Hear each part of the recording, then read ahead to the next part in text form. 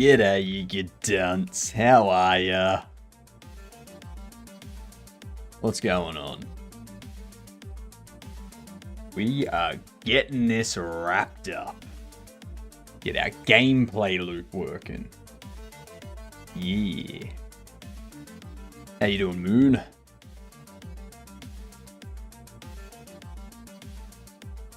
Bam ads. Gamer, welcome in.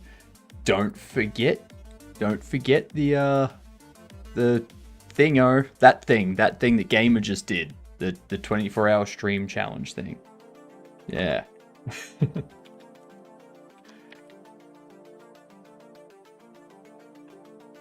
What did everyone do for the last 5 hours? What up, Dex? Welcome in.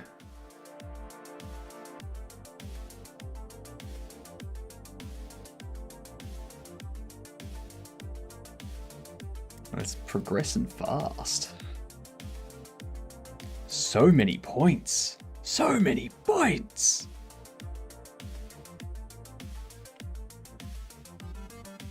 Ooh.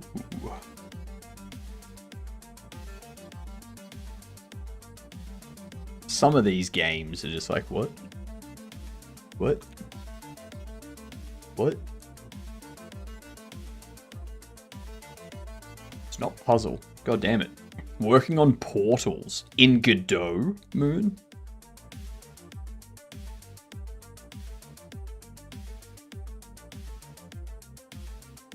Odin. I mean, you could still be doing it in Godot, just using Odin bindings.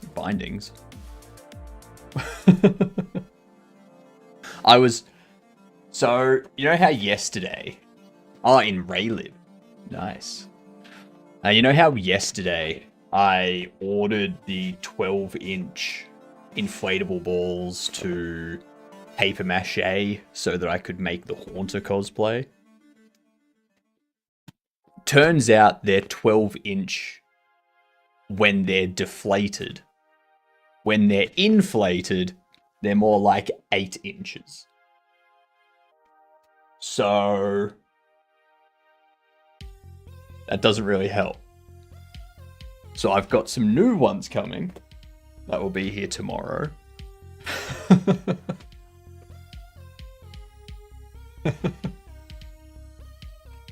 Resident Evil 5, you reckon? It's a 2008. Lionhead Studios. Why does that sound familiar?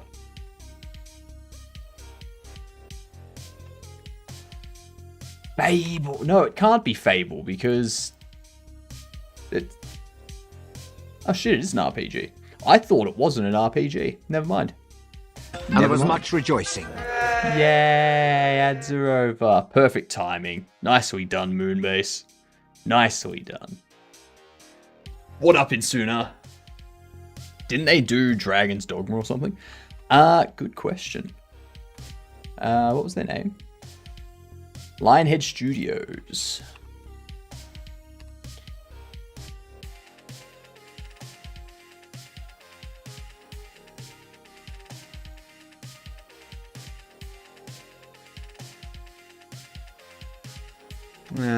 Black and White, Fable, Black and White 2, the movies, Fable 2, Fable 2, Fable 3, Fable Heroes, Fable Journey. They've got a lot of cancelled. The hell? They have so many cancelled projects.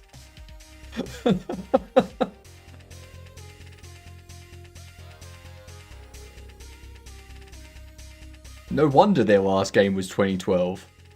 They cancelled like 2/3 of the games they made.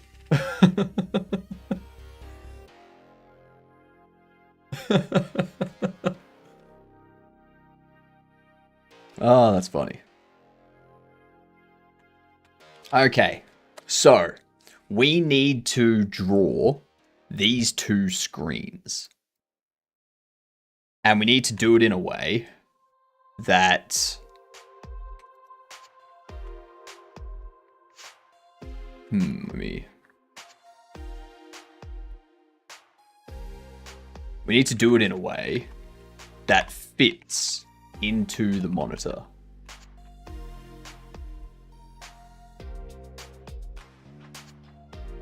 Yeah, so care, we need to have like a picture of each animal here. Probably 96 by 96. What up? What up, Okie? We probably need them to be like 96 by 96. Because if we have a look here, that's 192. I swallowed a dictionary, and it gave me the sorest throat I've ever had.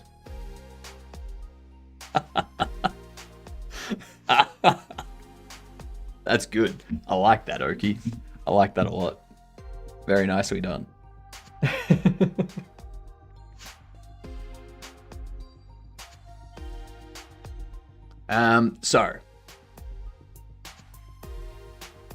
Yeah, they've got care. So we'll have to have a 96 by 96 image of each animal, or each thing that can sting. I made a rhyme. And we weigh them out here.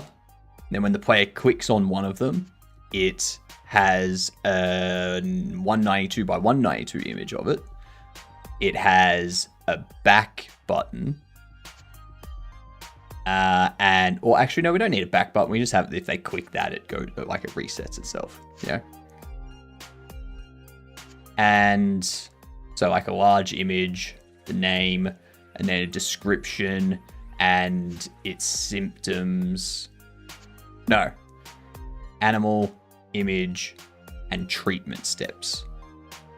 Treatment steps.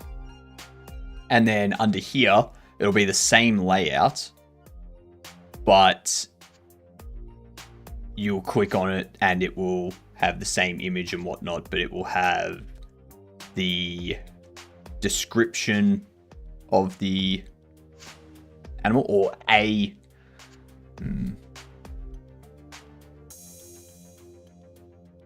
it'll list out their symptoms. It will list out their symptoms. What do you call nervous javelin thrower? Shakespeare. True. True.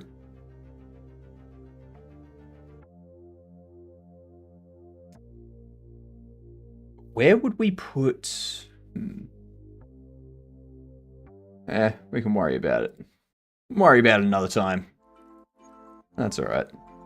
We don't need to worry about it right now.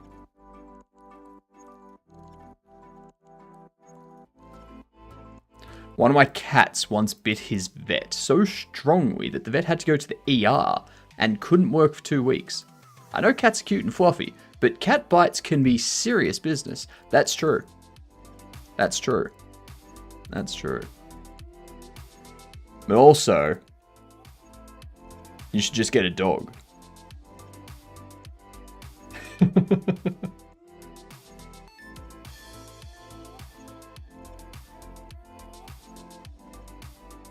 A bossy man walks into a bar. He orders everyone around. You got jokes today, Okie. You got jokes today, I hear. What's this? What's this video game badge? This badge was earned by users who download and share clips revolving around anything video games related in September. I've done that.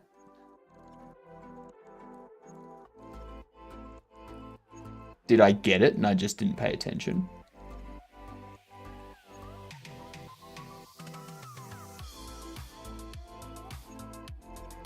You sure about that? I am. I mean, I have multiple clips from Hollow Knight Silk Song that I then put to TikTok and YouTube. Literally couldn't have done that before the start of September. Check your chat identity. I don't have an identity in this chat.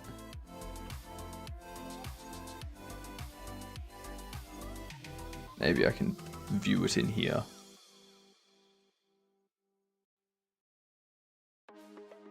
No, I don't have it.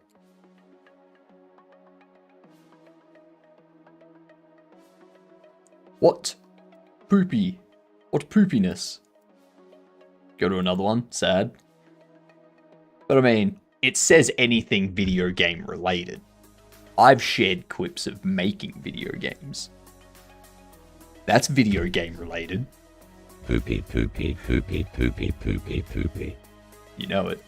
I wish I could, but I live in an apartment in the middle of the city. There's nowhere I could let them run around freely, and it wouldn't be fair. The cat's happy in a very large apartment. So in sooner, that's something I've been thinking about. And one thing I'm thinking of doing after Godot Fest, when I get back from Godot Fest, I'm thinking about getting a dog. I'm also in an apartment, but I'm thinking I will get a older dog. I will adopt an older dog that's at a shelter. So that way it doesn't need, like, it's not a dog that's going to be running around all the time. It's going to be older. It just, yeah, just a dog to, you know, take it out for a walk like twice a day sort of thing. And then it just kind of like, it's just at the apartment for the day. It's house trained, you know. May I ask when you downloaded your clips? Like the time frame? The Silk Song ones would have been early to mid-September. Loving is most important for dogs, I think. Yeah, and especially for an elderly dog. Like if you get you go to a dog adoption, an older dog isn't going to get adopted as quick as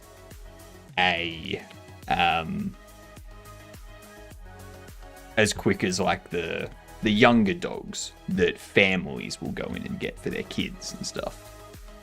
Yeah. So, yeah. Also, not only do I get a companion around the house and to take for a walk every day and whatnot, I also, like, that dog also gets a nice, like, somewhere nice to be for the last, you know, 1, 2, 4 years sort of thing, yeah. Rather than a cement floor with a cage.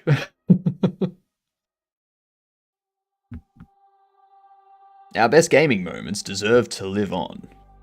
Unlock the official games badge by downloading and sharing gaming clips between September 12th and September 15th.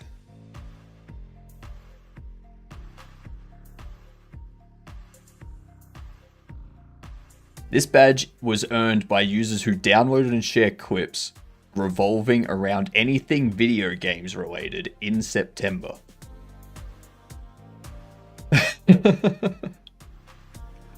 I feel that's silly.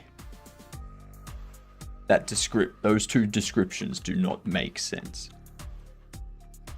Oh well, it doesn't matter. I don't really use the chat identity stuff anywhere anyway. I have a cat. Cats are better. They take care of themselves for the most part. Ah, so you're a lazy pet owner.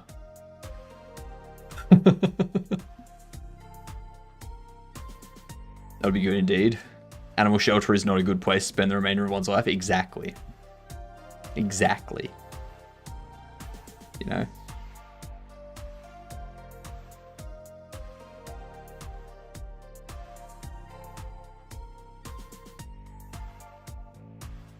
I'd also want to...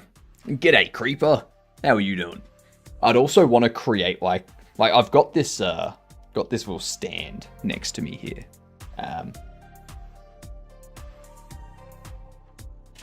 This one here, okay?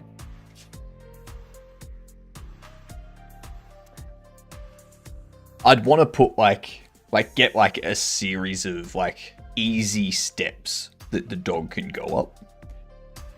And then they can just chill out on top of there next to me while I'm streaming sort of thing.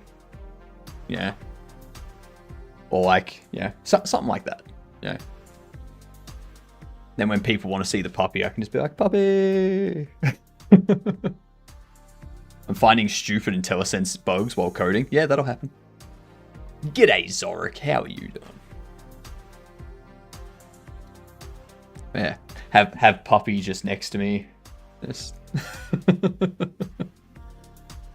Cat don't equal lazy. Well, considering cats sleep from 12 to 18 hours per day, I can't tell who's more lazy, me or the cat. You're both pretty lazy. Struct is 0 bytes. The struct, precisely 16 bytes of bitmap. Is it 16 bytes of bitmap when it's compiled and used? Or is it 16 bytes of bitmap when it's just sitting in your IDE?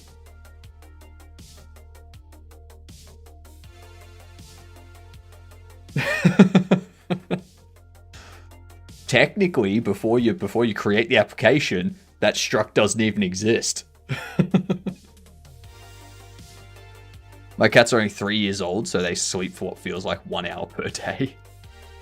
Maybe the struct is packed and empty. True. Packed and empty. Lazy. I'm energy efficient. My cat taught me. That's fair. We'll go with that.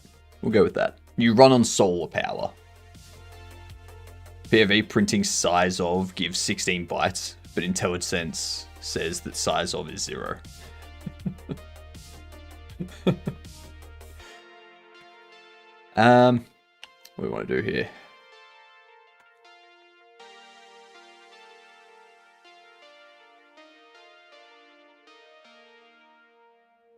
I'm going to set up a function for draw layout.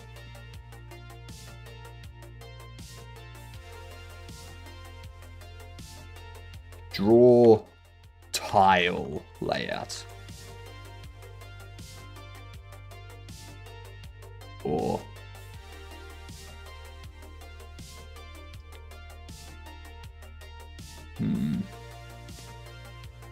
and that's why I use Clang and not IntelliSense.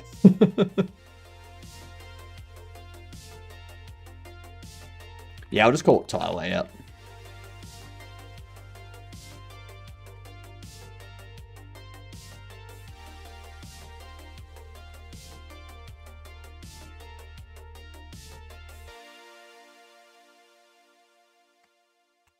Okay. I just value a pet that doesn't require a 5 a.m. bathroom march.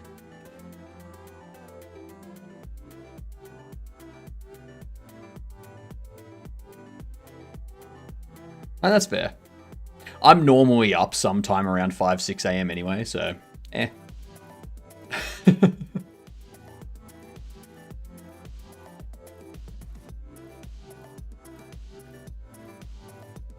That is something I do need to figure out, is how I'm going to get stuff set up for debugging in NeoVim, if I'm going to be using NeoVim for this type of stuff moving forward.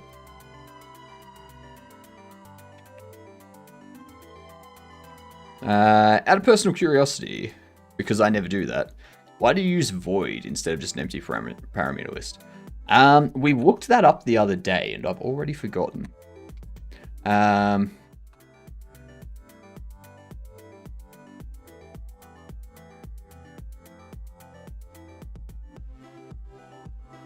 Let's have a look at this one. C and C++ are different in this respect.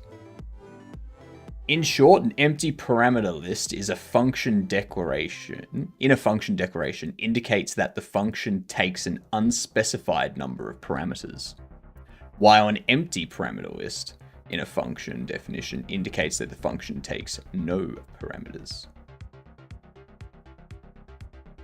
Those two sentences are the same. Essentially, void is a way of saying there is no parameters at all that get passed into this. While this, you can pass in, you know, whatever to the function. So if I tried to call it with test, it's going to error saying no matching function call sort of thing. And it'll do the same. It'll do the same for this one. Like, it's still going to say it, but that's because C and C++ are different. I believe this stuff here that they're talking about is C standard. Whereas C++ standard, in the case of C++, an empty parameter list in either a declaration or a definition indicates that the function takes no arguments and is equivalent to using a parameter list of void. So C++, it's the exact same, but C, it's different. So if I put myself into the habit of putting void when I want no parameters, then once I take the step to do C programming, I've already got that sort of built in. Yeah.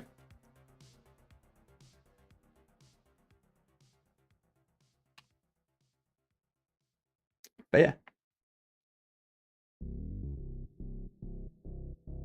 My brain is C++ 23 broken anyway. By now, most functions are out of template functions with concepts. Fair. Very fair. The last C++ I used was 17. C++ 17.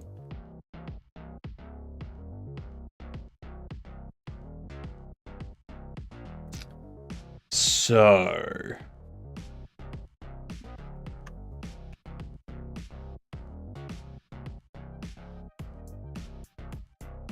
one thing I need to grab from call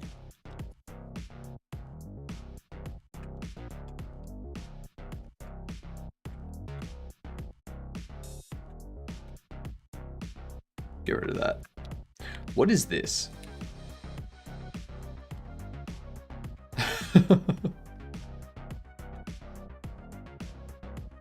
I think I need to take these.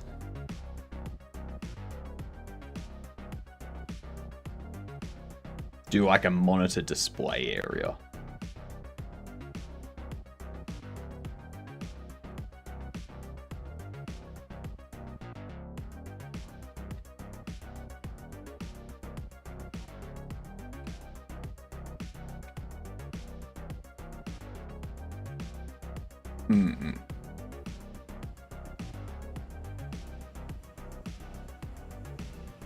Good night, I love you. Ooh, good night, Okie. If you were to name a dog, would it be a software programming related name? No, it would be a normal name. I'm not one of those people that like names their dog like Einstein or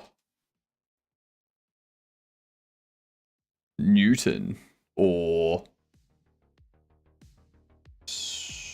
Sergey. Or I would name my dog... I'd name my dog something... well, actually, because I'd be adopting a dog that's like 8 years old or 10 years old or something, they would already have a name. But if I was to get a puppy, I would probably... what would I name it? I wouldn't name it Godog. I'd probably name it...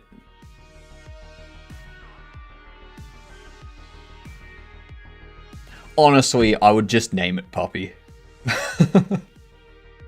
I'd be calling it Puppy the entire time anyway. Even when it's an old dog, I'd be calling it Puppy. That's easy. Done. Who's a good puppy? Puppy's a good puppy.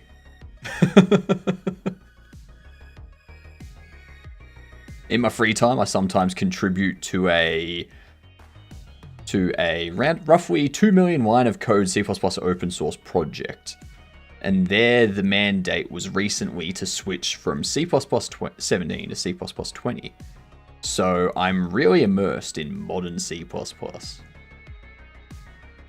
Naming the dog Einstein could be a good neat Cowboy Bebop reference. If I watch Cowboy Bebop. Which I don't.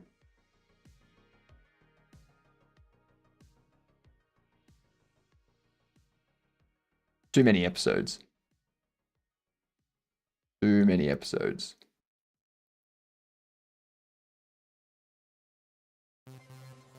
It's 286, 260.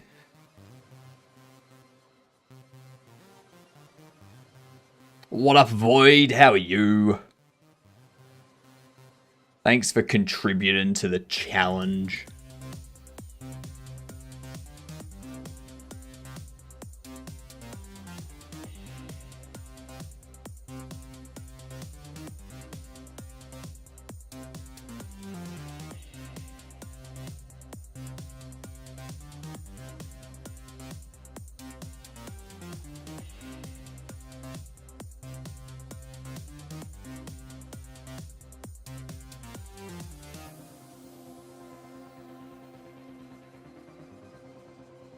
I'm doing good, Void. Hello, how are you? I'm doing very well. We're getting some stuff wrapped up today. How about Doggett for a name? Like Goddo, but Doggett. You mean Doggo? Hi, new camera? No. Same camera, just background.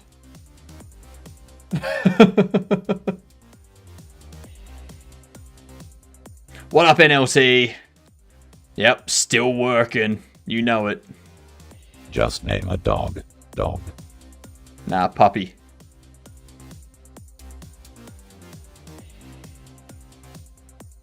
Puppy is the thing you name it. What up, Chill? How are you?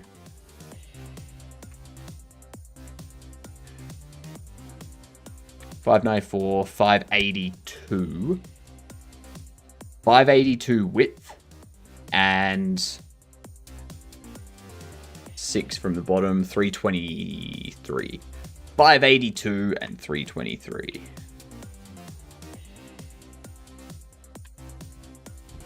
God damn it, gamer. God damn it. Every single time, gamer. An acquaintance of mine has a cat named Dog. Well, we clearly know what they want. They want a dog.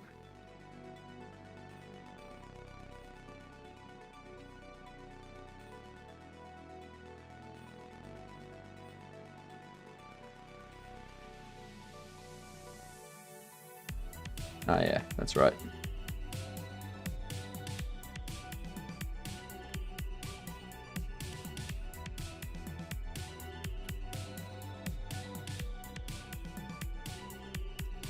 Monitor display area.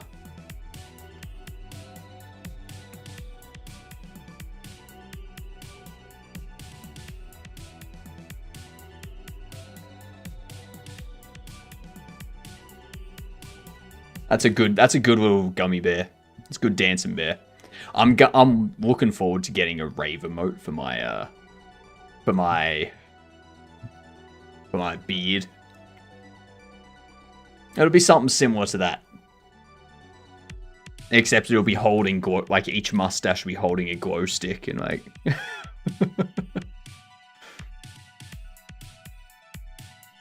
That's what a dog puppy was named. The caretaker calls the puppy puppy. Interesting. In the on-screen chat, it leaves some art of acting. Yes. Yes. It depends on the depends on how the emote was created as to how it gets displayed in the side in the chat window.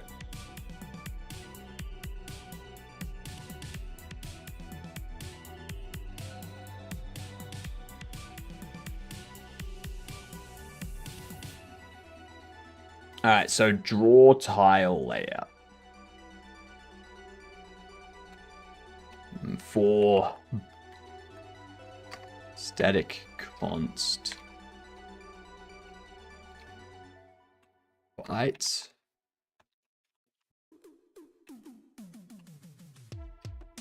in... Oh, no.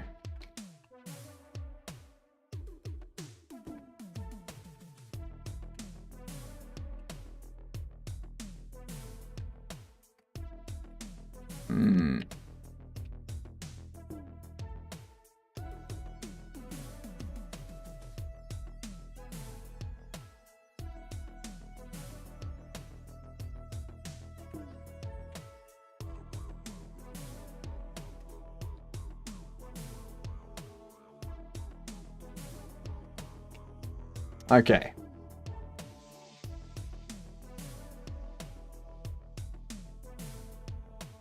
He is not tiny, but he is very sweet. Another acquaintance has a Kengal dog they named Tiny. A Kengal dog? What the hell is a Kengal dog? Kangal. Ah, yeah, Kangal. Yeah. The Rottweiler Labrador. I got this emote by sacrificing my time. Bob, bob, bob, bob, bob, bob, bob, bob. Yeah, it's the one from watching DJs, right? So this here looks like a Rottweiler combined with a Labrador. Yeah.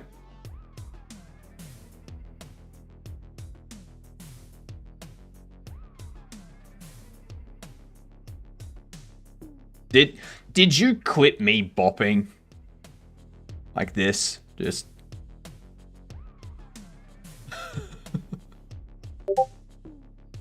yeah, nice try, Lance. Nice try.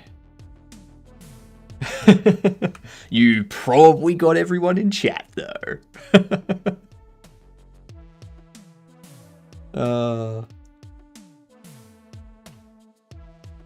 I think you would like a Commodore dog. A Commodore dog? Nah, I'd rather a Commandant dog. Is that even a dog?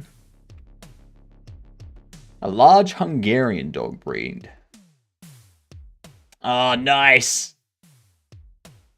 Nice. How does it see? How does it see? Where, how does it see? How is that looking where it's going? Looks like. How is that seeing? How does it know where it is? How has this dog survived?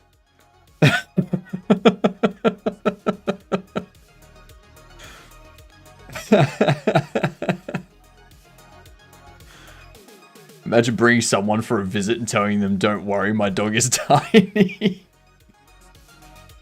And see, it looks like a golden retriever. Echolocation. They use echolocation. What is a Valhund? Ah, yeah. They're like a corny... no, not a corny. A corgi husky. Which is basically a corny. Yeah.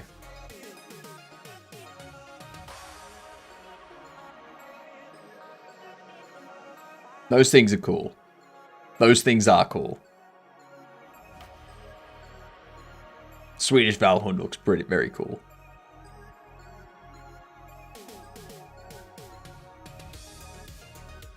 I like corgi wolves.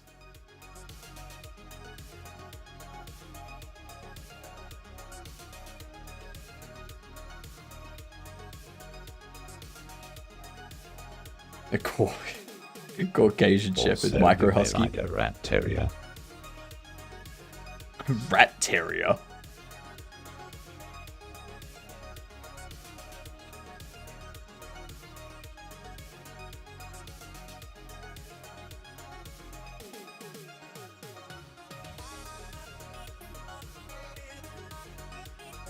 That just looks like a Jack Russell.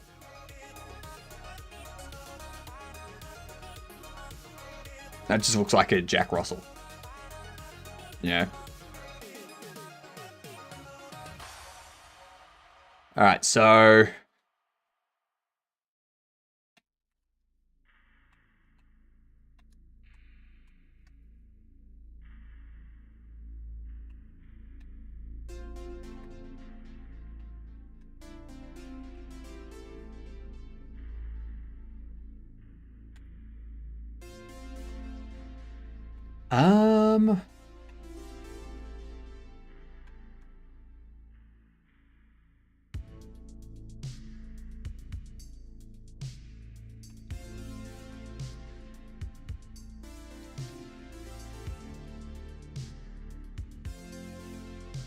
I wonder how these breeds came about.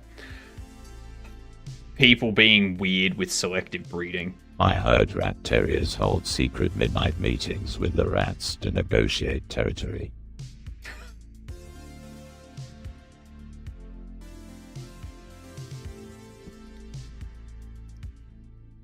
Rat terrier. The weirdest thing I've heard.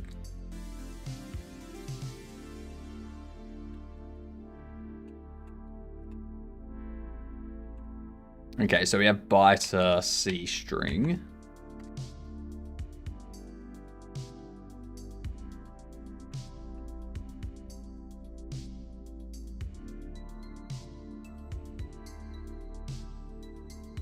What's monitor tile position? Title position. Oh, that's... Yep, never mind. Never mind. That's a different thing.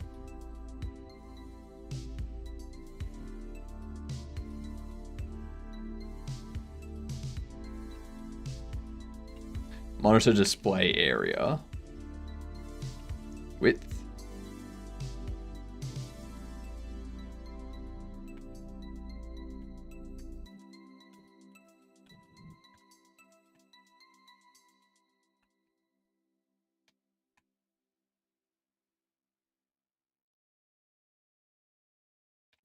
Y. There we go.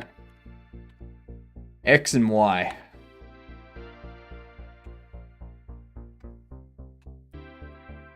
Font base size.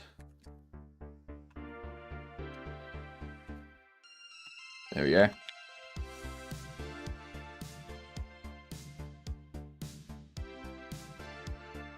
Good night, I love you. Good night, Okie. Have a good one.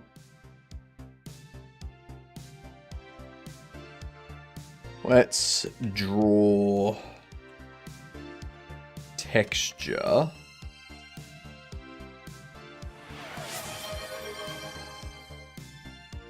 Chess. All right.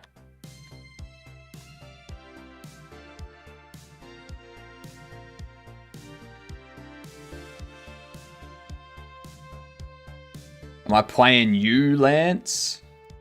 As you can tell, I'm pretty terrible.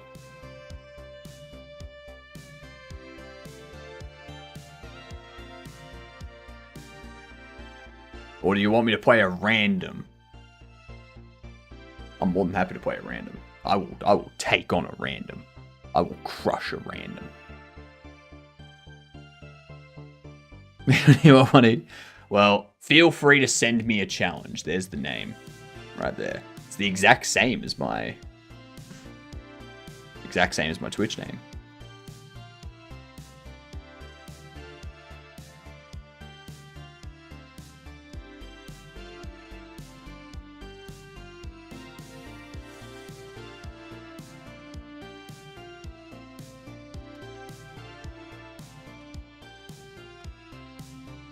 I haven't even over 100.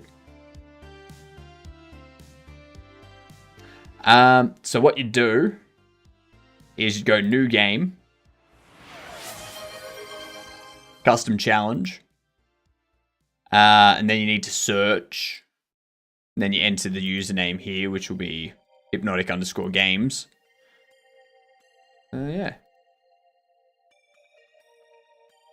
That's interesting. This person's a bot.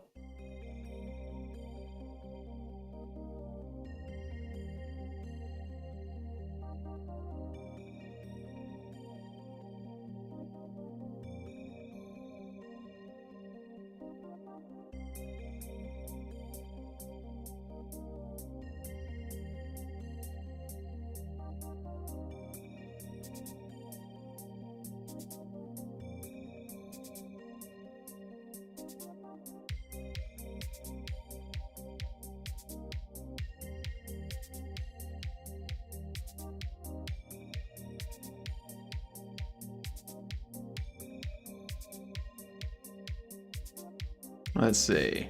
What's next? Okay, so you're going there. Interesting.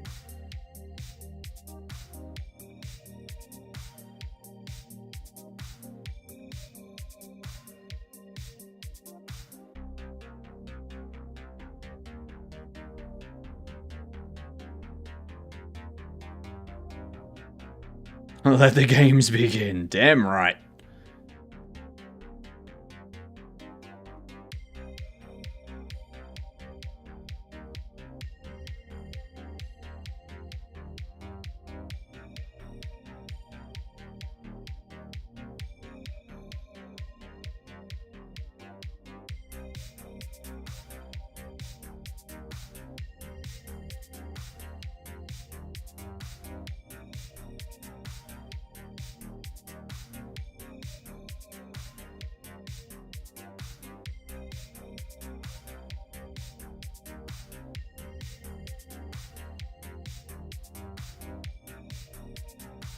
That's learned.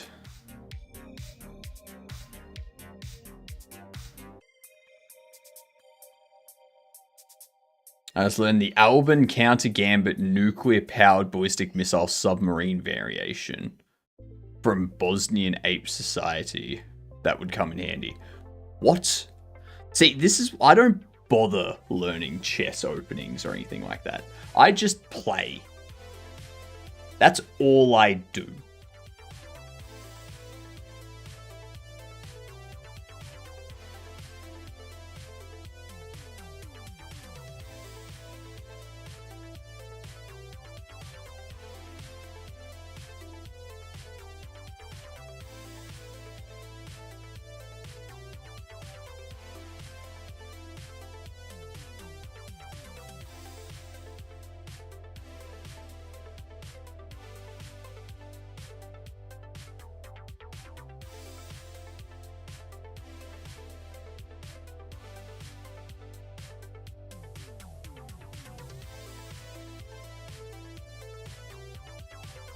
It's a bit like the en passant meme, only even dumber.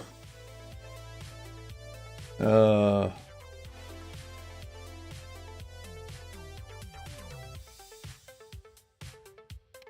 am I doing? No. I'm an idiot. I'm an idiot. It's okay, Lance. It's okay. I'm an idiot.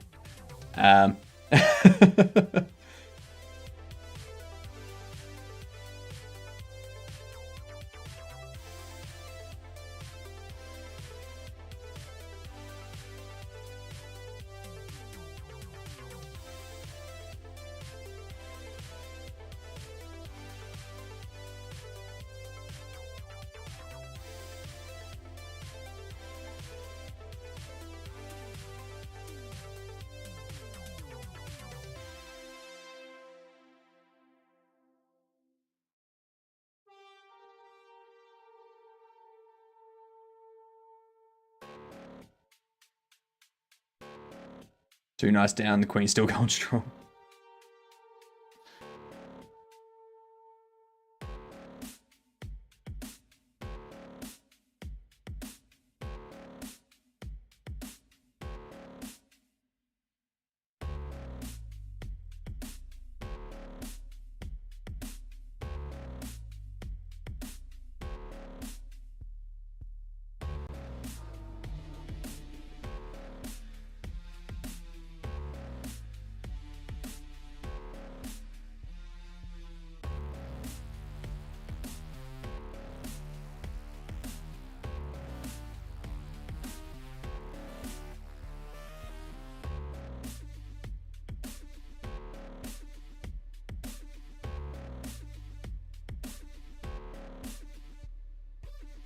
Okay.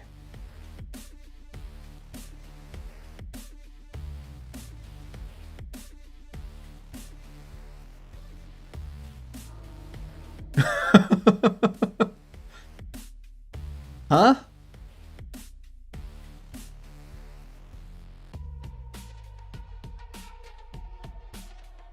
That was not it.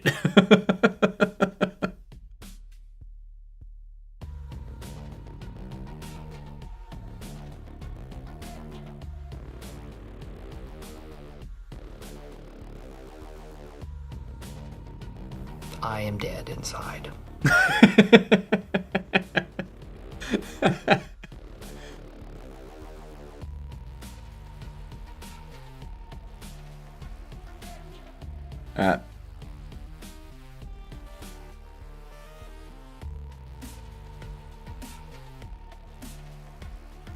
Good stuff. Good stuff. I can't believe I missed that queen hanging. I cannot believe I missed that queen hanging. I am known. I am known for being terrible when it comes to bishops. I never see bishops attacking me, and now apparently I never see my bishop's attacks. It's just diagonals don't...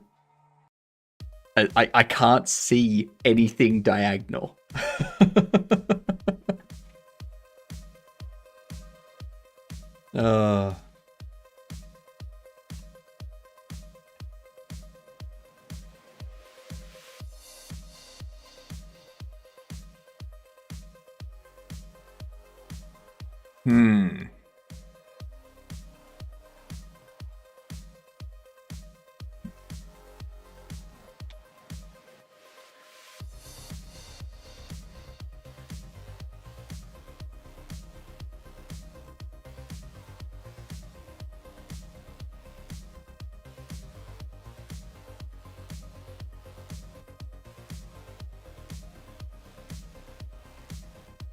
I'm gonna have to set up one of the photos. Yep. I'll challenge you when I have enough points.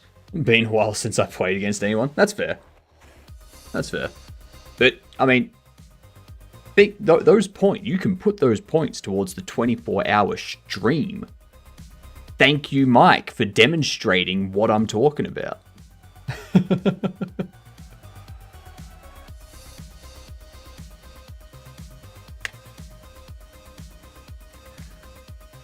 So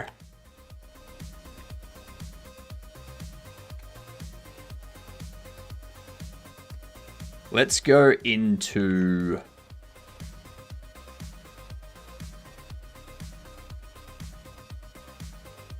I will train and train for 3 years and 364 days, and I shall face you on the battlefield at that time. So you'll face me in 4 years.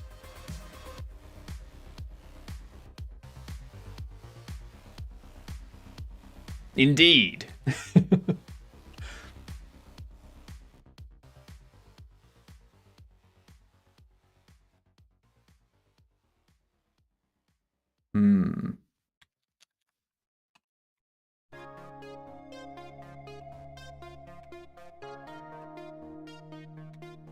Texture 2D.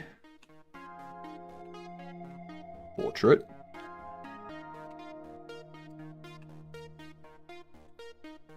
There we go.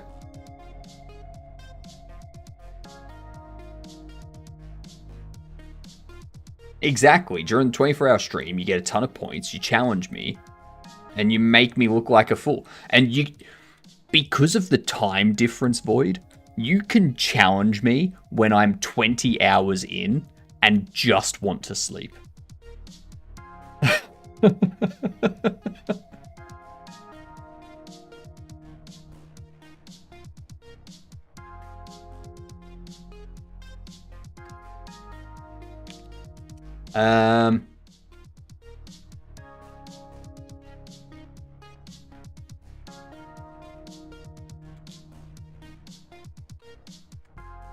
Portraits. Play games all day will only take 33 days of lurking. I mean, fair enough. Fair enough. I do, yeah. There is a game that I saw recently.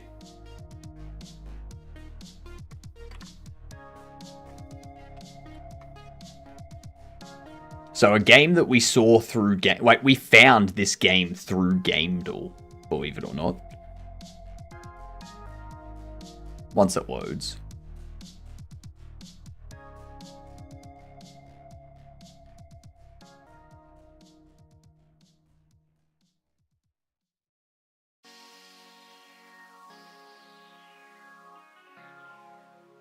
Okay, there we go.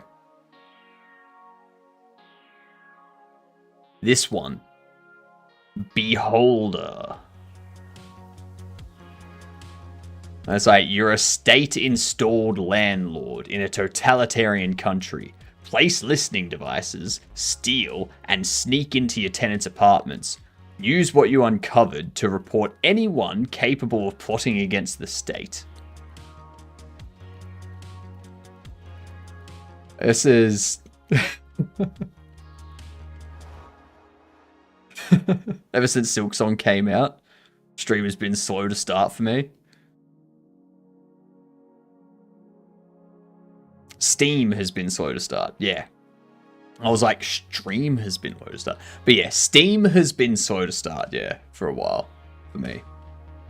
It's frustrating. I think I need a new router.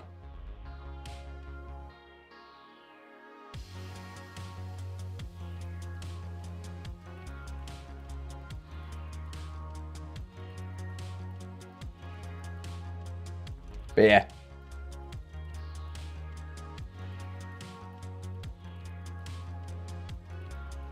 And also, I had a great idea. So I was making, at the start of this year, I was making Engineered, which was, my plan was for it to be a game where you can genetically alter your like different body parts to do specific things. So you can have like your arm be like stone sort of thing. So you kind of have like multiple mutant power sort of things. And you can swap them out for different things. Obviously that's a 3D modeling nightmare. Like horrible 3D modeling. But I want it to be a 3D game. So lately I've been looking a lot, thanks to chat, at 3D games where the characters and enemies and whatnot are 2D sprites.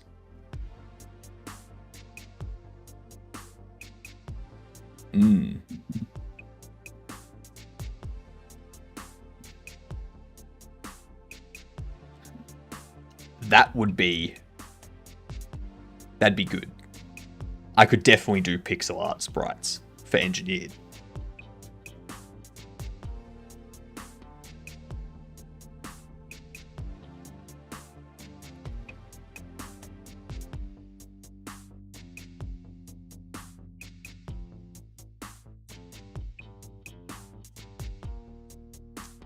That's what I need to do.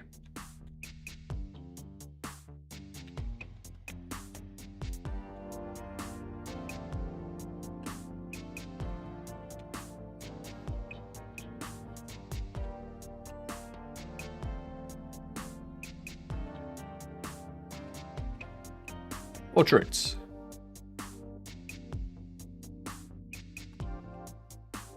No image PNG. No image 96.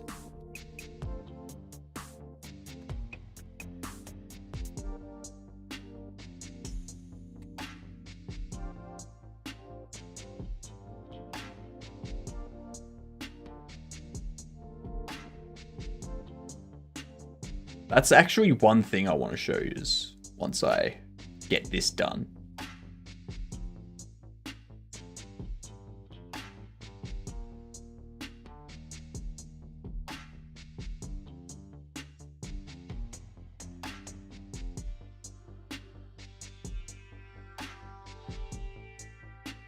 Let's see. Scale. To 96.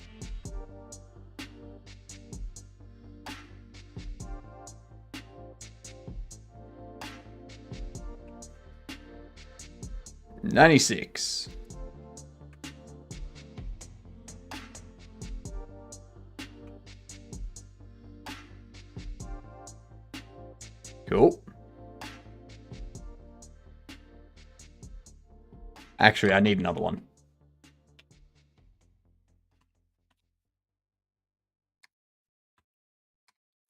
Portraits.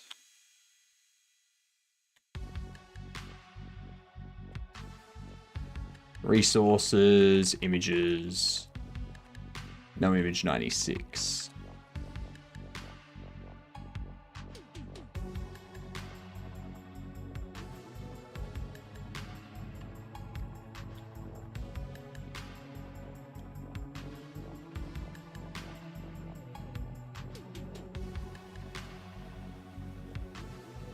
Let's see. Portrait. Load texture. No.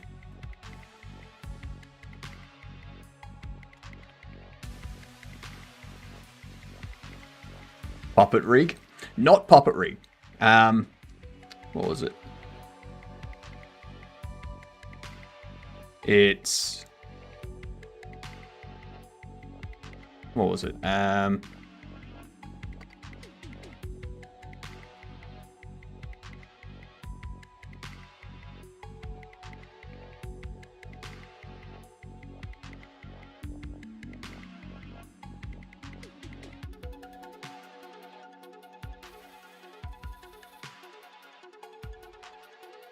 Not these.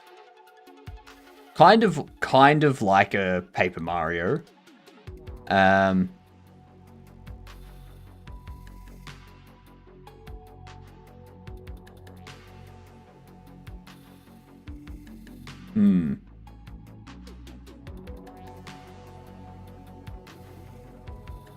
Another question out of personal curiosity. Is there a specific reason why you specify resources and game data in a file, which you pass with your own parser over, for example, storing this in SQLite? Because then I need to figure out how to get RayLib and C++ to connect to SQLite and open that.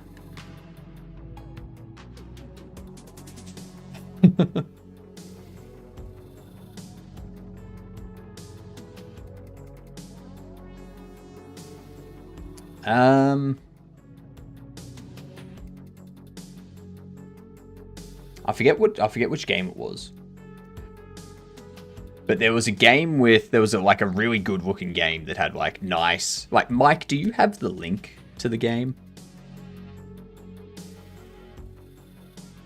I think you were the one that, I think you popped it up.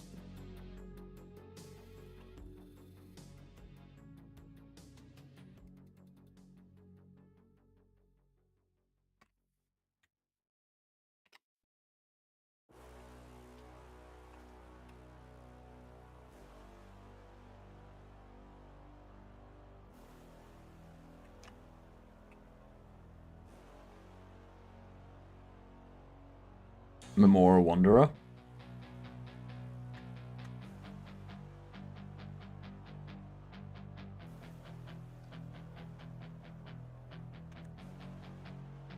Memora Wanderer. Let's have a look. Let's see what that looks like.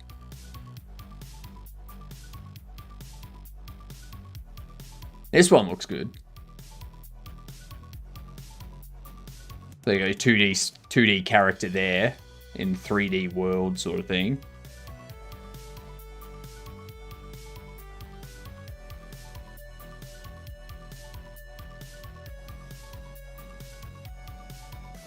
That looks pretty good. That does look pretty good. Like 100 Heroes, for example. Japanese 2.5D game. God damn. God damn.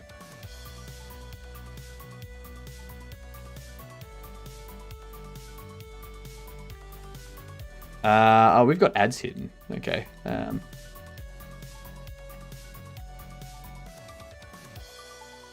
Portraits.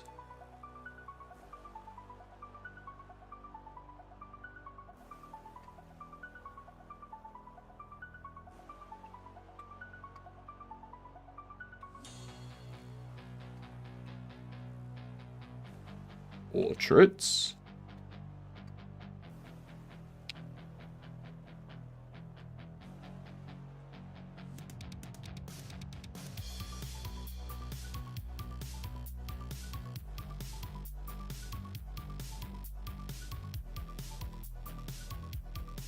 Portraits.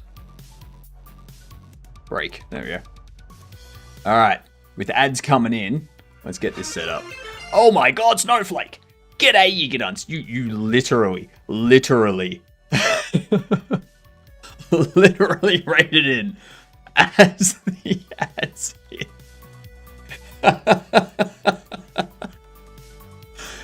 Couldn't have rated in at a worse time. How are you doing, Snowflake? How are you doing, Yag? How you doing, Enrico?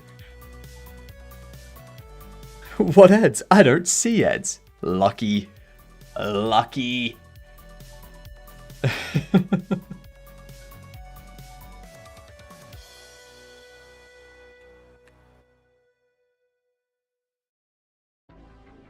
How are you? What did you stream? I was hoping that was going to backfire on me, to be funny. But it didn't. Now I'm disappointed.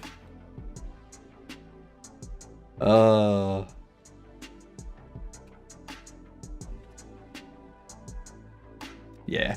Things never backfire when you want them to. It's annoying when things just work.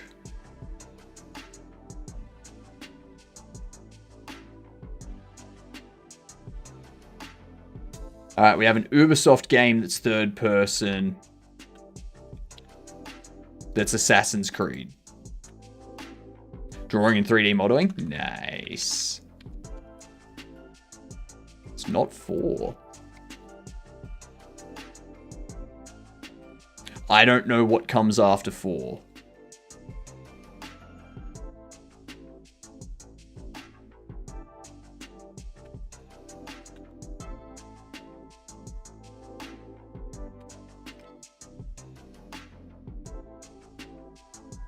Yeah, but unfortunately they don't, like, they named Assassin's Creed up to 4 and then they just dropped the numbering altogether. So now it's like, which one?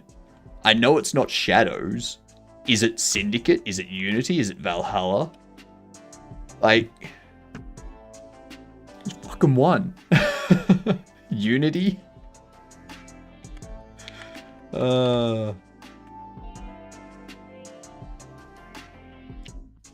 Nope, not Unity. It's between Unity and before Valhalla.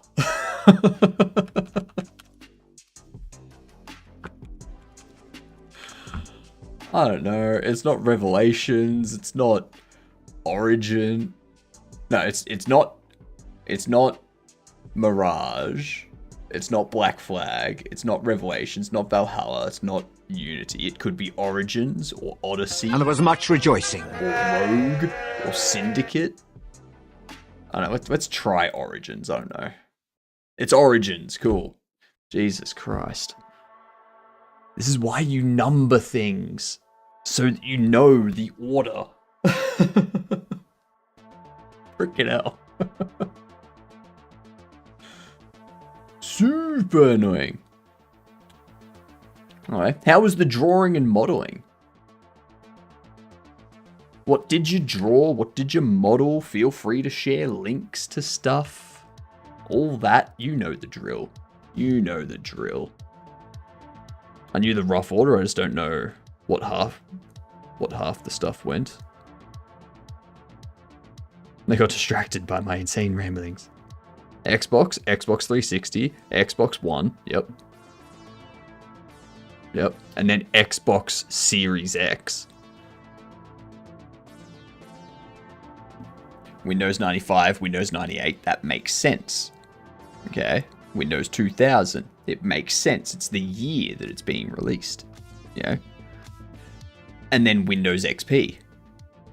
Windows 7, Windows Vista, Windows 8, Windows 10. It's like, cool, so now we're alternating between naming it and numbering it, and then skipping a number when we don't want to name it.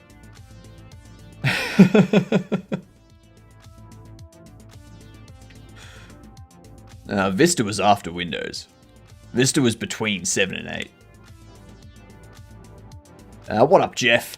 I'm down for distractions and insane ramblings, not necessarily in that order. Yep. No, it was not. Are you sure? Are you sure? I could have sworn Vista was after 7. Damn! Vista was the direct success to XP.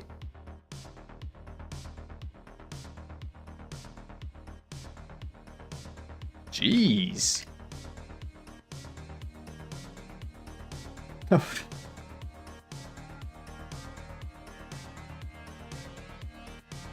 There you go. There you go. I was wrong. Thank you for the correction, Yag. Thank you very much. I was working on a studio setup for my VTuber. Oh, nice. There was some hiccups. I was trying to make some neon signs in Blender. Neon signs are always difficult. Medium sauce. This be my punishment, I take it. Yep, snack for your insolence.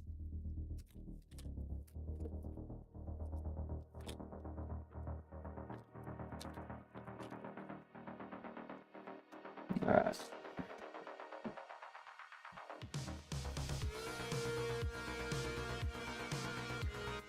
I'm still bothered that there was no Windows 9. There was. It was called 8.1.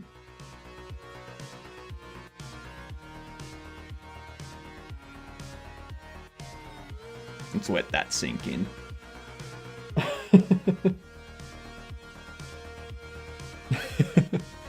There you go. All that medium sauce just.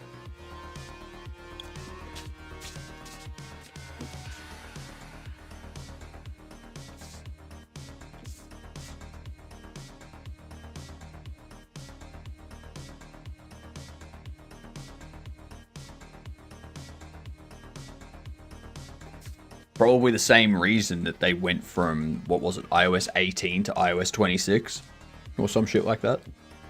Something stupid. I'm watching this on a TV. I'm doing some ironing. Yay, I'm on TV. Hello. It's like they forgot how to count. It's like they're choosing names to confuse a grandma with what to buy as an Xmas present. True. True.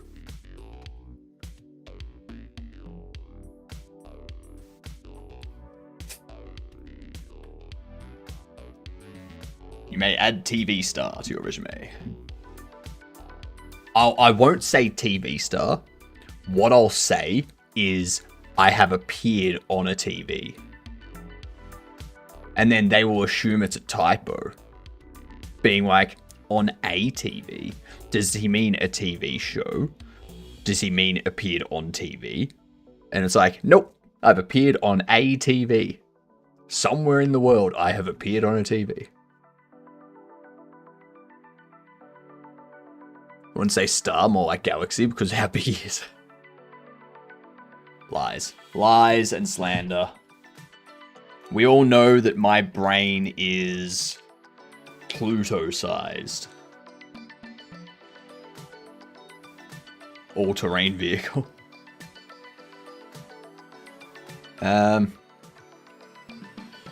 If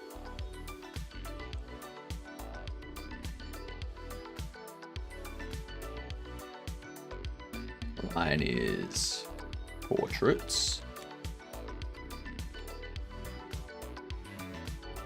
field, none, rake. Hate when it does that. Otherwise, if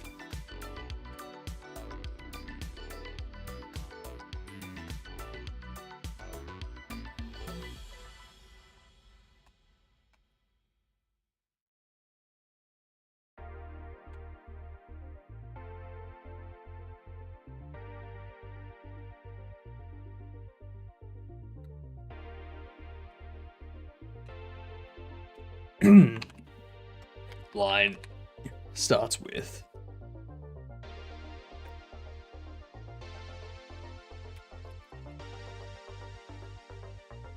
you know what?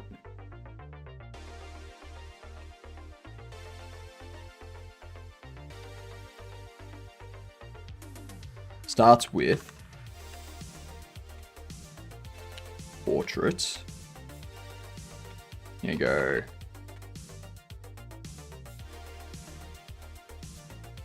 Byte. Portrait. Load texture from line substring of 10 C string. I had rumors that they skipped Windows 9 so that old software that checks for Windows 90 with a simple version of 9 in it doesn't malfunction. Why would you base your current technology solutions on technology that is 15 years old at the time? And honestly, Enrico, I wouldn't doubt that at all, considering at the time, French air traffic control still ran on Windows 3. Imagine building that parser with Yak or Bison. I mean, yeah, true. I mean, this is just a very simple parser. Like, this is the last thing I need to set up. And once this is done, no more passing in files. Don't need to worry about things any further.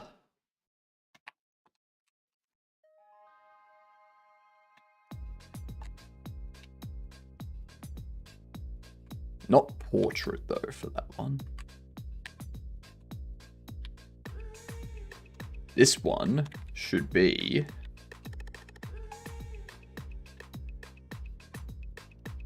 white portrait.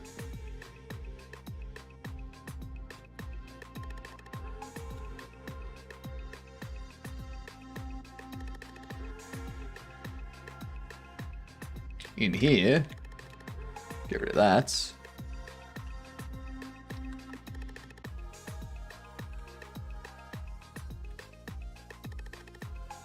Simple. Lovely. Speaking of passing, did you fix that map? No. No, I didn't. I have not fixed the map yet. Once I get the game running and we've got like an end scenario and stuff like that, I'm going to go back and have a look at that and see if I can clean up those, clean up these if statements and stuff like that, so that this if statement just becomes a key, like an unordered map key thing. Thank you for the lurk, D-Lance. File IO is the most painful thing for me to work on.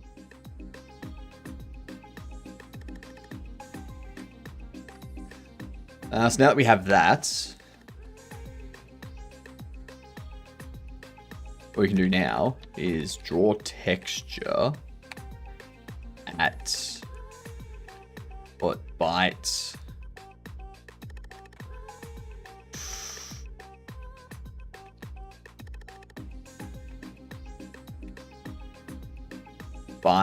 portrait.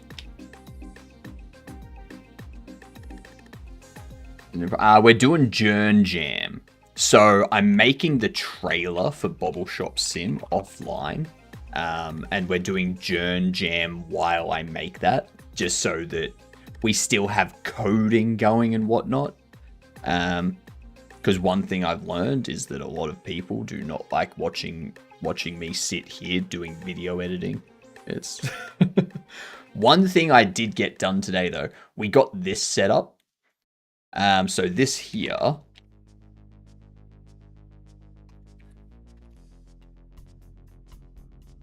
This here is going to be the last shot. This is the last shot in the trailer. Okay, so it zooms out.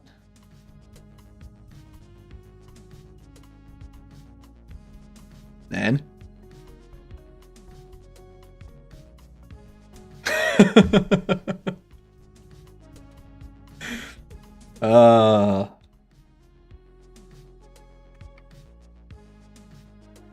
yep. jumps forward, hits the... jumps forward to the box, and the Bobble just punches it open. It's like, why? Why did they punch it open? Now, I accidentally closed my YouTube chat, so I just need to go here, and I just need to pop this chat back open. There we go.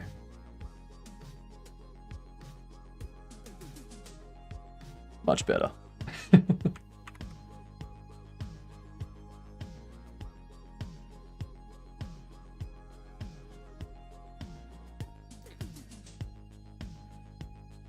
AI seems to think legacy code issues is indeed one reason for jumping over Windows 9. I mean, we could just go, why was Windows 9 skipped?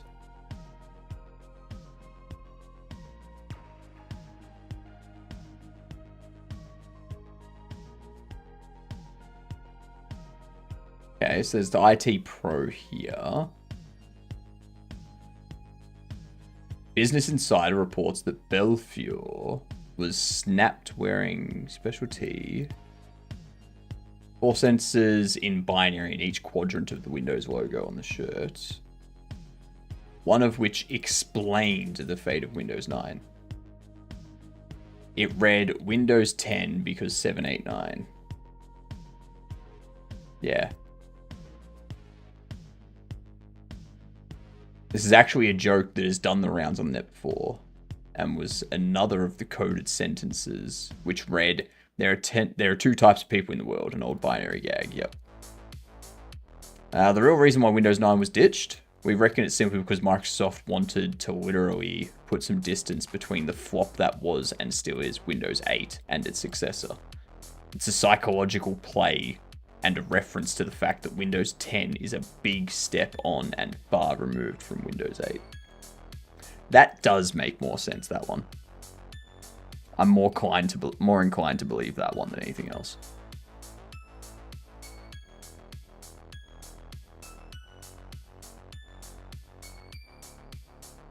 Let's have a read of this one.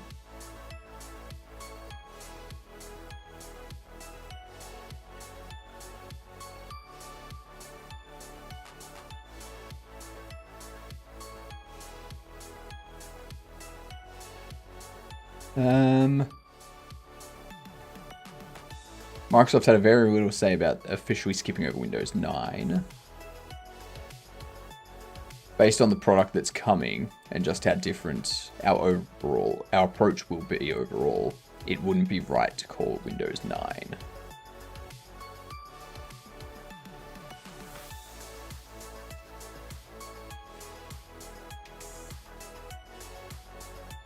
So there's this here. So systeminfo.java. This is from a Git. And there's this is Windows 9X. Is Windows 9X. OS name starts with Windows 9.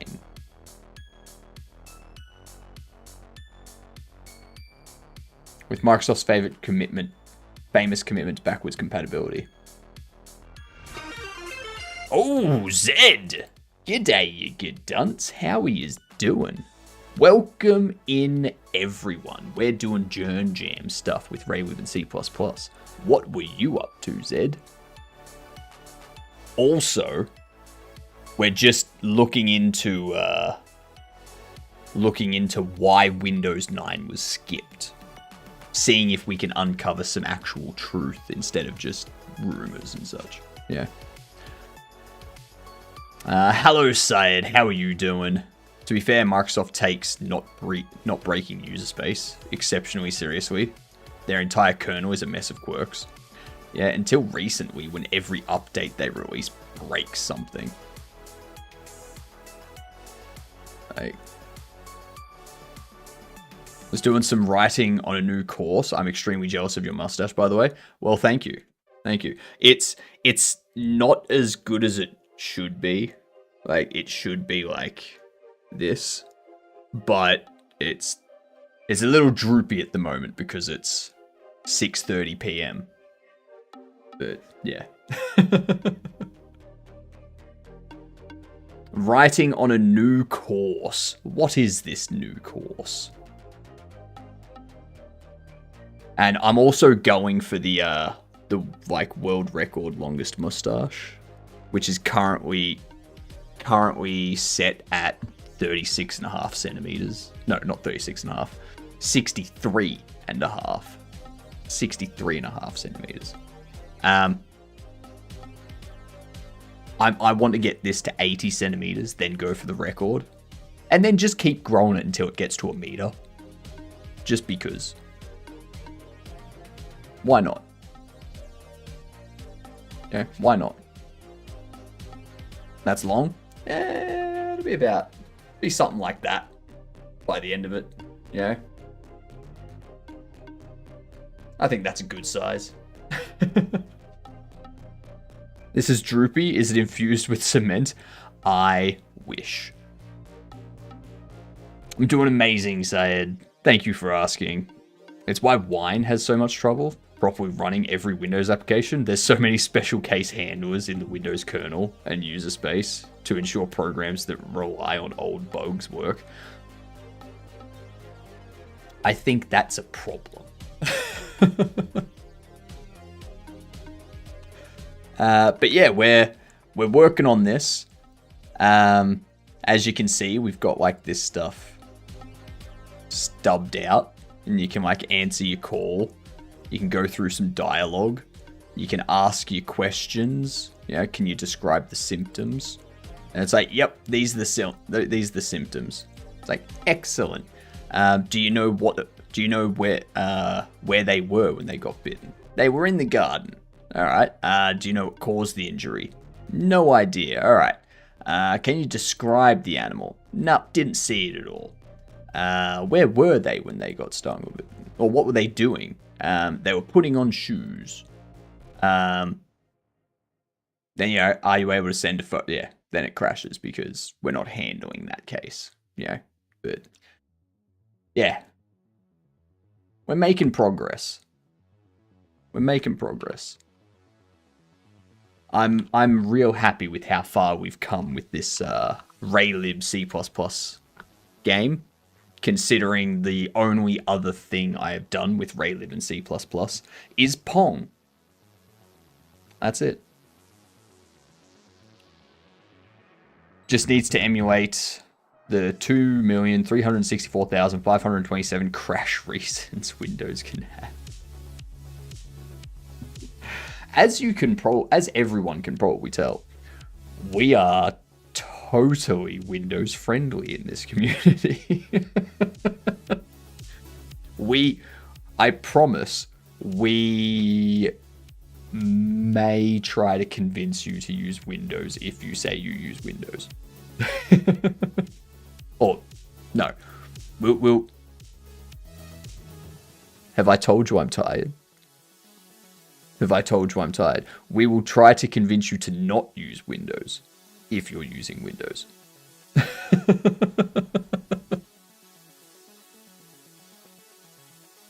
No, Yag. No.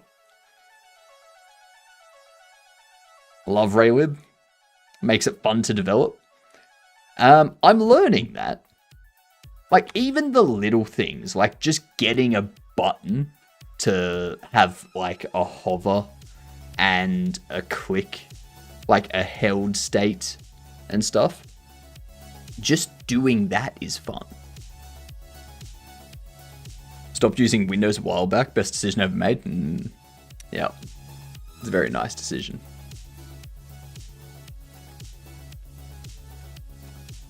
So we have monitor display area X. We'll go monitor display area Y. And I want to add font base size times 2.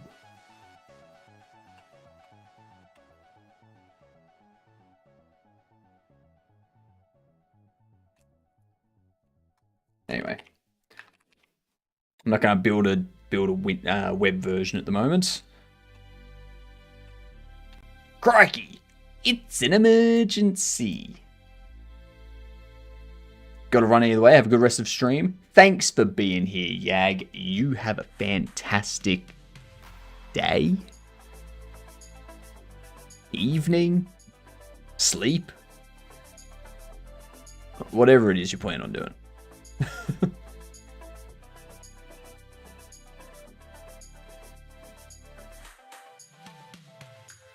Look at that.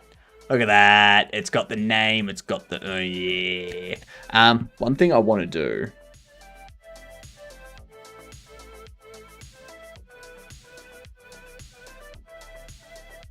I need to have a tile size.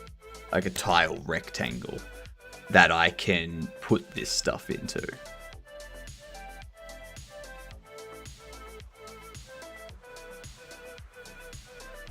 I should really look into, like, what do you call them? I forget what to call them. Curiosity's gotten the better of me. I'll be looking into Live 2D in Godot. Live 2D in Godot.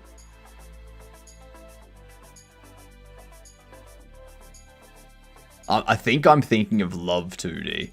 So I was like, why are you looking at a 2D Python game engine in Godot?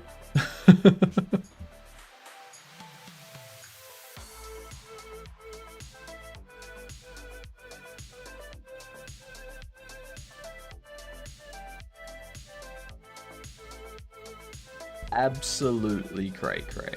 It is absolutely cray cray. Absolutely cray cray beyond belief. If you can believe it.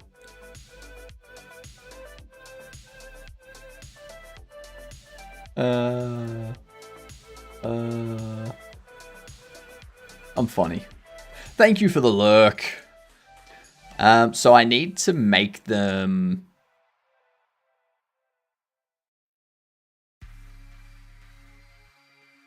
Let's say 108. Making them 108, it's going to be 96. That'll give us 12, 6 on each side. Let's go 108, and we'll make it... Well, we've got 92, or 96, and then we've got 8 for the text. Maybe we might make it... We might give, like, 20 for the text. So 128 is what we'll go for. Yeah. 128 by 108. Perfect.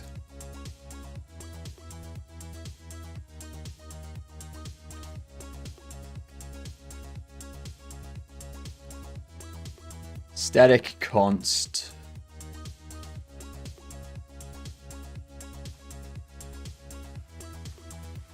Go. BPM almost perfectly matches the wall clock.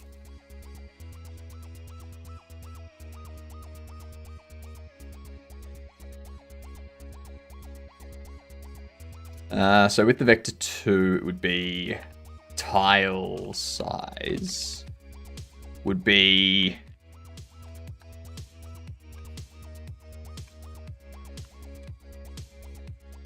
108 for the width and 128 for the height.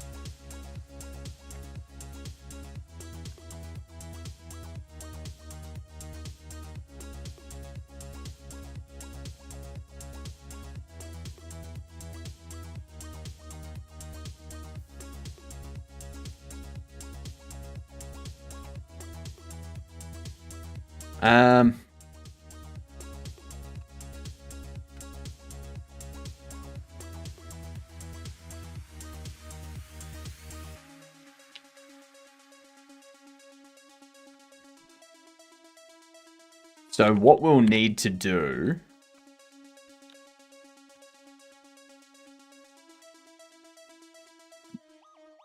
what do we need to do now?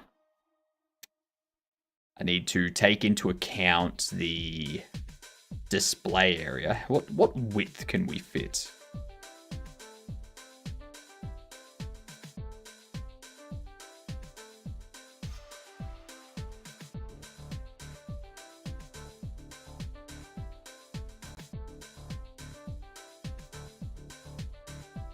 What width can we, or how many can we fit across there?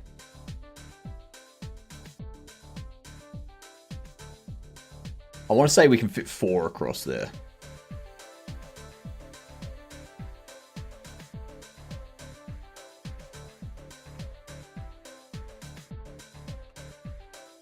Okay.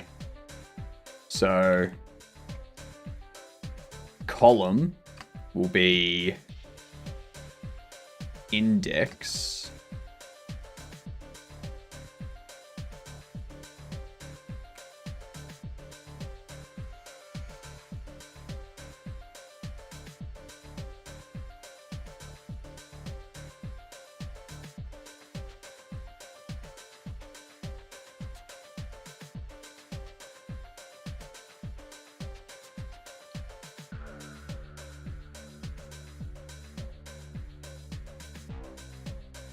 No, that won't work. That'll only work if I want to find a multiple of 4. Can't you base it on the draw size? I want to give it some padding, and it's not so much the draw size, it's more the area. So I'm not drawing it exactly where the texture draws, because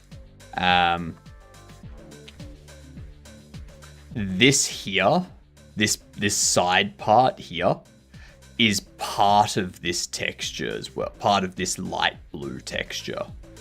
So like clicking these around, it's like this light blue is all one texture sort of thing. Then we've got like the heading as well that we need to take into account, so it's like offset and down sort of thing. So it's less area to deal with.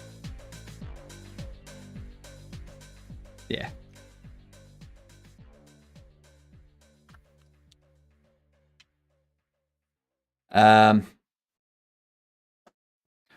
Column will be 4 multiplied by 1 on index plus 1.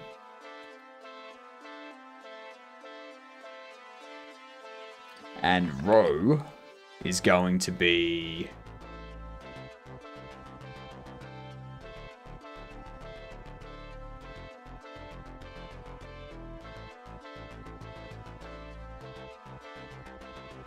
four.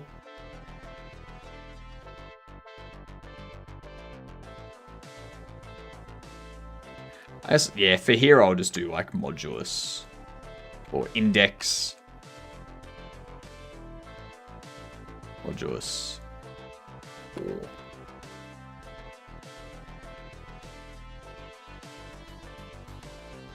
No. That'd be for column.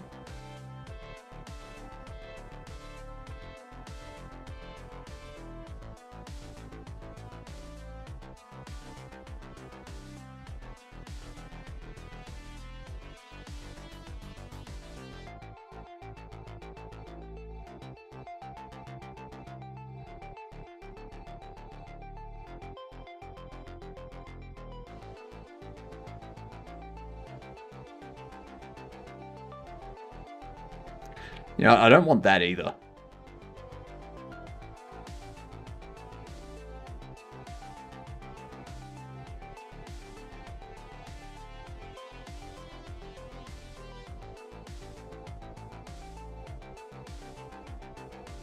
I have 0, 1, 2, 3. 0, 1, 2, 3.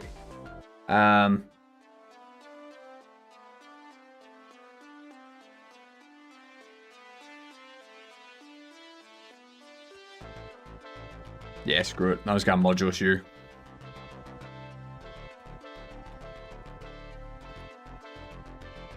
Do that. That's good enough. Have a good one, Syed. Thanks for being here.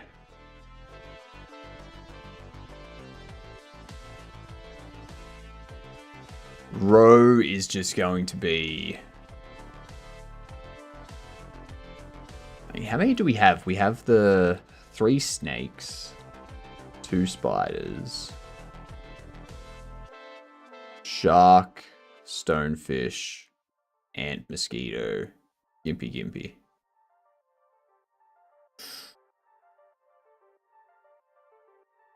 Shit. I need to fit 5. I need to fit 5 in this width.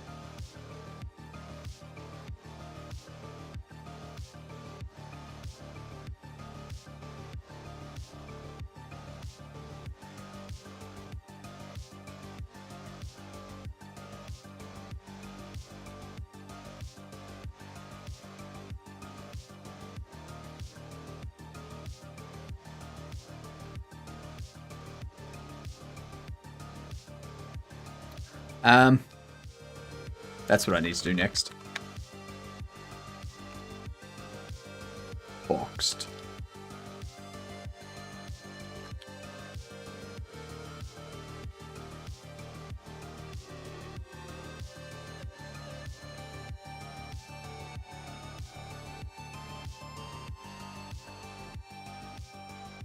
All right, so this is the display area. That's the X and Y.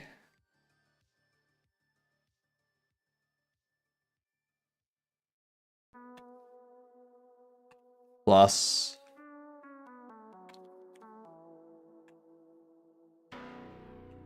tile size X multiplied by column. You're going to be plus tile size Y multiplied by row.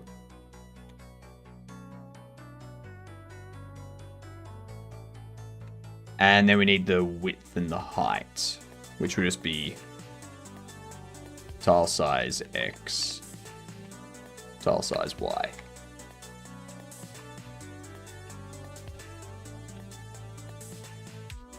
Beautiful.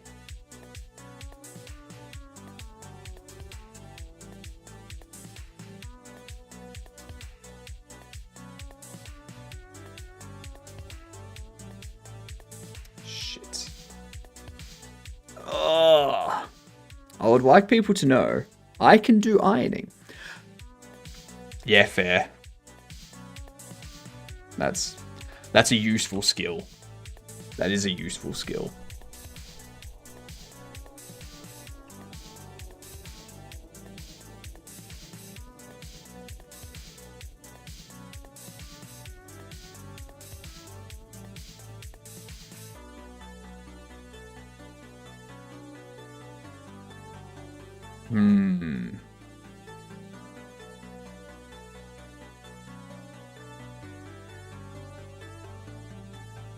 I wonder.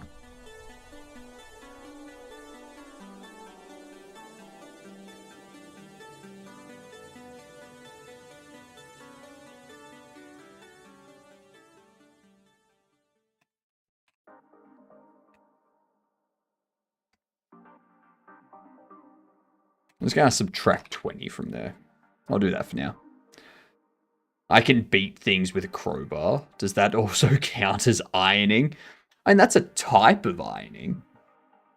That's definitely a type of ironing.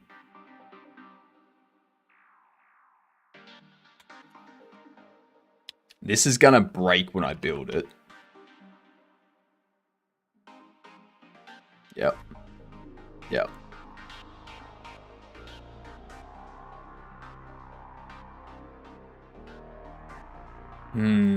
Because of draw text boxed.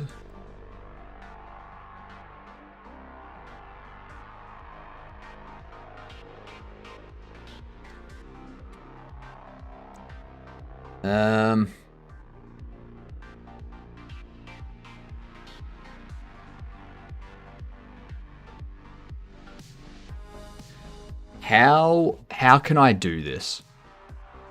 I don't want to have to redo this function again. I've already got it defined in call because that's the only place I've used it so far. So where would I put this? If I created a text helper class, or if I just created a helper class. What up, Rake? I think people not using a full engine, so impressive. Just RayLib and C++ is so sick. Thank you. However, I will say this.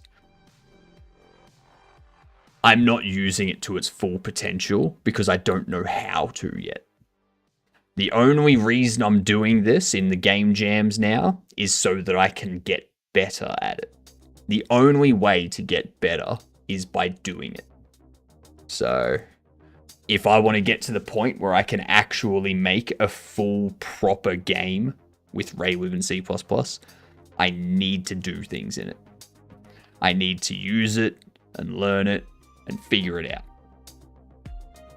So just fix that bug. I know, right? I just got to fix that bug.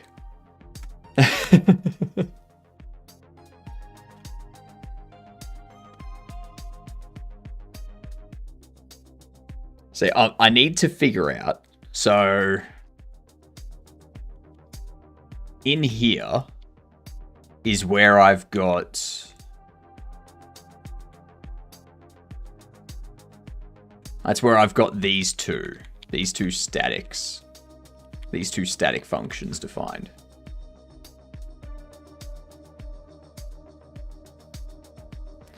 And over in here is where I have them being used. But I can't access this because it's static.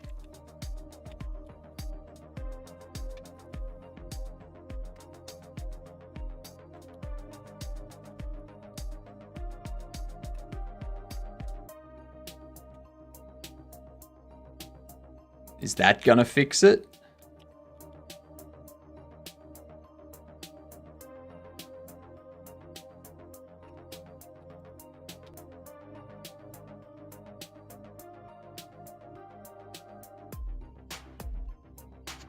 Yes!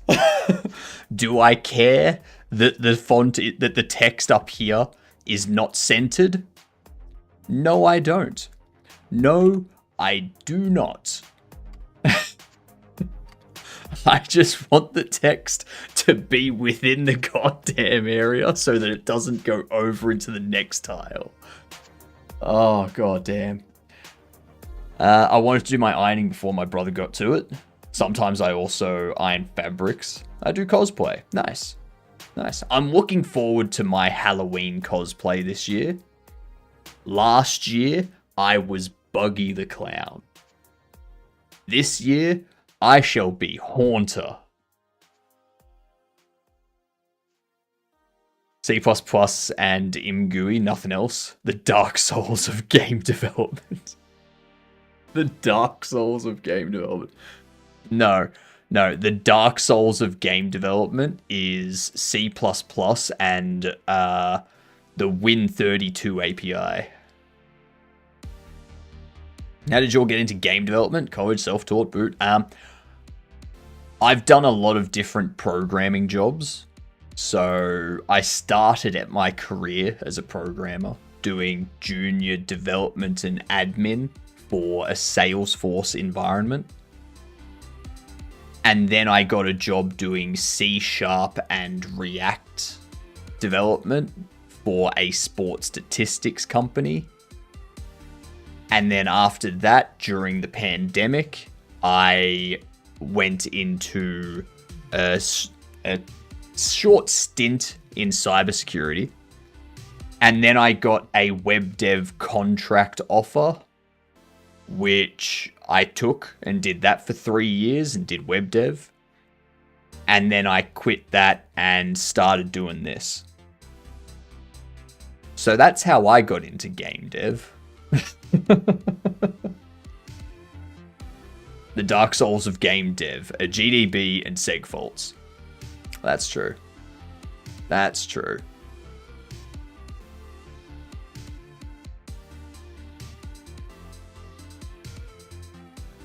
Raw dogging pointers. Raw dogging pointers is the true Dark Souls of game dev. None of this smart pointer BS. Started game dev by finding out that Godot was on Android, and then I started to make a game. Yes, yes, for those of you that don't know, Godot, which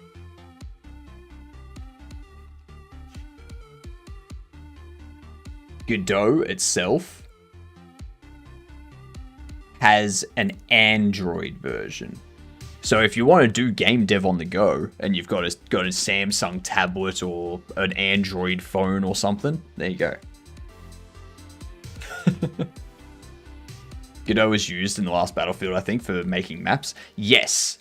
So they've got a heavily customized version of the engine that they are using for people to create custom maps and map modes. Yeah.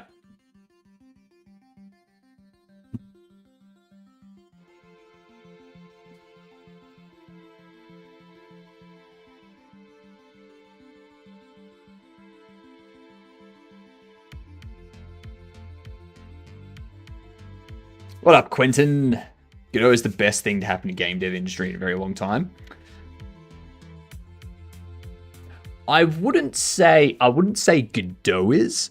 I would say let me finish this. Let me finish this before anyone jumps in, okay?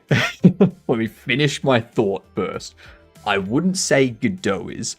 I would say Unity doing the stupid licensing thing and forcing a ton of people to find new things like Godot and Defold and Love 2D and all this other stuff.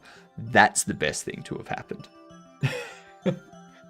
It was a bad thing that happened that led to a net positive. Yep.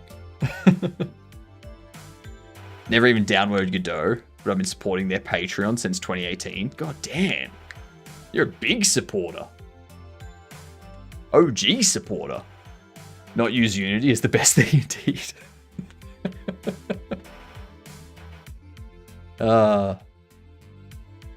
If anyone's not aware, I'm making another game. It's the Bobble Shop Simulator. I've been working on trailer stuff for it recently. So this scene here, this scene is a scene that I'm using for my trailer. And it's basically like trading card game simulator, but different models and with bobbleheads. Yeah. So, yeah.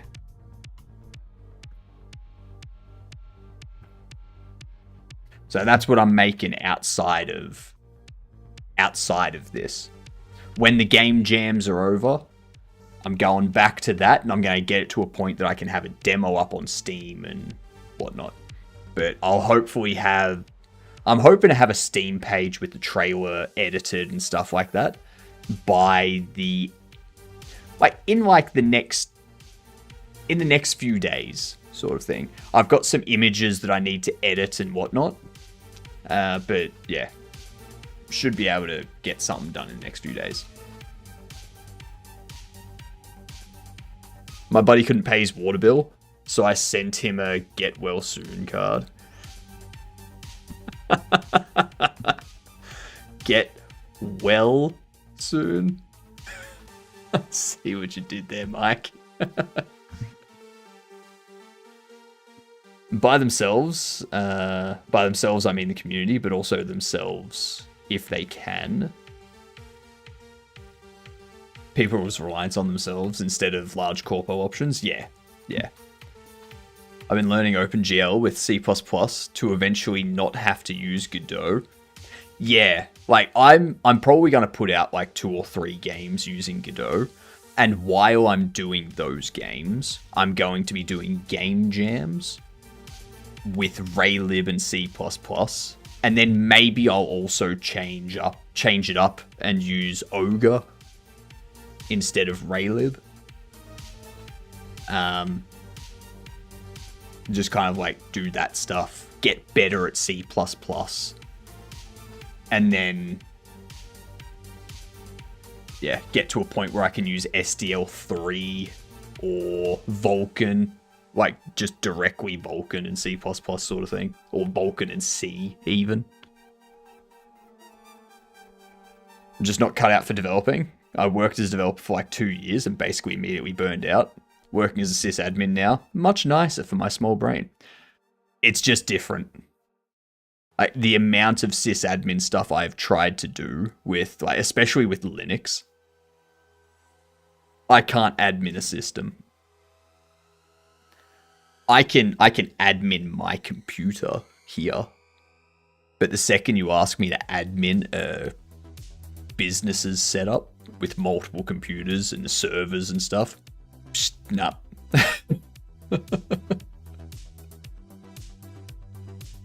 Are you familiar with Ray in C++? No.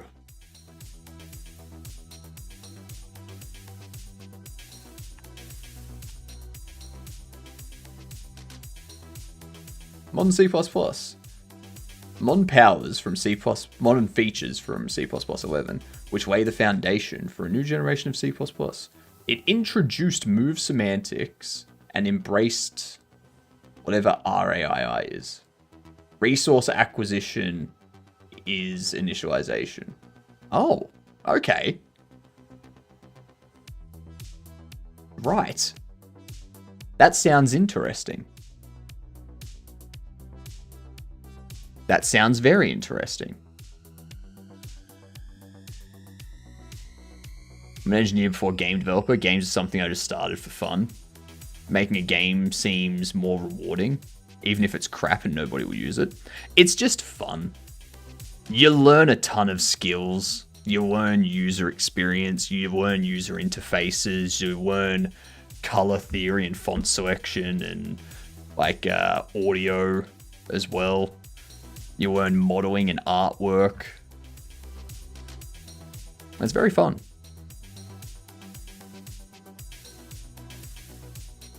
Haven't looked at Vulkan yet. I want to master OpenGL before moving on.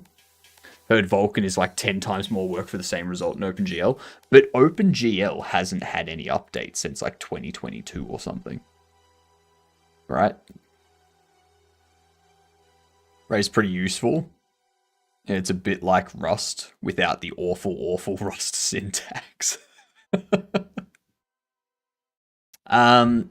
Quentin, do you know Travis Vrommen? Like, do people here know Travis Vrommen?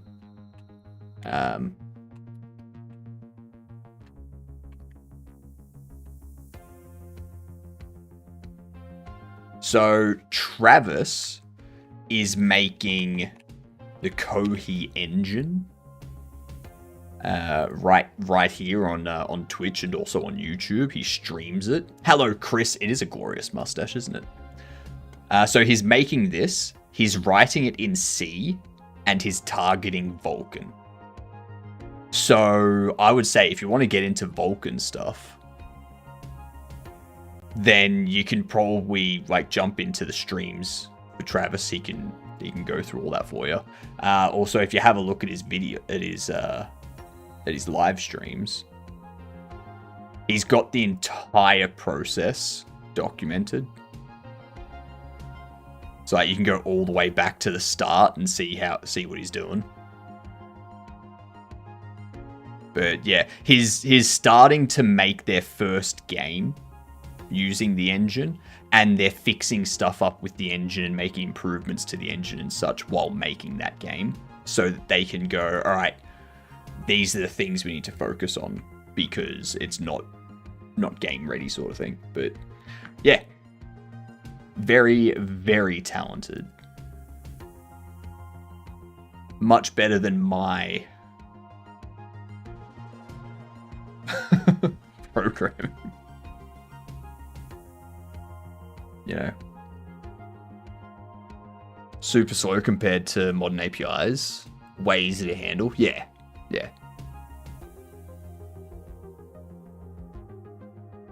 I don't think something not getting update means not to use it. Some things have fulfilled its purpose and work, which works for me. I get that updates is a sign of life. Pulse in FOSS, but I'd say OpenGL is significantly more employable. And there's a ton of legacy OpenGL now. Yeah, there is. I'm just saying, like, from a learning perspective, if you start learning OpenGL stuff now, then, like, in 10 years' time, is OpenGL still going to be relevant, or is it going to be Vulkan that's more relevant?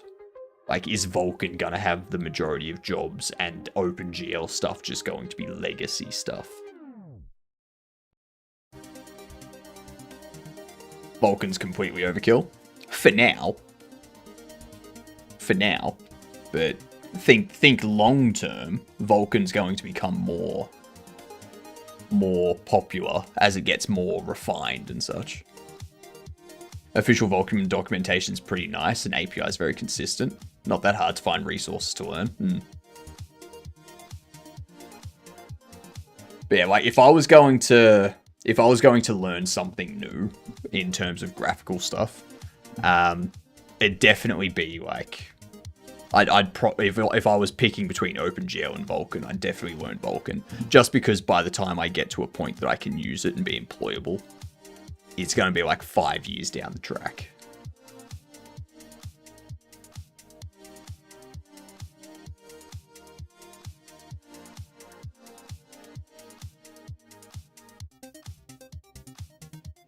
What was I doing?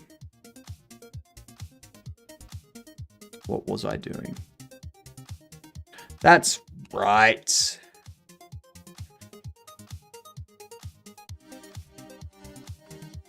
I want that minus 20 there. I want you to be multiplied by row.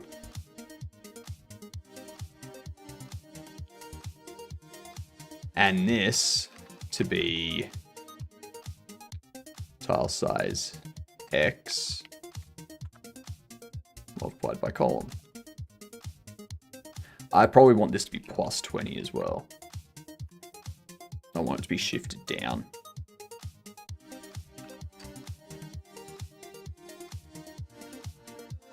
We got ads coming in.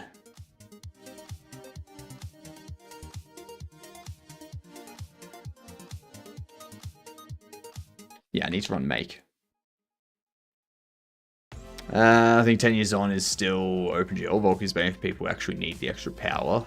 It's kind of like Rust C++. Nobody who writes C++ is going to switch to Rust unless they absolutely require the extra safety features. I do want to learn Vulkan on the side as well. And yeah, like I think we've already got some like large games that like use Vulkan, don't they? Like games using Vulkan.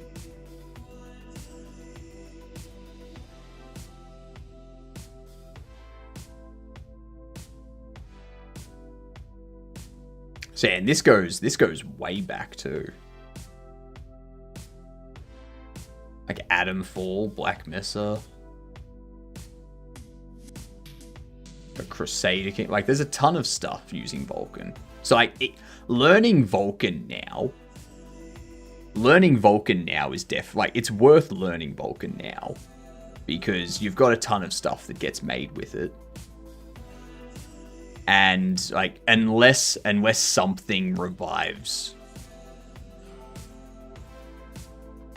OpenGL, it's probably something that would get more and more phased out.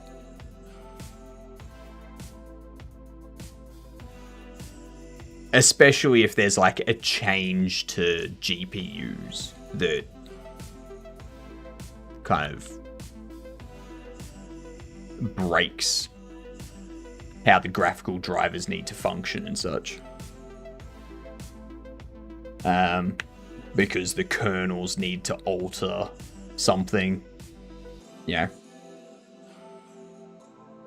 If kernels have to change their graphical side of things because of one thing or another. A bunch of Vulkan rapper libraries. Obviously that's not likely to happen. Obviously it's unlikely to happen, but you know, it's the tech industry. Companies fuck shit up all the time. The issue isn't the dock or the resources, but the fragmentation and stuff like GFX API. For basic things, you need a ton of work. It's usually for 15 or 20% performance game compared to OpenGL.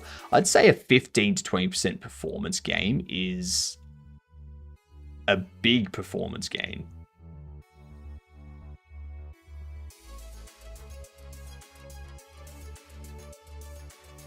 A bunch of Vulkan wrapper libraries available as well. If someone wants to use Vulkan, they don't necessarily need to build up their own renderer from ground up. True. Caught a glimpse of monkey type bookmark. Do you have a custom key? Nope. People on the Twitch side of things redeem monkey type. And then I show them how terrible I am at typing. I'm terrible at typing. Just so we know.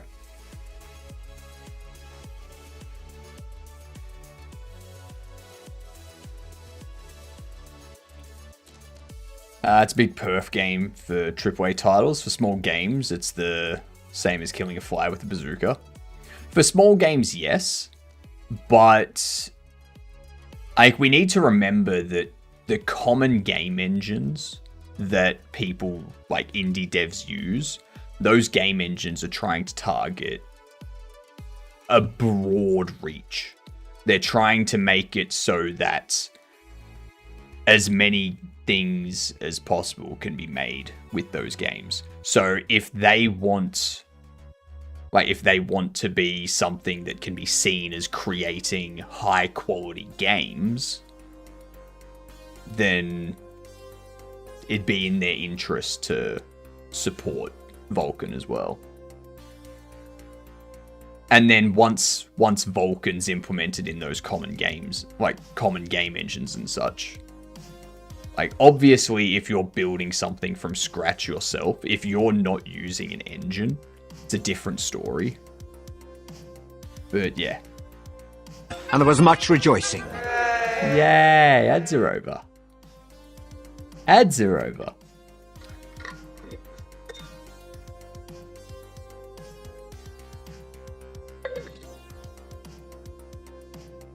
Really up to the hardware companies. Once GPU stops supporting OpenGL, then Vulkan will take over. I don't see that happening for a very long time. I mean, true. I don't think they would stop supporting OpenGL, but I could see it being a secondary thought for them. I too am terrible at typing. I can never get above 120 words per minute when typing correctly. 120. I'm like averaging 80 to 90 words per minute. So don't give me that. Don't give me that humble brag in sooner.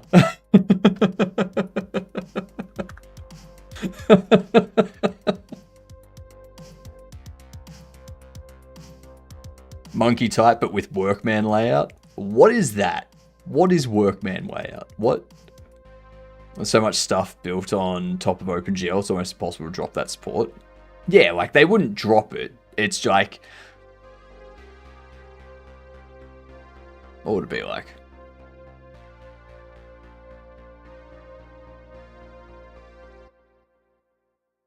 I don't know. I don't know a bunch of things that have been replaced. But like, yeah, like it would become less of a priority for it, sort of thing. I'd have much better luck finding some GL code to work on for a job versus competing for Vulkan. You've got to start somewhere. True. Very true. I have friends who do 160 easily, and I'm just sitting here in shame because I can't get my hands to work in synchronous mode. I often have race conditions when I type.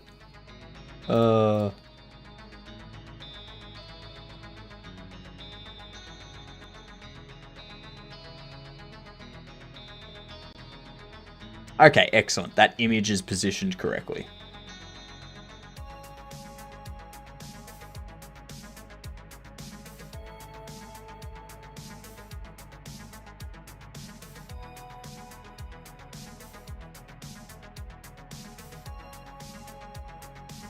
Okay. Workman is supposed to be a more ergonomic layout for typing, which focuses on keeping the most used letters in the English language, based on the most common letters from dictionary, on the home row and close by. See, I'd be confused by that. I think that would confuse me more.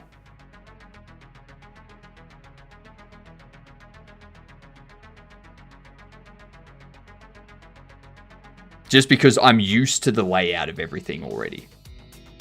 So changing where the letters are would be weird. Yeah. It takes you time to build up those speeds again. Workman is like one of many layouts out there. Yeah. Wasn't there also... Oh, what was that other one? There was one that had like D in the top left. Dvorak, that's it. Dvorak.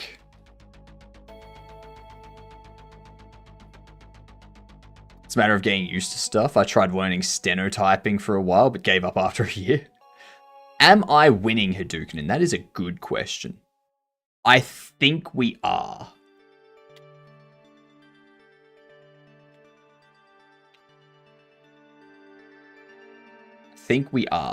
I just need to start drawing these across now. And I think I can fit 5 of these across.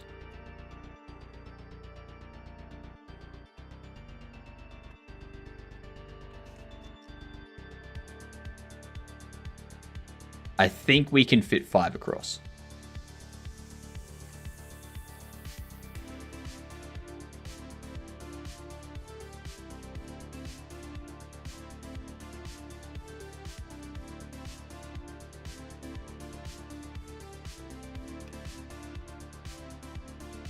Let's see, let's copy source to be Death Adder.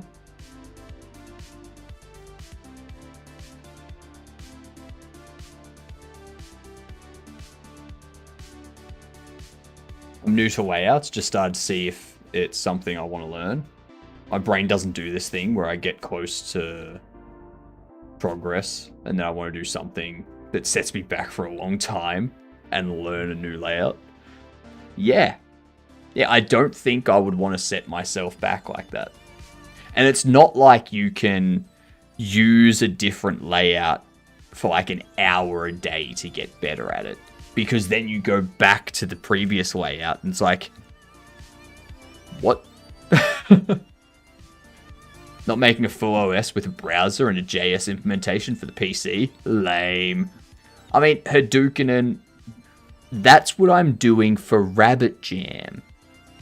RabbitJam, the 3-4 day jam after JernJam. I'm going to build a full operating system. Holy OS mentioned? No. This will be unholy OS, which is how you know that it's gonna work.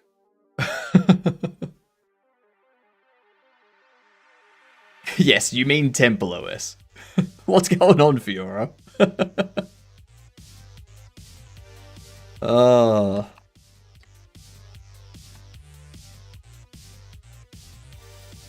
Shout out right there. Hello. Yeah, it's Temple OS and Holy C. Yeah, Temple OS and Holy C. I tried it. I wrote an x86 hypervisor in JavaScript, which can run raw C and raw assembly in the browser. That sounds disgusting, Galactic.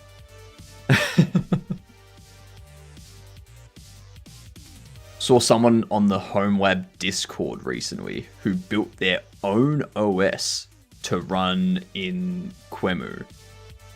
Don't remember what it was for though. That's fair. That's fair.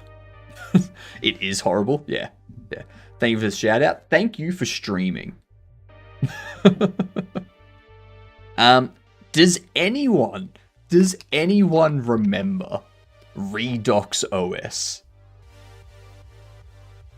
Anyone at all?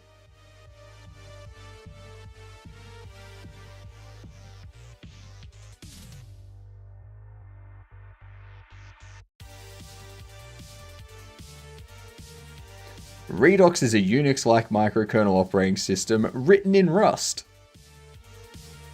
Now, the thing I found funny about this, when I learned about this in like 2019, the first thing that jumped out to me was that they hadn't yet written everything in Rust, but instead they had written a C compiler in Rust, like a rustlibc or rlibc or something like that, so that they could recompile all of the existing C kernel stuff as like using Rust.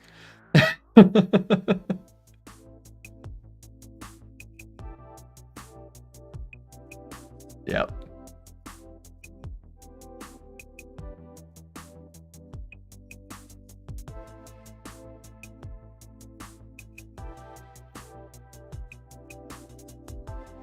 All right.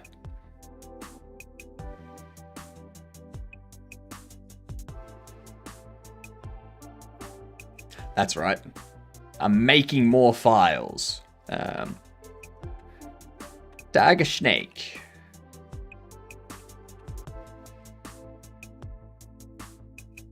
Famous instructions such as VCQW2LD QCQWWW. I know that. And even I know that one. That's used. That's the instruction that's used to do the thing. You know. I'm bad at explaining things, which is why I can't explain what it does. But I know what it does. Yeah. Redox still going strong. The funny thing about Redox OS to me was that it's made by System 76 people who also made the Pop! OS Linux distro. VCQW2LDQCQWWW is how you quit Emacs. Is that right, Insuna?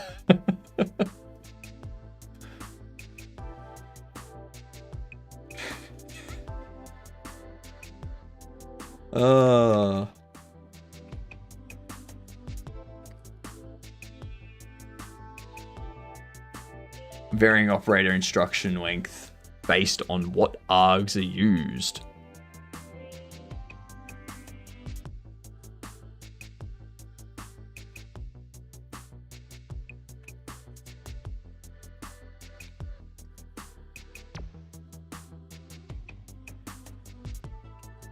Stonefish. What else do we need?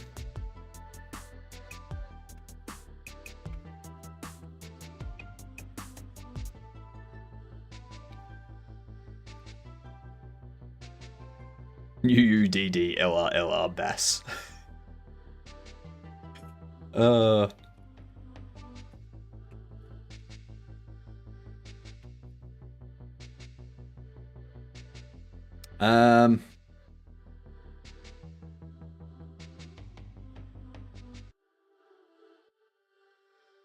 my god, what else was there? What was in our list?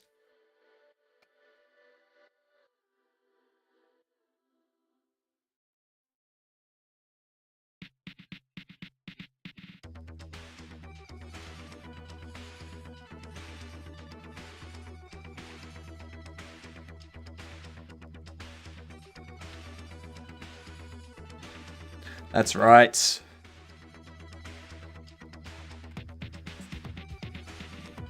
We need mosquito and garden ant. Then a Taipan and Copperhead. Not yet Hadoukenin. So what I want to do is I want to get these ones implemented. I want to test it out with all of these. I want to do the artwork for all of these. And then I need to figure out how to create a scrollable area in RayLib. Once I figure that out, then I can start adding more stuff like the Copperhead and the Taipan and, you know, Redback and Wolf Spider and Blue Tongue Lizard and Iguana and Magpie and Hornets and Bats and...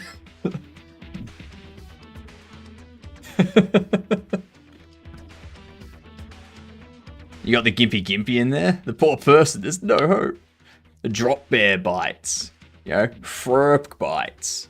For anyone that doesn't know, we do have a mascot here. Their name is Frurp. They are a true embodiment of a... They are the true embodiment of a 2D frog. It is a 2D frog. And Frurp is so popular that we will have mugs with Frurp on them at some point. Reporting them won't get my rank back. 99% of my matches are already Stockfish users. Yeah. Yeah.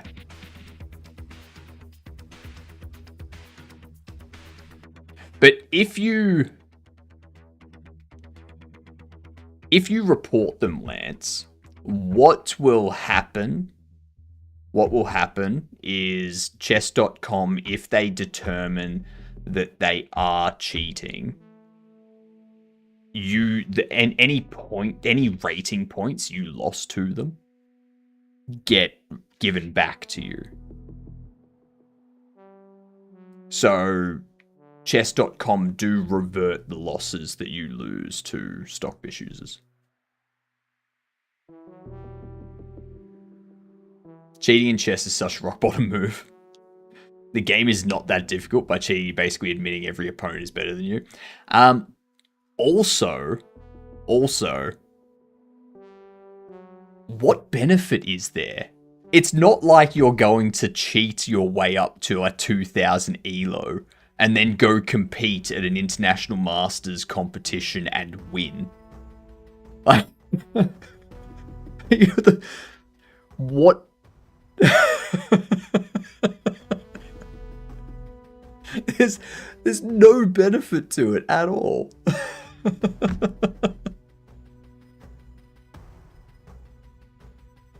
Aren't tadpoles already 2D frogs? No, tadpoles are 3D tadpoles. So, the reason why Frurk is the true representation of a 2D frog is because in 2D, you have sideways and you have up and down. Okay? You got those two dimensions. So you're not gonna have 4 legs. You're not gonna have 2 legs on either side of your body. The reason we have 2 legs on either side of our body is so we can stay upright instead of falling one way or the other. You don't need that in 2D. You just need a leg at the front and a leg at the back. That's it. That's a true 2D frog. Anyone else that's drawing a 2D frog with 4 legs, that's not a 2D frog, alright?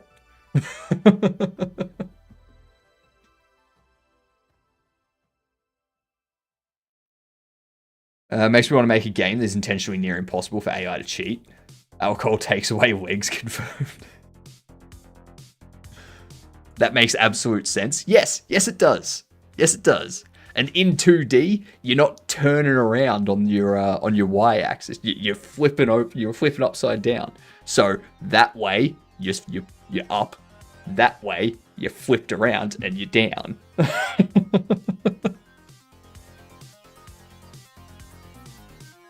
That's something that capture people would pay for. What, the game that AIs can't cheat?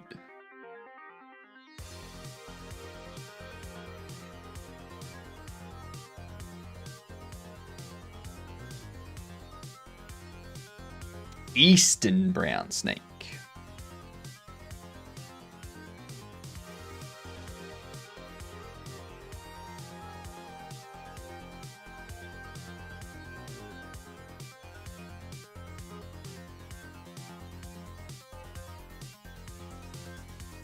There we go.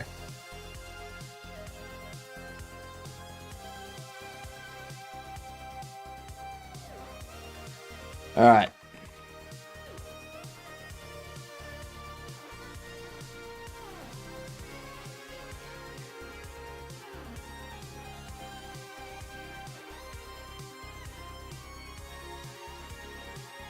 Death Adder. I need to start filling all this stuff out now. This is going to be boring. I want to make a 2D only engine, but the more you look into it, the more you realize it will still have to make... I will have to make a 3D engine, but force 2D view. Really?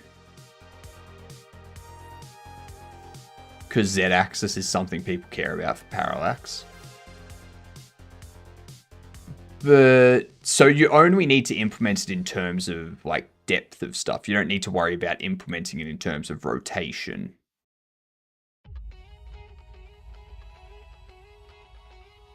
Yeah. Because that, yeah.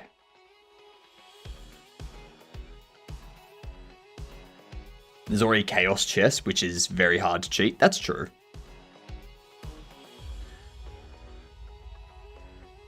Because, yeah, I don't think adding the depth, like adding the Z depth is an issue.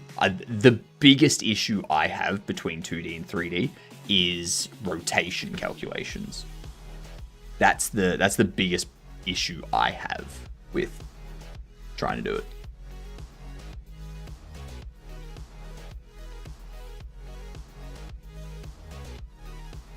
Death Adder description. I want a description that's not...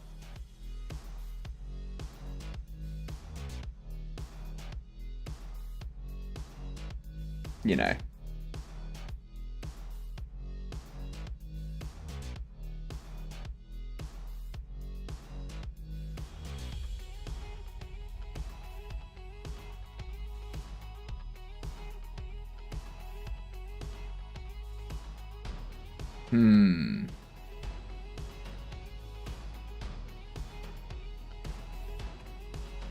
Visual description.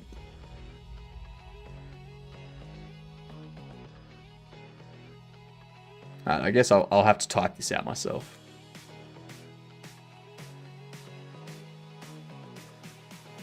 There are some versions of chess that I'm really interested in. Like, I think there was like a... Oh, what was it? Mobius chess.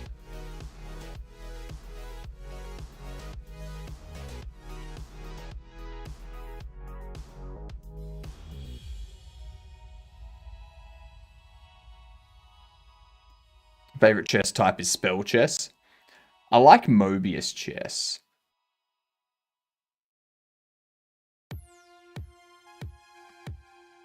Mobius strip chess.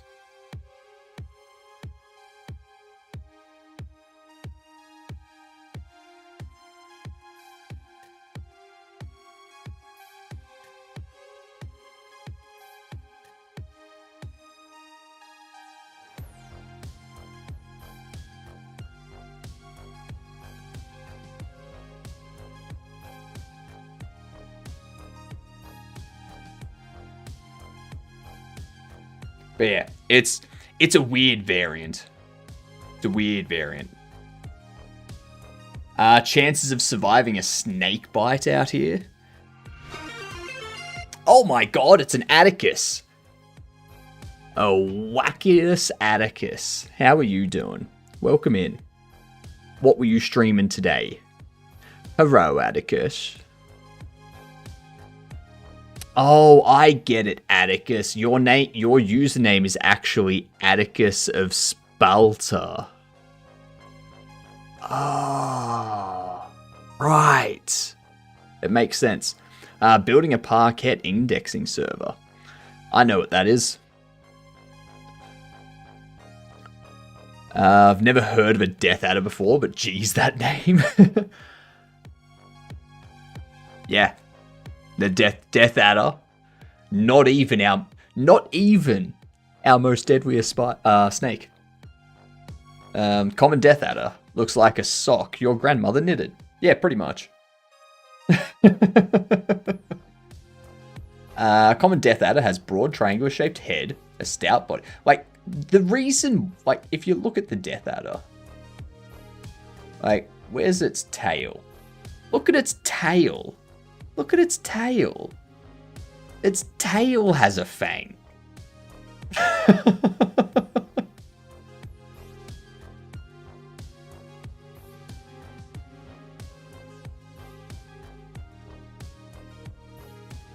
Yeah. Its face kind of looks like a blue-tongued skink.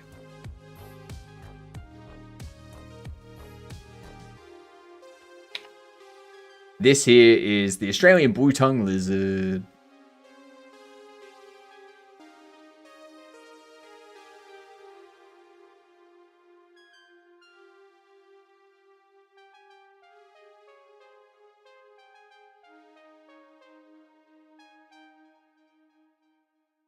Yeah. Such a cute.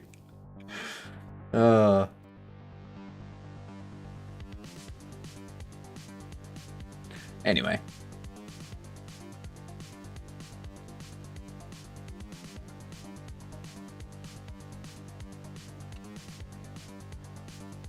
Glad to live in a country without any poisonous, venomous spiders and snakes.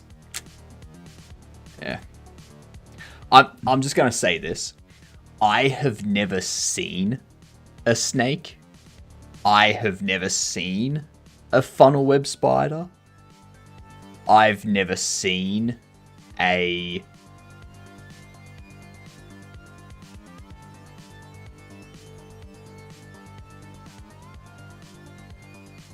I mean, they're really the only... Like, they're the things that most people are scared of. So, yeah. I've been in Australia all my life, never seen a snake, never seen a brown snake, never seen a Death Adder, never seen a tiger snake, never seen a funnel web spider. I've seen whitetails. They aren't dangerous. Like, they're not deadly. I've seen redbacks. They're not... These days, they're not deadly. Because you get the anti-venom within, like, a couple of hours and you're fine. Same, even with the Sydney funnel web. The problem with the Sydney funnel web is that usually spiders have one of two things. They either have venom or they have big ass fangs. And the Sydney funnel web decided, you know what? I'm gonna have both.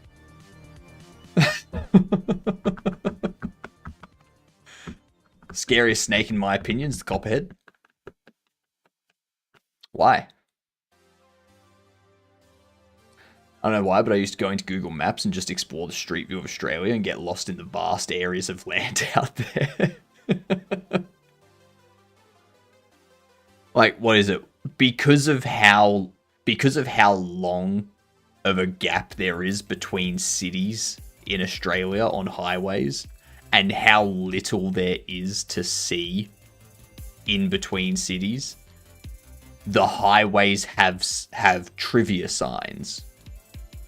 So, like, they put up signs that, like, ask a question and then, you know, 50 kilometers down the highway, it, like, tells you the answer. Like, something to keep your mind focused on and thinking about. The biggest spider I ever had in my house was 15 centimeter long Tegenaria sylvestris. No idea what that is. Even through my near panic attack, I was well aware that it was entirely harmless to me. Yeah. Copperhead is really weak and basically can never kill you, but it looks scary. Yeah. Yeah. It's a visual scare more than it is an actual scare. That's what you're concerned about.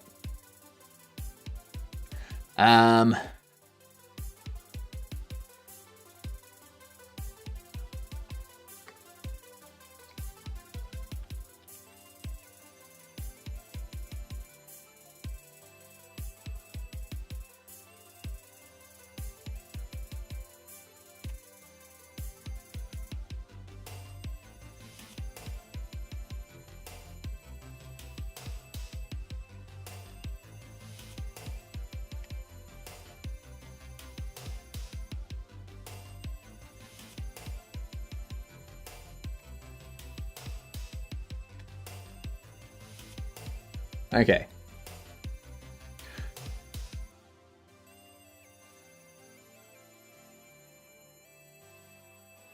Inland Taipan is a bit annoying, I would imagine. Yes. Usually very far away from the hospital. Yes. I have anacondas on my ranch. They're like 12 feet long. Yeah, exactly. Like, in Australia, we don't have anacondas that grow to 12 feet long. We have smaller snakes.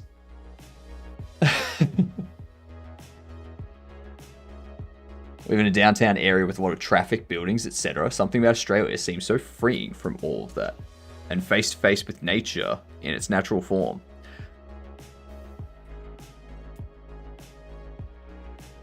City areas of Australia are just as crappy as every other city area in the world. Apart from Singapore, okay? Singapore is clean and immaculate. Like, Singapore's great. Everywhere else in the world, cities are generally pretty shit. My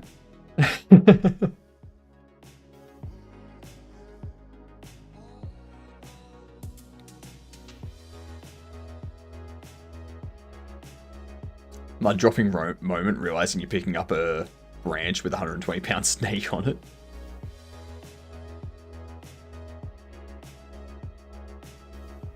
We do have lizards of that size.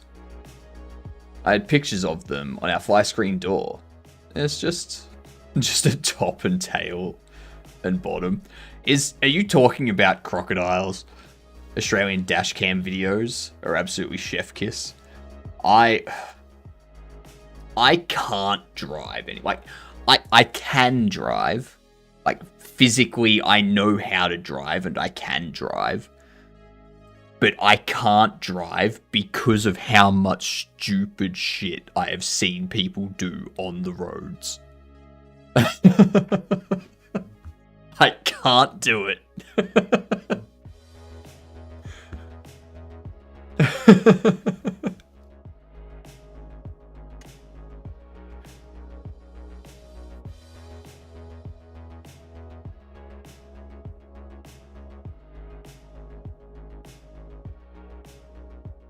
Australian dash, yeah. Driving is an experience not worth it, yeah. Yeah. I'll get a taxi. I'll just take the train. I'll have to use GPS system everywhere I go so I can focus on the stupid people instead of looking outside.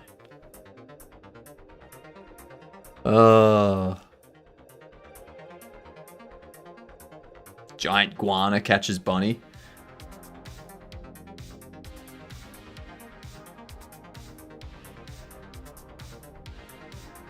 Damn. That's a big ass iguana.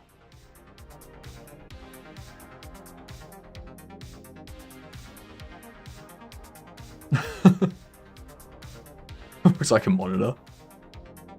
The only trains around me are going hundreds of kilometers to other towns. Yeah. What up, Pluto? How are you doing? Poor bunny. I'm creating more data for our game, Pluto. I didn't know they were poisonous till I moved here. Yeah. Yeah.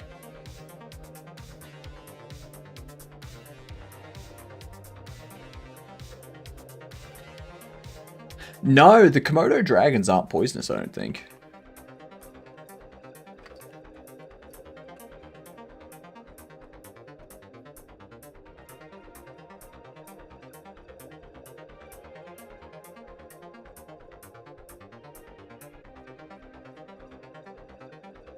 Oh, they are considered venomous, as they possess glands that produce toxic saliva which can immobilize their prey. However, there is an ongoing debate about the role of the bacteria in their bites, making their method of hunting complex. Fair enough. Fair enough. Weak sauce, I can do that.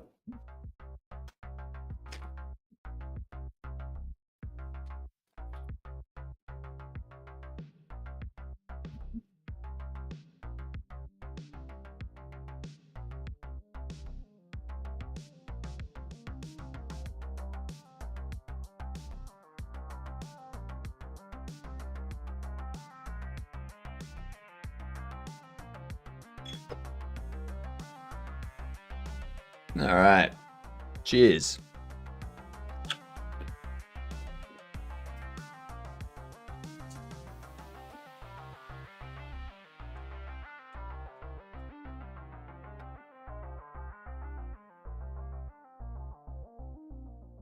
Atlas moths, eh?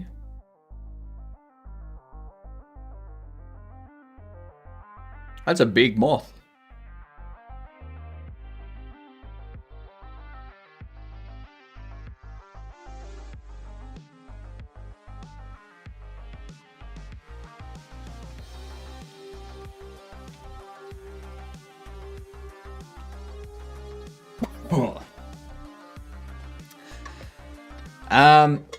Sorry, I've got a bit of cracker going down the wrong way. Hang on.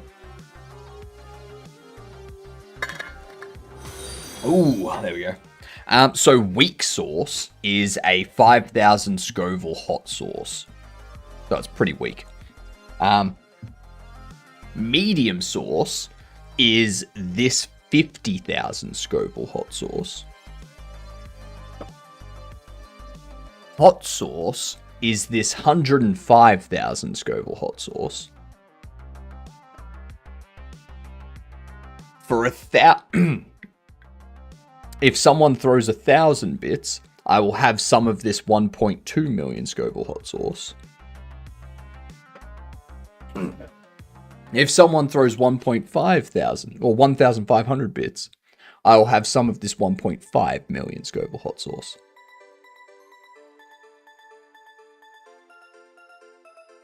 Really a fan of hot sauces? Not really.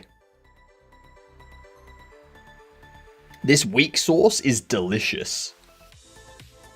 But the biggest I've got is the 1.5 million.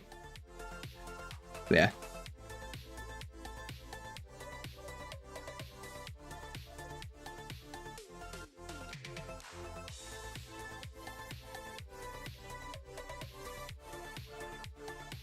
We got Stickbugged live, damn right.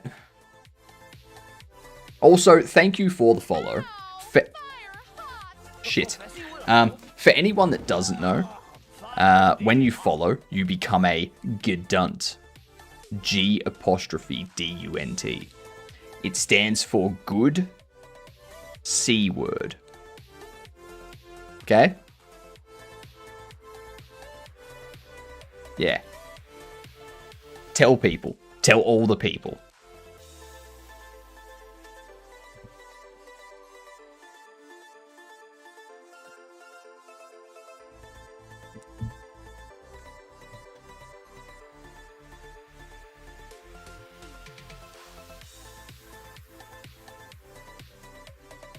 Alright.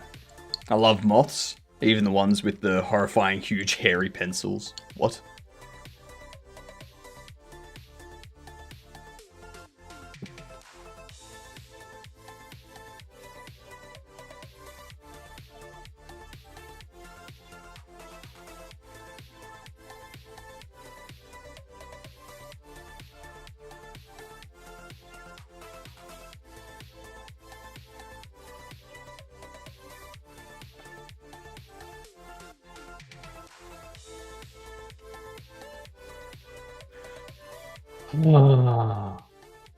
I've got the shit, so you might as well have them too.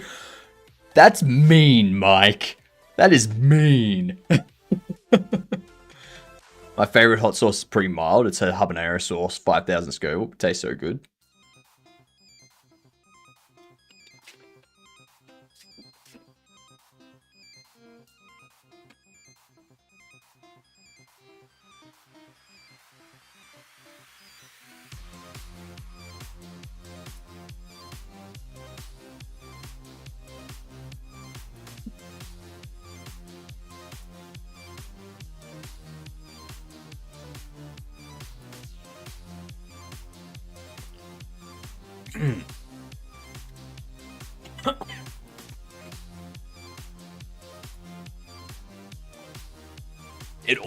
It always hits when it hits the tonsil. That's the worst.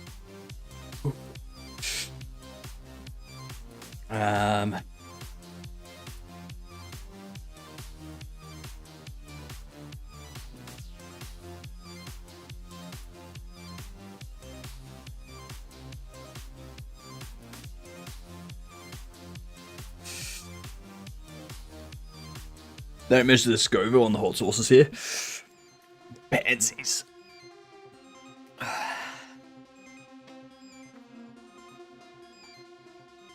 I got interested in sauces when Hot One started. My brother and I wanted to make our own, so we grew all the hottest peppers.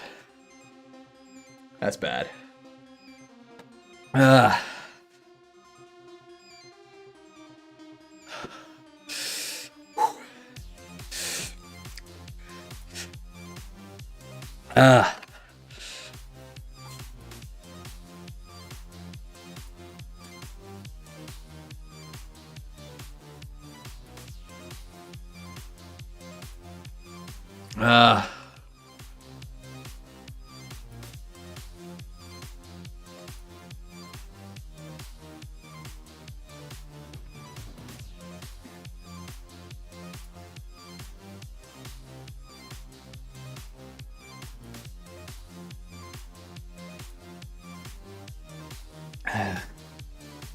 Peppers are actually really easy to grow. Yeah, they are.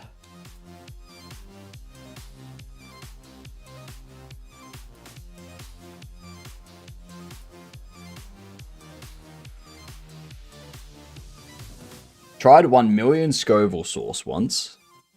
Couldn't taste anything except hot. Wasn't for me. I think that's the same with everything. Once the hot sauce goes past a certain amount, there's no taste anymore. It's just heat. That's it.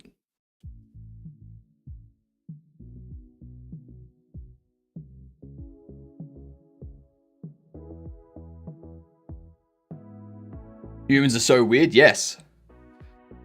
There are tricks to speeding it up. The wet paper sound in the plastic bag trick helps. I think that's what I've seen online. For like a lot of stuff.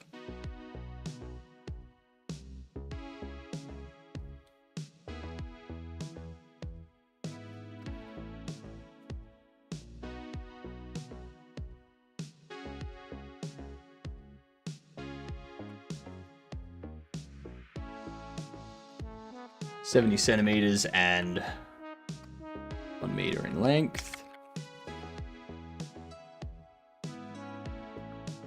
And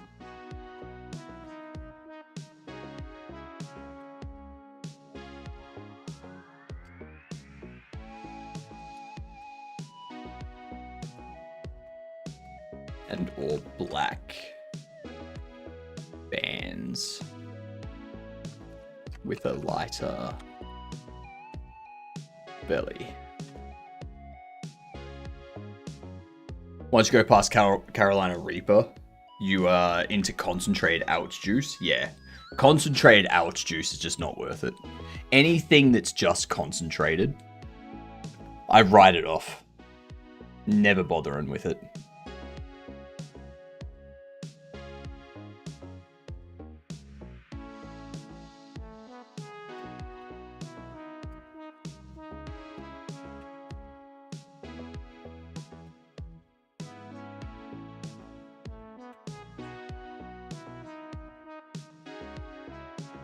Tried a bite of Reaper, and my mouth turned into a fountain. Like, I am focusing so hard on not letting my tongue burn. It should honestly be called Knitted Adder.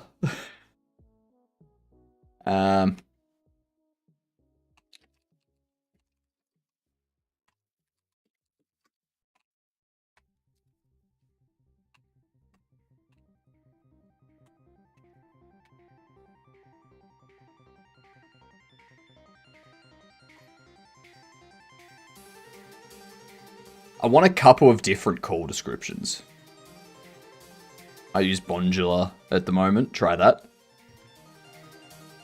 I'm scared of hair pencils. I'm scared of hair pencils. That's funny. Gator Jigsaw is a really good introduction to Reaper. Gator Jigsaw. What are these? What are these words? I'm so distracted at the moment that I'm gonna Quirtle and hopefully get myself focused after this.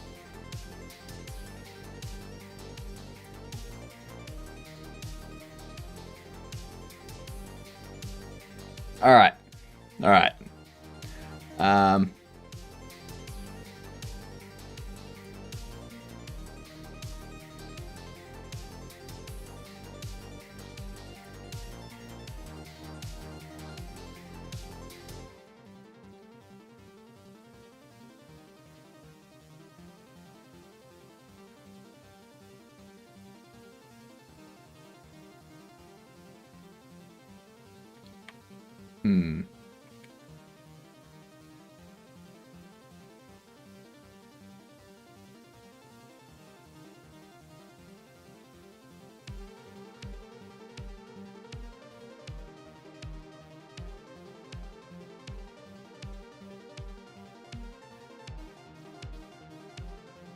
Whack. There we go. Alright, let's start figuring this out. Let's see. Grace.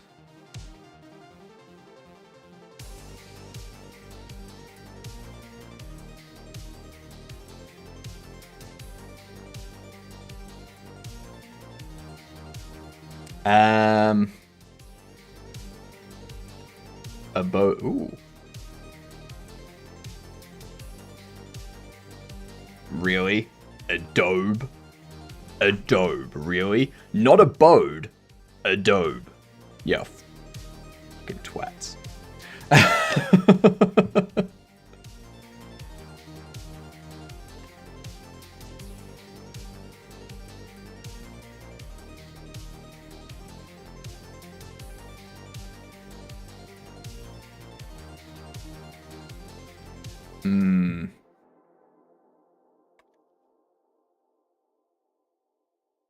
Salad.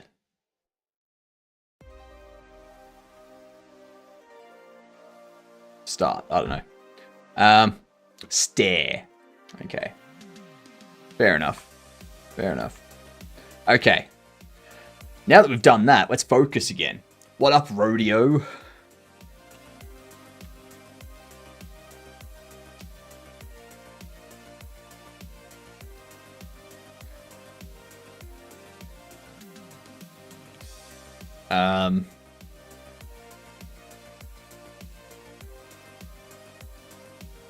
Kind of stripy.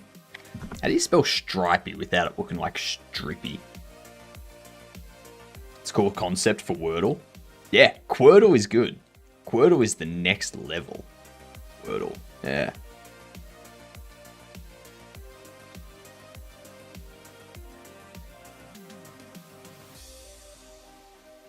Okay, so it is a single P. Kind of stripy.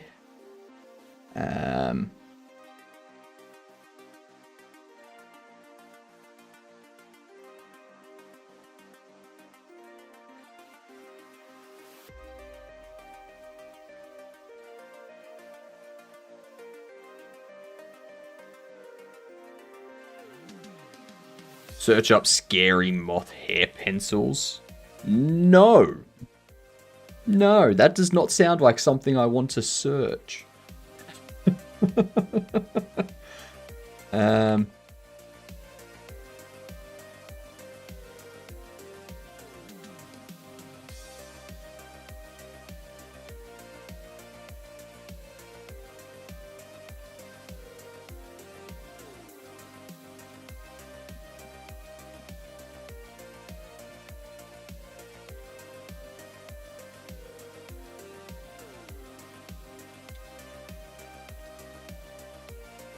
I'll go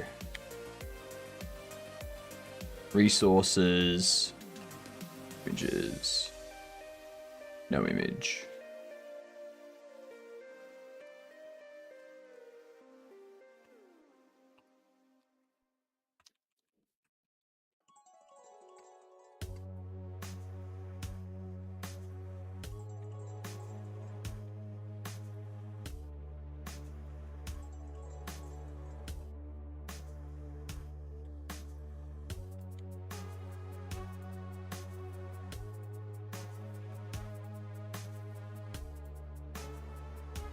Looked it up. It's a freaky looking insect from Australia. What? I'm still not searching it up. I don't trust. I've learned not to trust chat.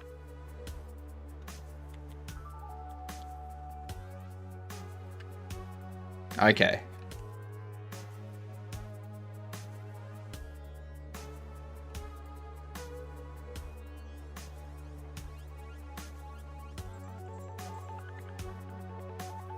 I'm not trusting it.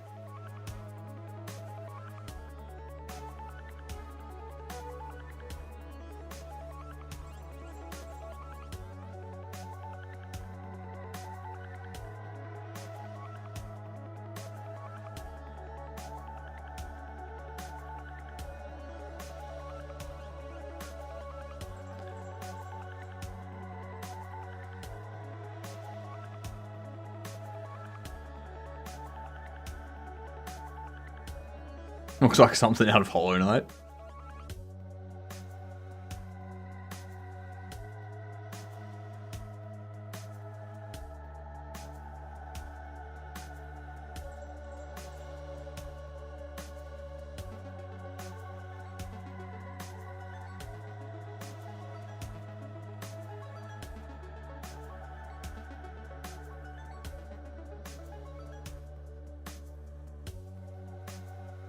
I've got poisonous creatures for the game.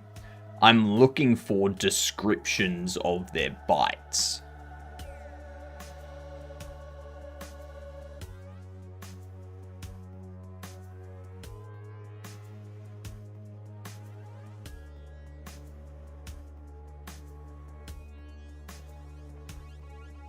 I do not.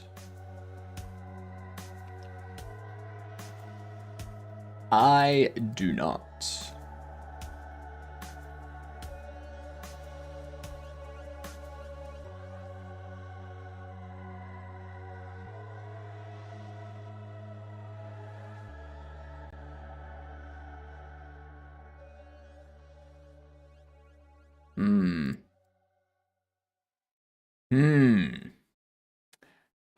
I don't know how to describe.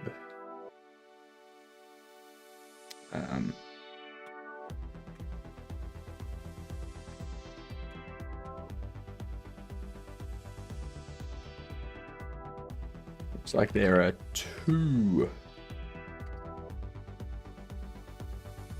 bang marks.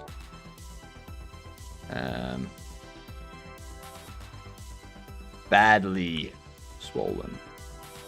Actually, no. This is the call bite description.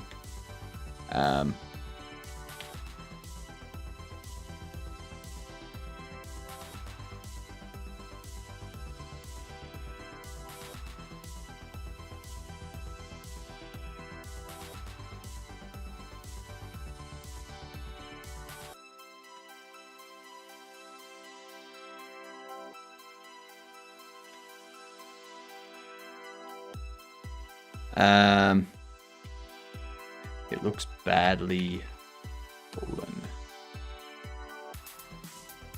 Thanks for contributing, H-Hives. Everyone that doesn't know, we've got our community goal going, where you can contribute towards me doing a 24-hour stream. We will see if we will be streaming the last day of JernJam for 24 hours.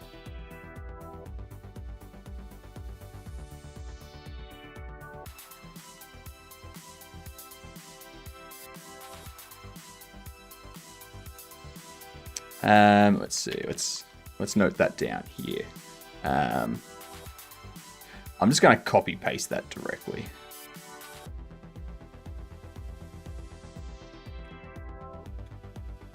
Beautiful. Thank you, Atticus. Oh, Atticus. Mike. Thank you, Mike.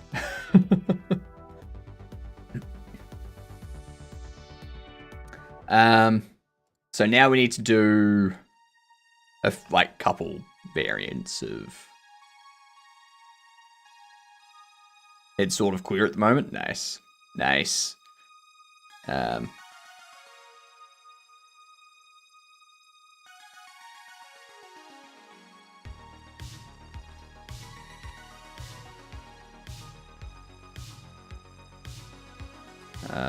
It's swollen and bruised.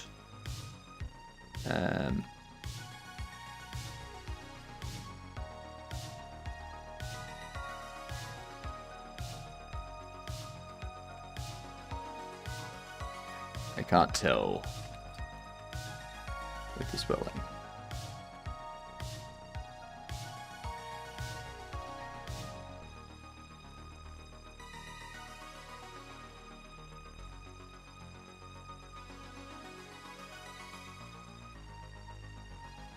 So we'll do that.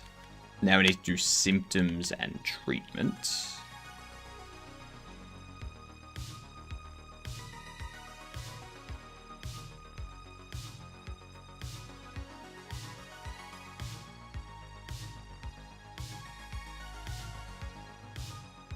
What we got? 1, 2, 3, 4, 5. 4, 5. Okay. This one here. Characteristic presentation is progressive symmetrical descending flaccid paralysis. Early signs include ptosis, blurred vision, dilophia, and difficulty swallowing. More advanced cases, respiratory failure may be evident. Paralysis usually resolves after 1 to 2 days. Fair enough. Alright, we do have ads coming in. I need to BRB for a moment, and then when I get back, we'll do Gamedall. Okay, so give me like a minute. What up, Sylar? How are you doing? Welcome in. You've caught us just as we're going into an ad break. I do need to BRB quickly. Give me a moment, and I'll explain what we're doing here. All right? Bear with me.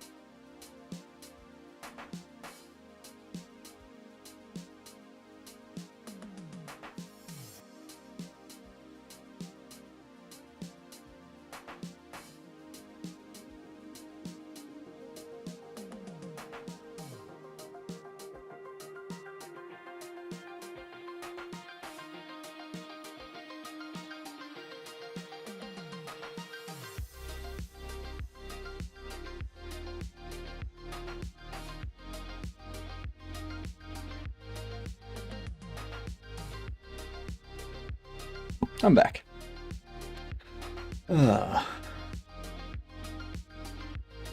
Sorry about that. I just had to duck out. Anywho.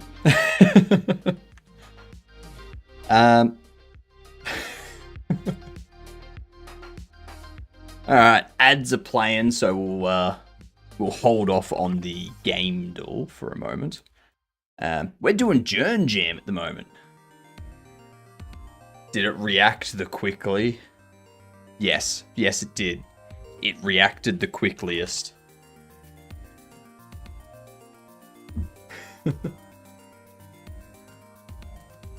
Oh, this is going to be a horrible one to guess, isn't it?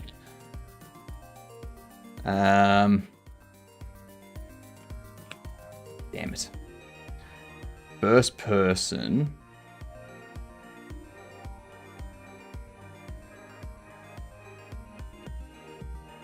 No, it's not going to be Beat Saber.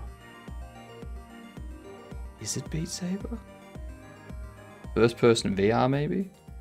Are these game jams something that game devs get notified of often? I never hear about them until people do them. So what you can do, go to itch.io jams.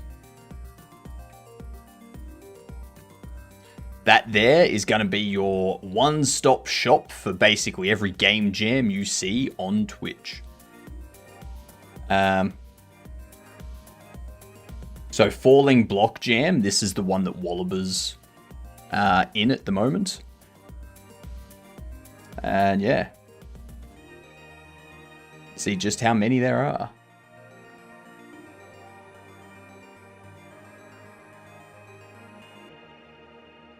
You go over. There's more. There's more.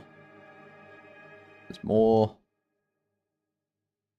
There's more.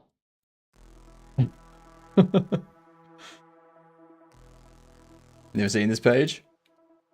I'm pretty sure, like, it's just this one here. There's this, the jams tab at the very And there was top. much rejoicing.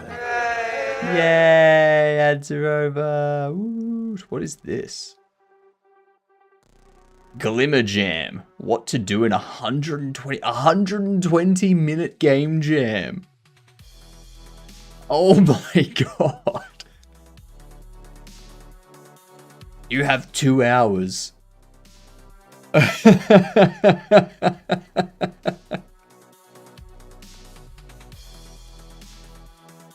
Jesus Christ. So, what we're working on for JernJam, it's man versus nature theme. It requires an educational value.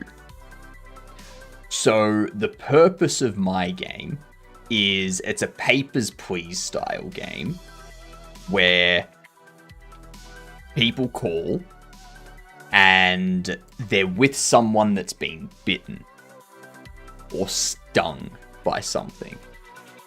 Okay? So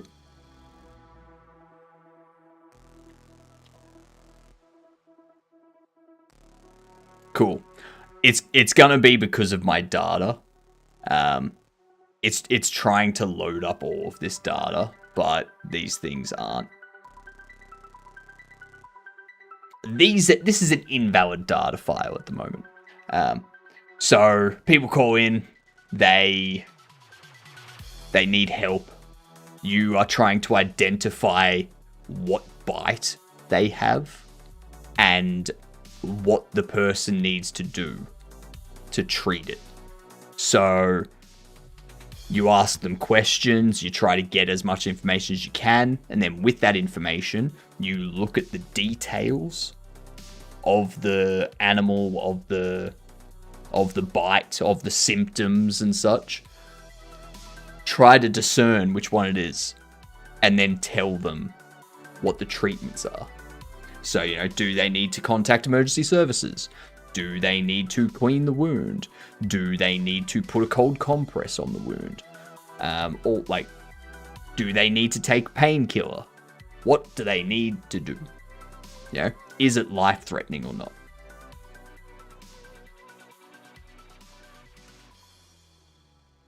So that's the educational value and the man versus nature value. I figured a lot of people are going to go with like fighting stuff. You play the man or the humans and you fight nature, or you play nature and you fight humans. I figured that's the route a lot of people are going to go.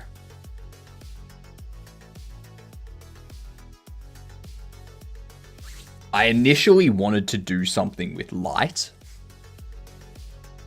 So have it where like it's a platformer and you have to like shine light on plants to make them do a certain thing, and you have insects that come at you and you got to use different colors of light to like get rid of the insects or damage the insects.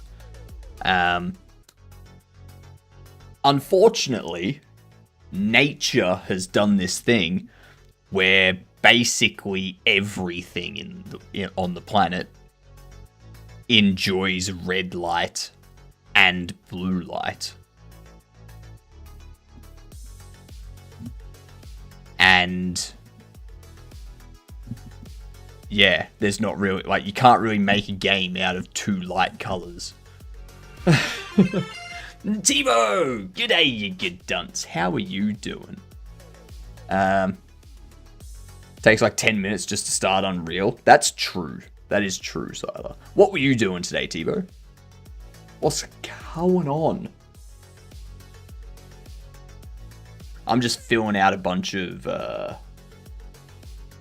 symptom information at the moment. What are the categories that we have for symptoms?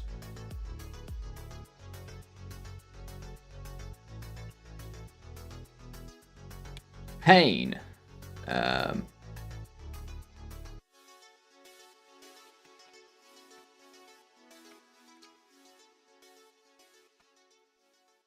Somewhat painful.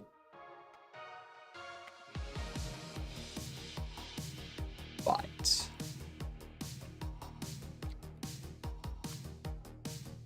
Adding a music mini game to my game. Nice. A music mini game. Love it. And what's the... Are we talking like a dance thing where you've got to like press keys to like in order, or is it more of like a you play the music and like the key you press creates a certain tune or something?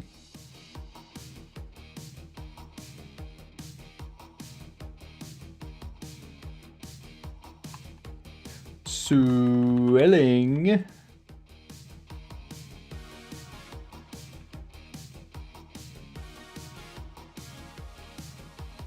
Localized swelling.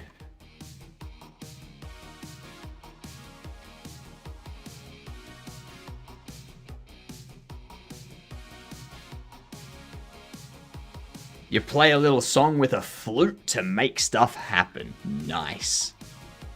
Nice. Myotoxicity.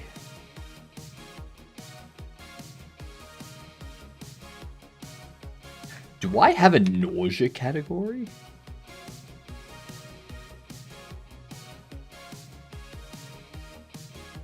How the hell?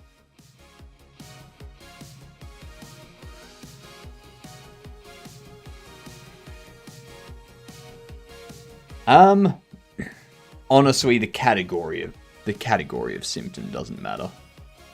I have some preview. Let's have a look. See what we've got. Am I following you?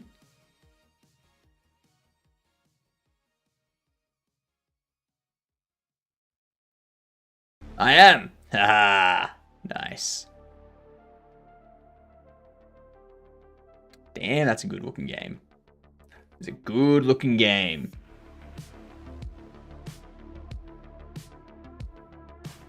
Ah, okay. Okay, so it's like a little flute, trumpety kind of thing. Nice. I like the little notes coming out from the... Need to make the track animate. Notes to play appear. Yeah, nice. That looks very nice.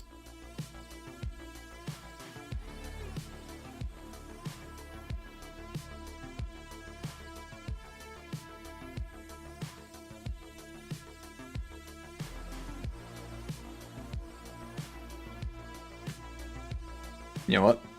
I'm just going to put nausea with pain. And if anyone's like, why is nausea listed under pain? Yeah, I'll be like, have you ever... Like, vomiting is painful.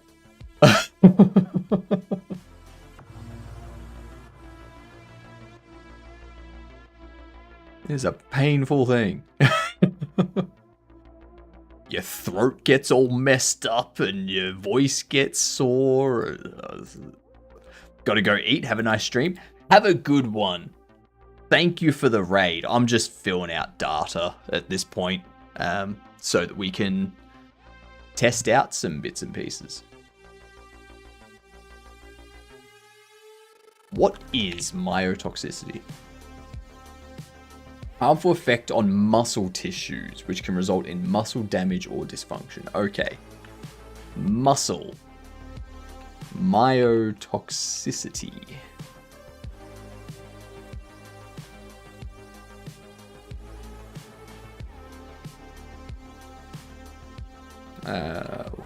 Copy these. Pop them here. And I'll also go like blurred vision. And I'll call that brain. Why not? Why not? Also, for anyone that doesn't know, I stream twice a day. You don't just have to catch me now. You can also catch me earlier in the day. Like 7.5 hours ago, kind of earlier.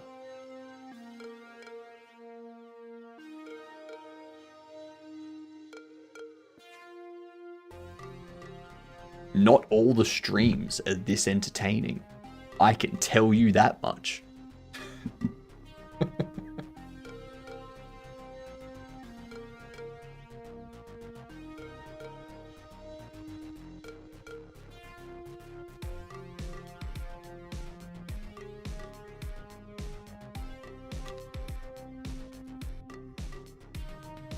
I was confused by that yesterday. Wait, you're streaming again? Yep. Yep. Twice a day. Twice a day, every day, unless I don't feel like it. So...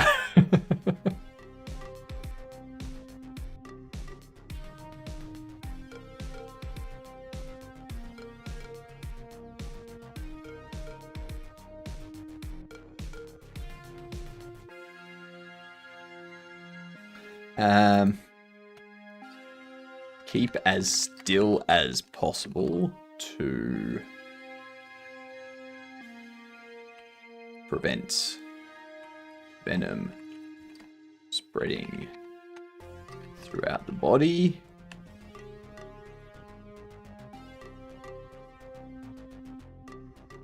Follow Desabged.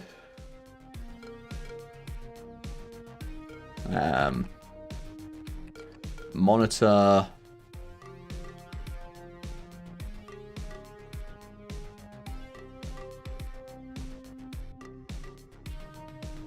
what is this?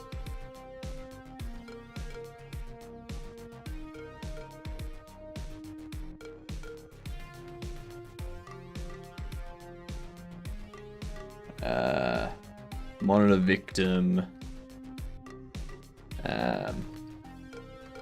And be prepared to administer CPR. We are winning, Matt. We are indeed winning. I want to show you this. This is the end. This is the ending to our trailer for Bobble Shop Sim. I did this afternoon. I am very pleased with it.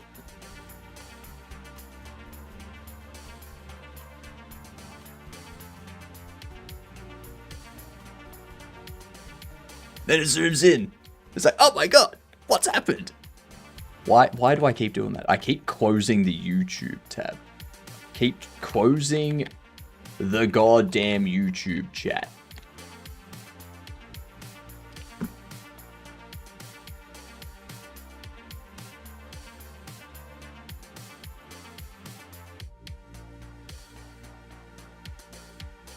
Jesus.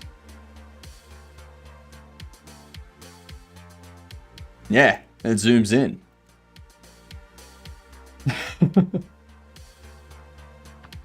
Pretty good. Yeah. I've got another part where this one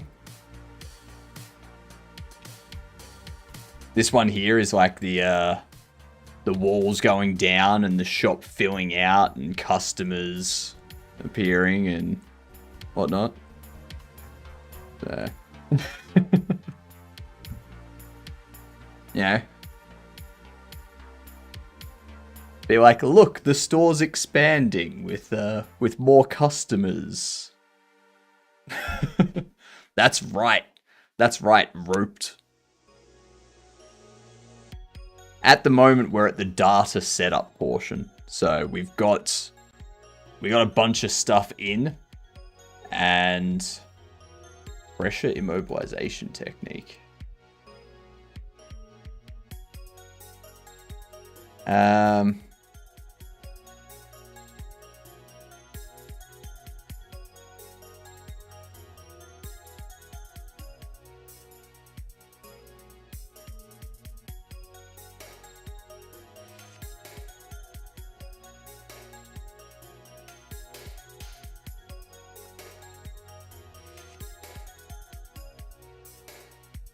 The shop next door. No, their success hurts me.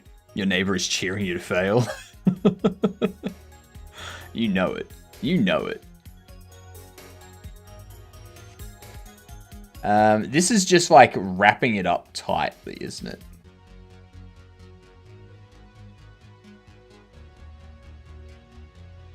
Recommend that using elastic bandages rather than crepe bandages. So yeah,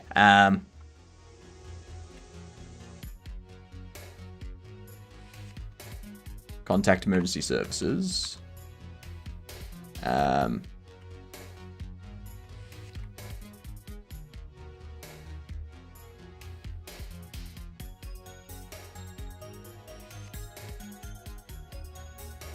What's .crk? Crikey! I just gave it a .crk because I was like, I don't want it to be a .text or anything like that. It's just a text file that has data for my game. So it reads these files in. It has them split out based on the animal that bites them, and we just read this in at the start of the game, and yeah, just use it for all of our data. What happened to the last game? The overhead shooter one, was it over-engineered? It was over-engineered. Over-engineered, I'm currently reimagining. So once I'm done with Bobble Shop Sim, there's a game that I'm going to be working on the side with Snowflake. I might stream parts of that once Bobble Shop Sim's finished. And there's another game I'll do engineered on stream mostly once Bobble Shop Sim's finished, but it's not going to be a full 3D game. What it's going to be is a 3D world. All the characters are 2D sprites. The flowers and stuff are 2D sprites. You know, stuff like that. But the ground will be 3D, the buildings will be 3D. All that sort of bits and pieces.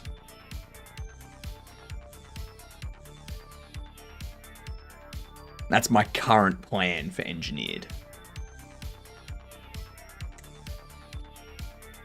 If possible, wrap the bite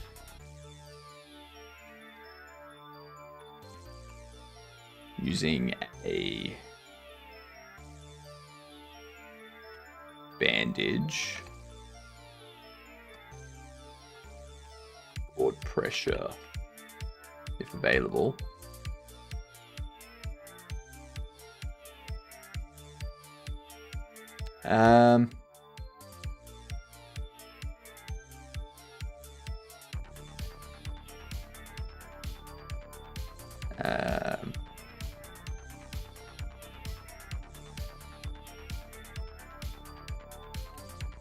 Tightly, but avoid cutting, if I can type, off circulation. That's good enough.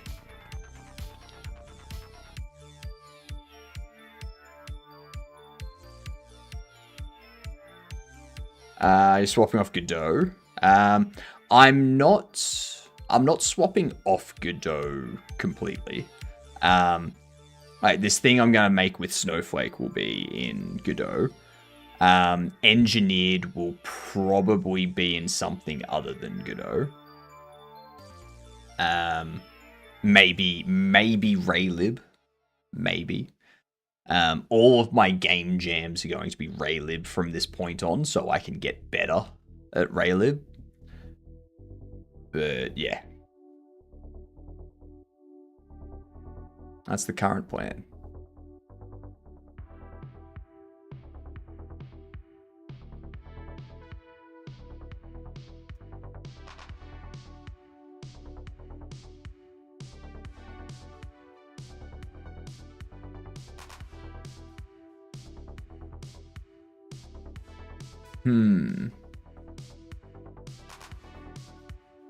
Vulcan is next.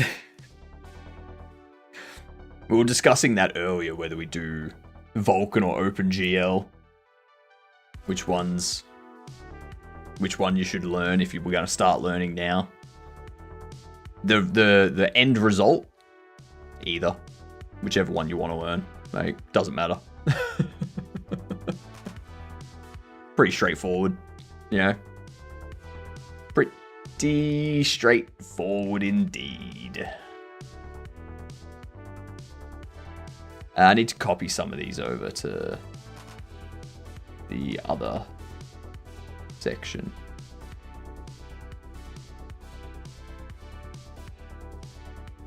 What is with my internet?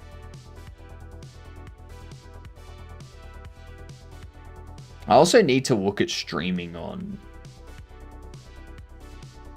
Maybe I don't stream on TikTok or YouTube Shorts.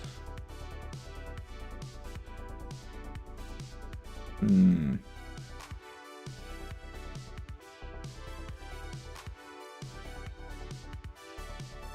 don't know. I don't know. We'll see.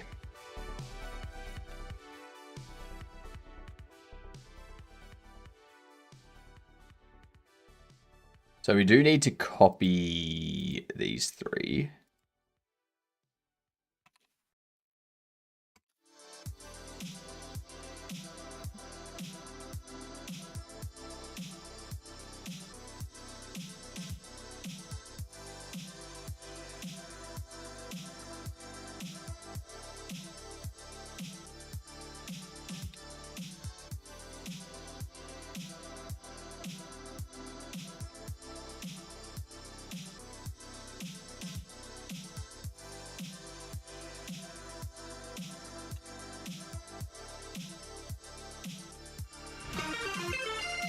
Jones! G'day again, dunce. How are yous doing? Welcome in, dog. Welcome in, abnormalities. We are still going with our JernJam game. We're just setting up data at the moment. What were you up to tonight?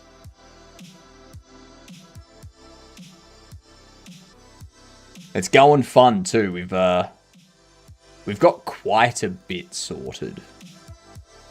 We have gotten quite a bit sorted. Once I get this data implemented, then we can start worrying about determining which bite it is and finishing the call. And then our gameplay loop is done. Well, our gameplay loop is already done. This is just extra data. So, yeah.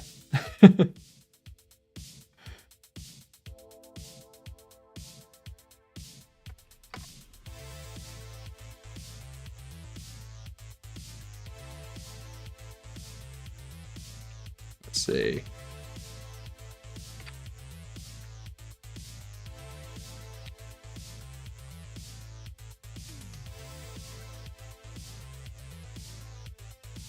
There we go. Hello, Jones. How are you doing? What were you up to tonight?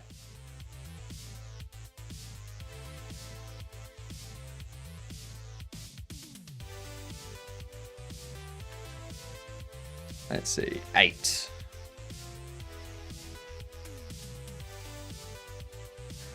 I was fighting a laser beam.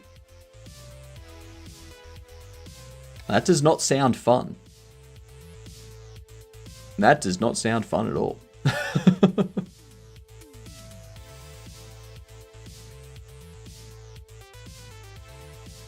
In what way were you fighting said laser beam? I hope it was some sort of game and not like an actual laser that you were using for like wood burning or something.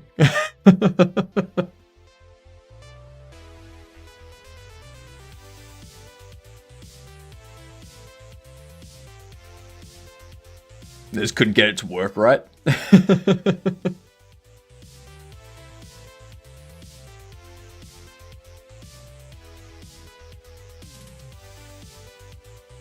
I smell something fishy. You don't smell anything, Lance. It's light. Okay? You don't smell light. You silly. You silly Billy.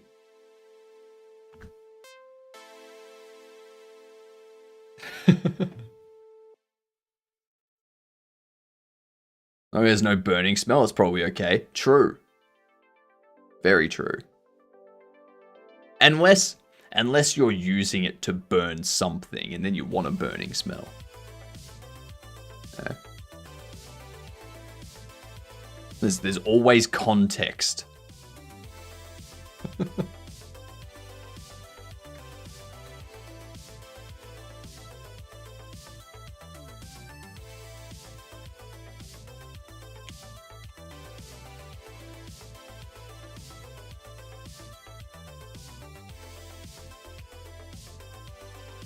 True. Yeah. Yeah. What up, Zen? How are you? What is that?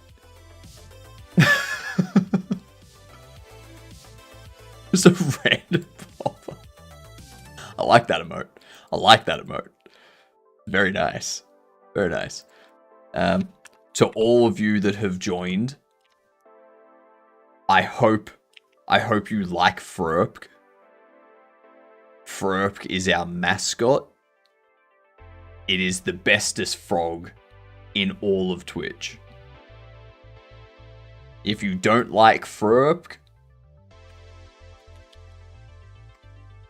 we will have words.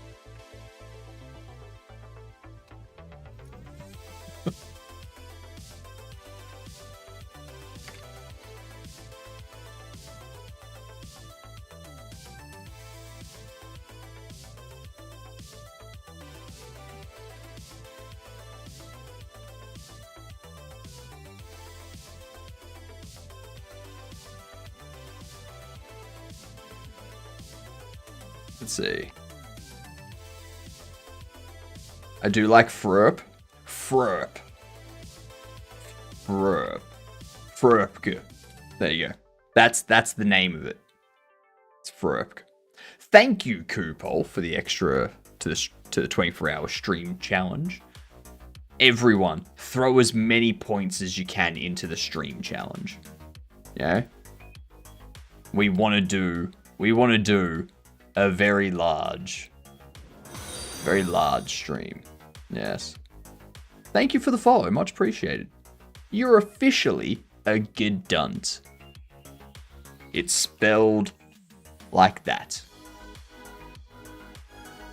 It means good C word. Okay? The next time you see someone in their garden, I want you to introduce yourself to them. And just say, "G'day, I'm a Gedunt." Calling all Gedunts? No. No, it's not a cult. Not a cult, Lance. Alright? That's for Freedom Forge. That's for Kavino. That's Kavino's cult emote. Okay? If you're wondering what I'm talking about, turn to light mode and you will see. Gardeners are dangerous. It's always them. Gotta get fertilizer somehow.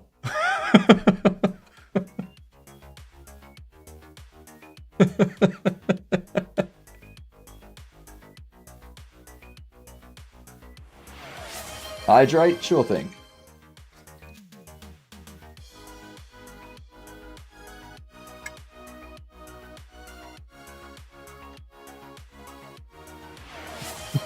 Comb the beard? Alright. Let me hit this beard. Look like you use some water. We can all use a little bit of water, you know?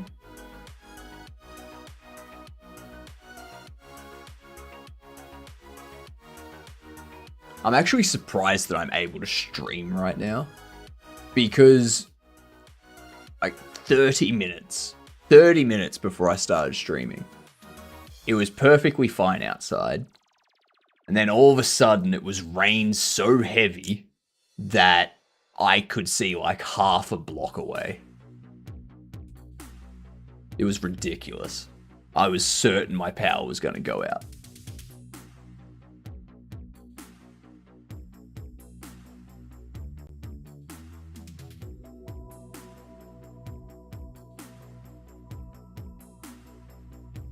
There we go.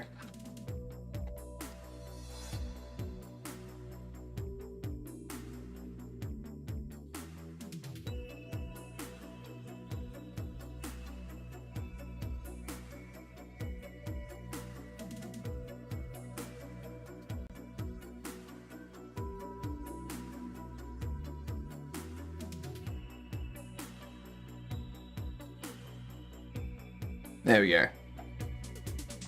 Nice.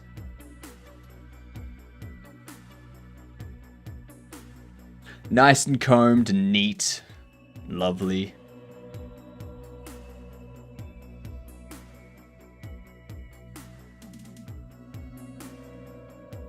You know what I didn't fill out for this thing?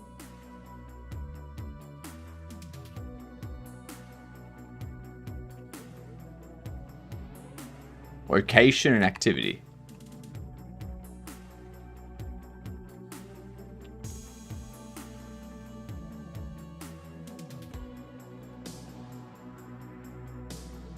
Location.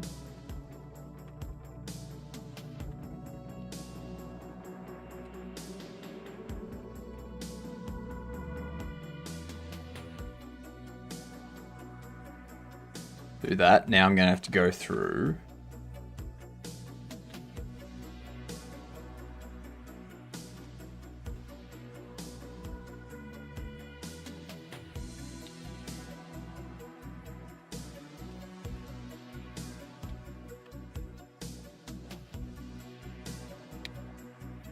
Gimpy.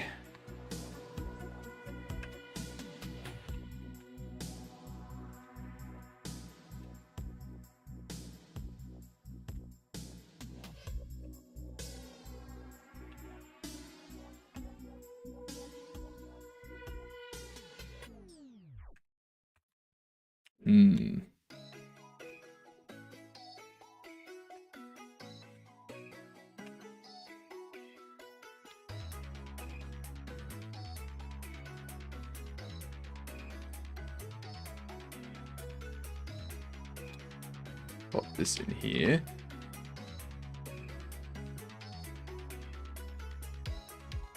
All right, all the fields are now set up. Well, I mean, I think I missed something for the mosquito.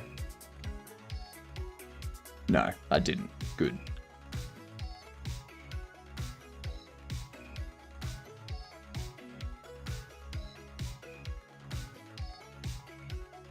Okay. Location. I'm not adding habitats. I'm not adding habitats. Hiking trail. Well, I think a lot of this is going to be similar. Well.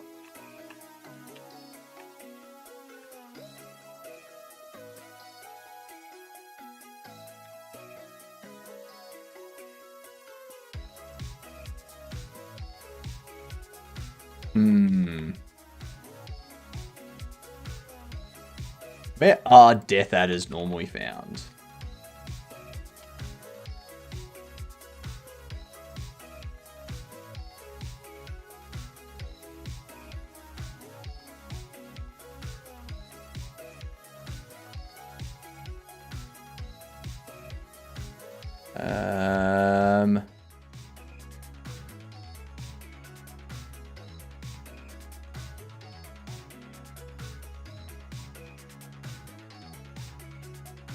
Come on. What's their habitat?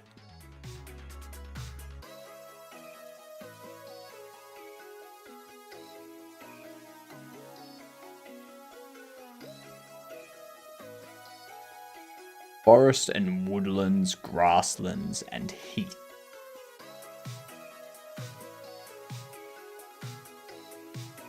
So you could come across them.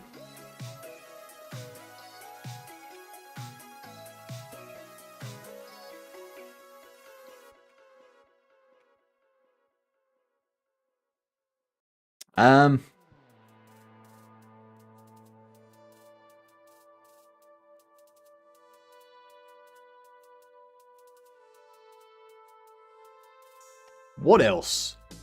What else would someone be doing? What else would someone be doing if instead of a hiking trail? Maybe camping. That's perfectly fine. No, that's an activity that they'd be doing.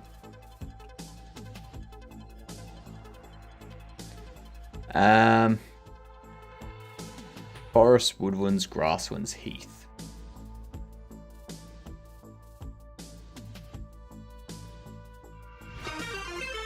Buggy! G'day, you gidons. Fucking everyone's coming here tonight. It must be a Sunday night. How are you doing? What did you get up to? How's the Pico going?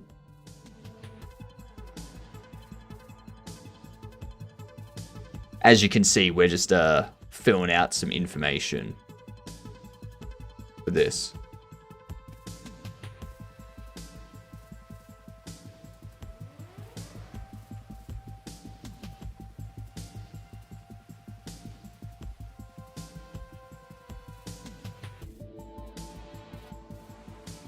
Making slot machines in Pico 8. Ooh, nice. Human slot machines?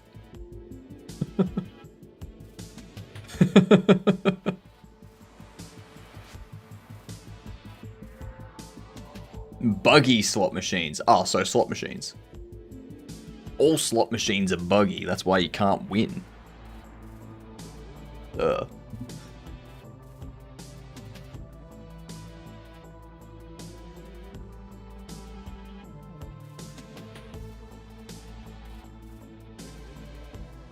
Hiking trail.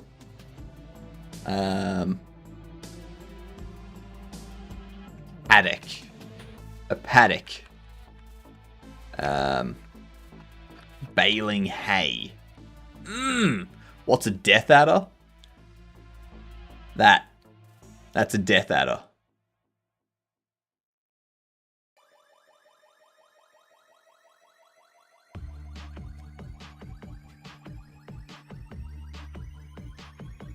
That.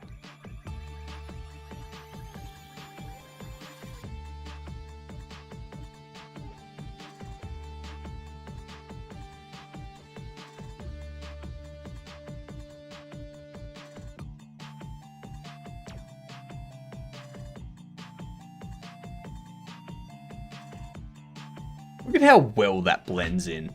Look at how well that blends in.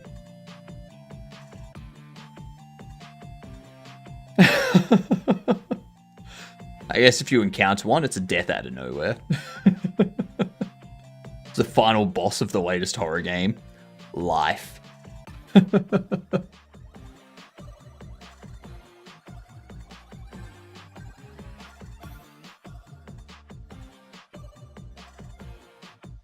Yeah.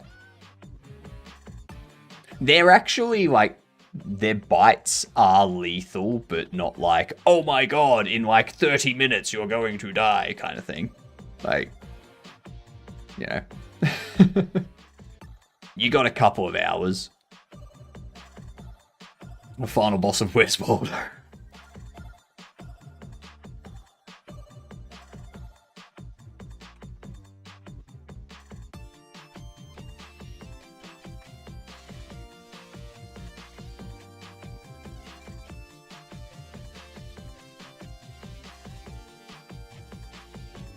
All right.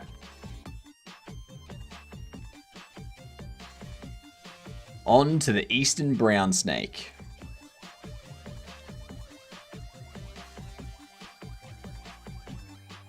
Eastern Brown Snake. Here we go.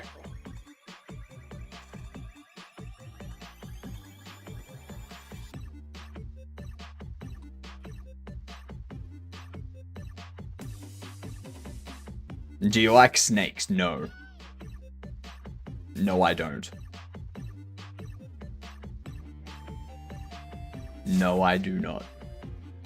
I'm not a fan of snakes. I'm not a fan of spiders. Yeah. They all suck.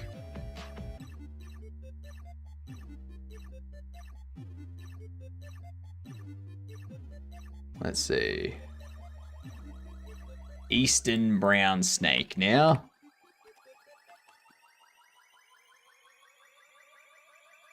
If I can get all of this data set up tonight, I can love it. Perfect.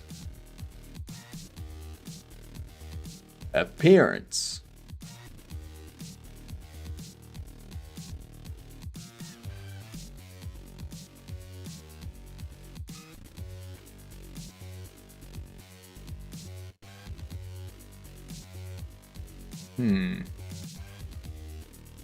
Dark brown.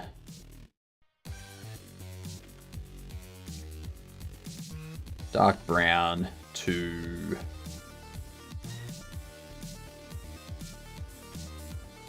should we go a brown orange color?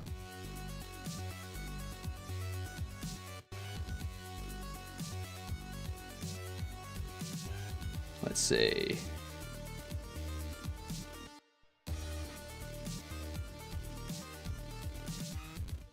Dark tongue.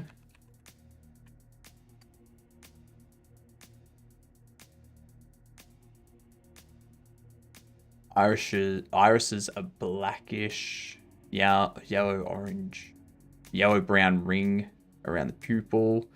Chin upper parts are cream or pale yellow, fading to brown. Brown bray towards the tail. Often orange, brown, or dark grey blotches occur on the underparts. That just say that there are long sock that looks like changes brown shade here and there. That's all. Well, I've been talking about them for 2 hours then. Oh, the game. Right. Yeah, duh. The entire game is based on them.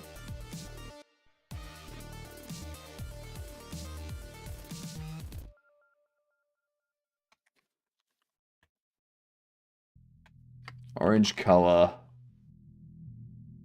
with the dark tongue.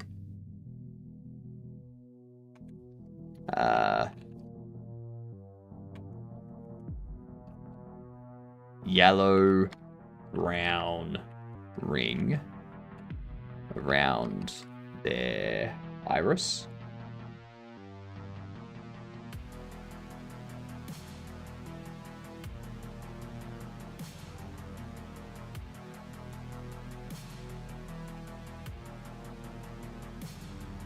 Around the pupil.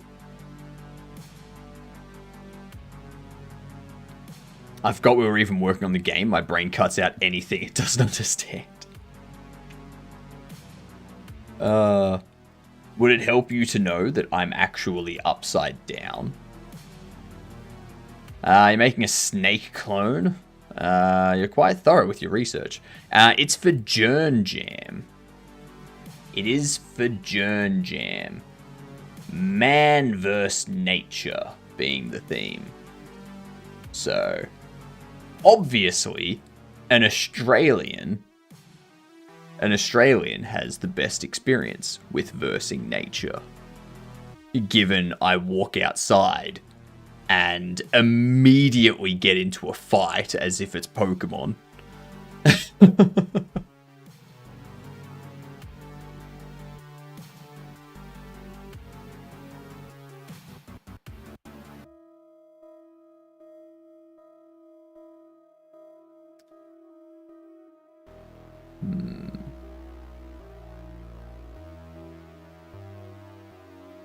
If it's man vs. nature, a snake game where you eat a man instead of an apple would work perfectly. It has to have educational value, which is why I'm finding descriptions of the things and I'm getting the information about how to treat their bites and stuff like that.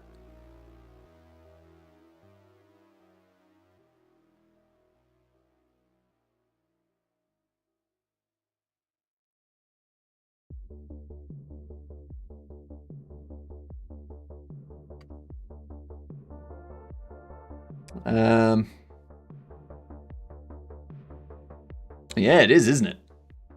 Gonna be super interesting.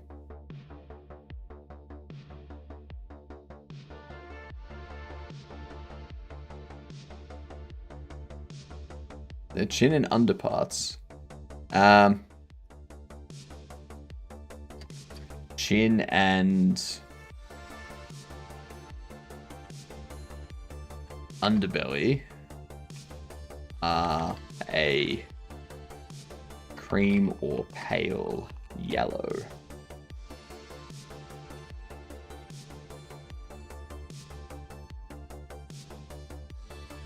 How long do they grow?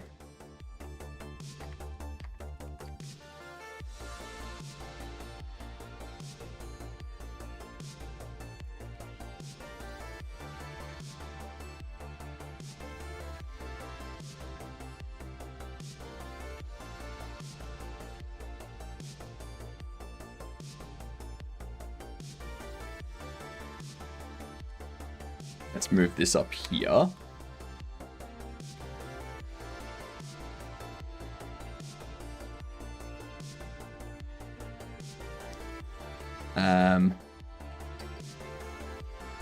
Eastern brown snake can grow up to 2 meters in length.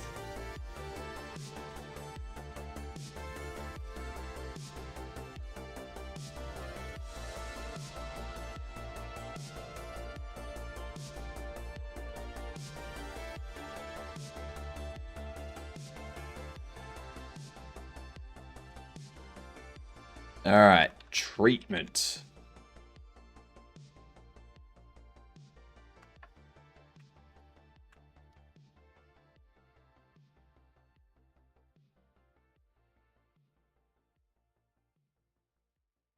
Oh, why is finding data on stuff so boring?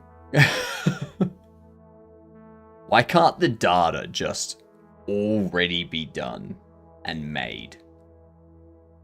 You know? That'd be super helpful.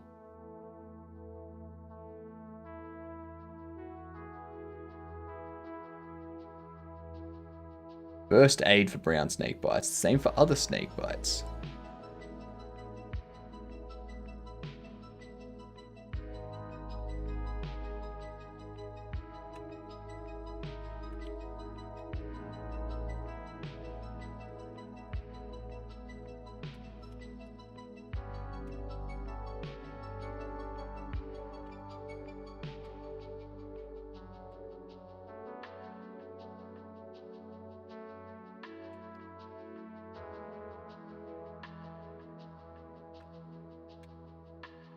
Alright.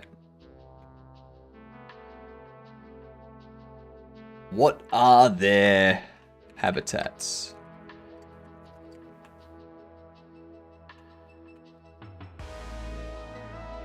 There is a way, but it's very ethical. Isn't very ethical for game development. That's true.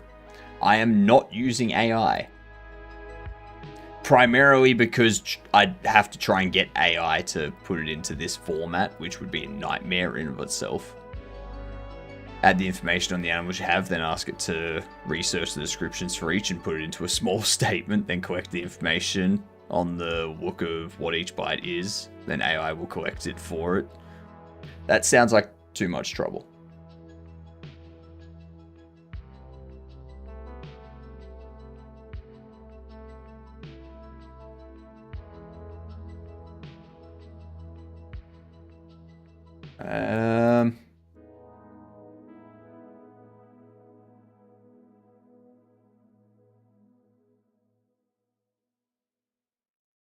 Location.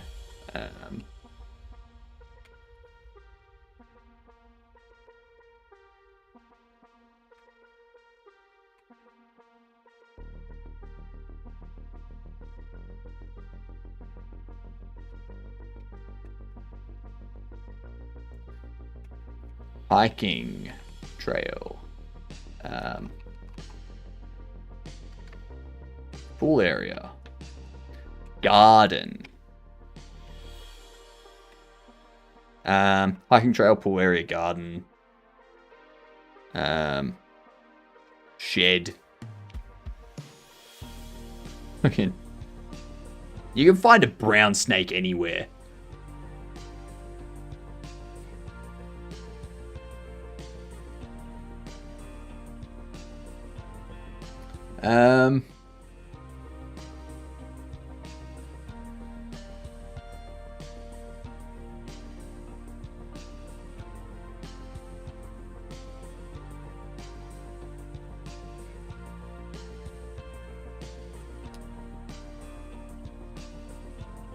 We have 3 of them on the walk. I take the dog on each day. Yeah.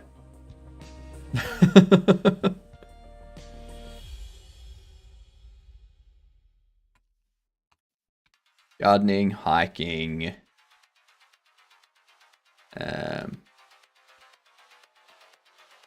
Baling hay. No.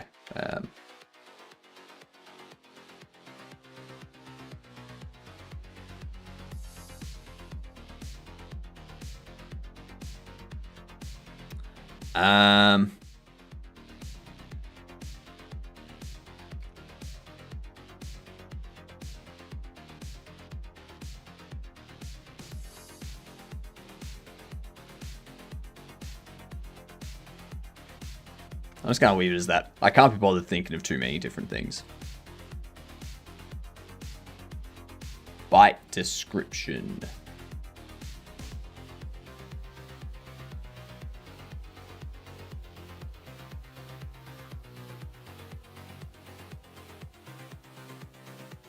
Let's see.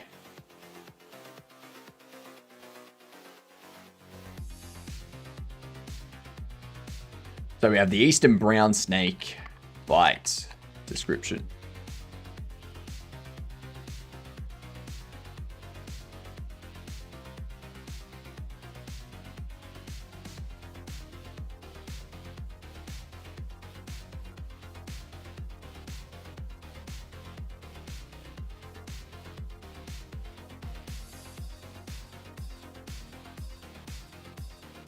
So there's obviously swelling.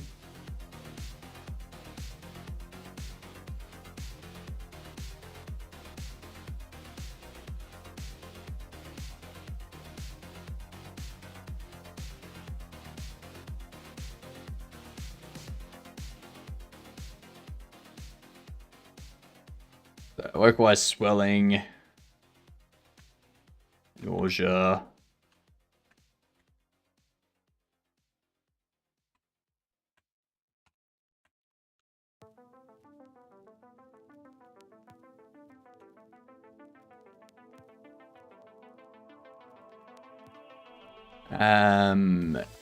Irregular. Rapid. Heartbeats.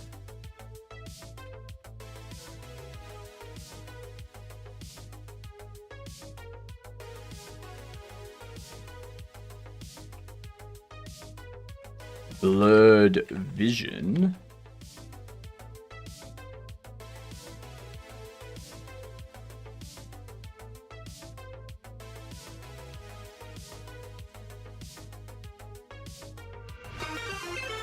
Oh my goodness, Pepper! G'day, you good dunce! Jesus Christ, by this stage, we've got everyone in software and game development here. What's going on, Pepper? How are you doing? How was your stream? Did you finish getting that art script set up? I never caught the end of that. I'd be interested to know how you went.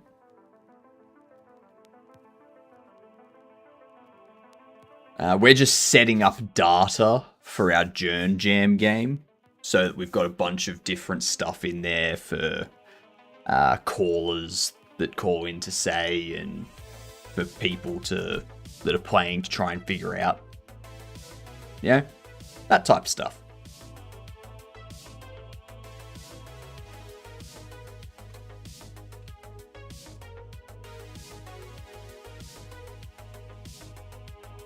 Okay. Stream was good. Almost done with the little arch tool. Nice. It backs up my packages to a manifest now. It reinstalls the native ones through Pac-Man, third-party ones through Yay or Paru. It stows or copies all of my dot files. Interesting.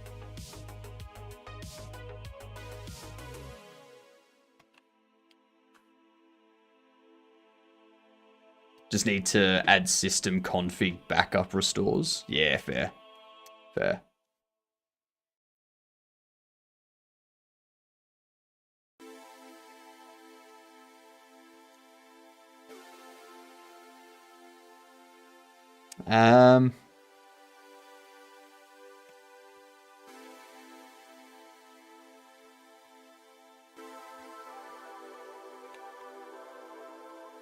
I should look at setting something like that up myself, to be honest.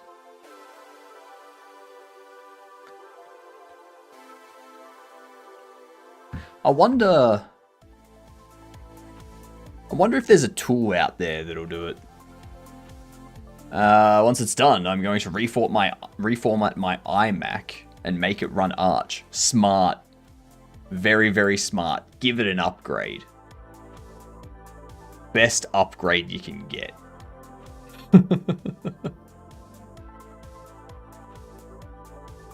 So first person, side view, maybe? I don't know. This game has me thrown. No third person, no isometric. It has first person. It's single player. 2017, 2018. It's a shooter, I think. I don't know.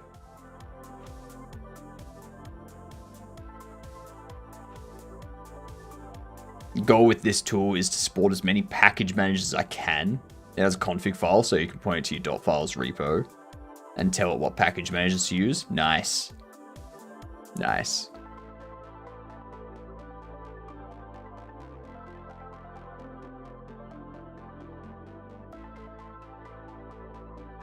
What's going on, Sammy? How are you? Welcome in. Don't forget, contribute to our community challenge for the stream goal. Yeah. Get us closer to the 24-hour stream. You can do it twice a day.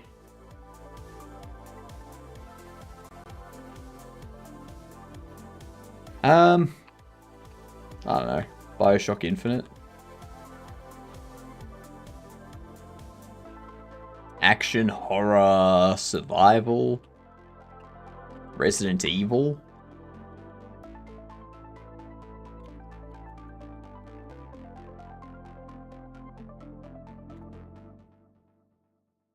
Okay, it's a Resident Evil game.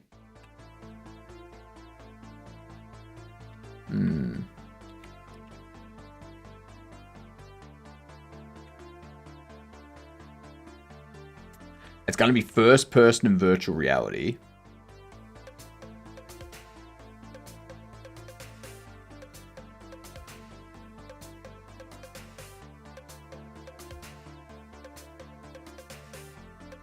God damn it. Resident Evil 0? No. Resident Evil, no. I don't know. Biohazard was 2017? Biohazard was 2017? Are you kidding me? I thought that was like 2020. Alright. Jesus Christ. Oh.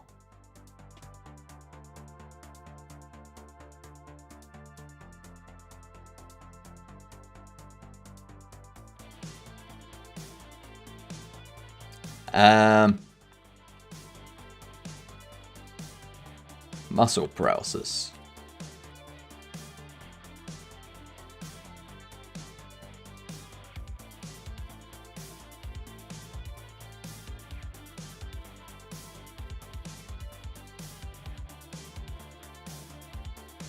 And there was much rejoicing.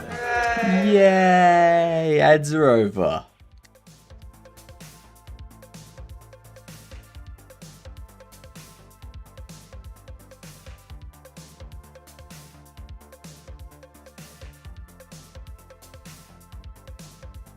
So byte description and call byte description.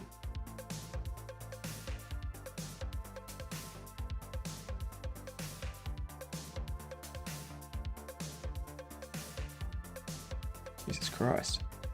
Took its time.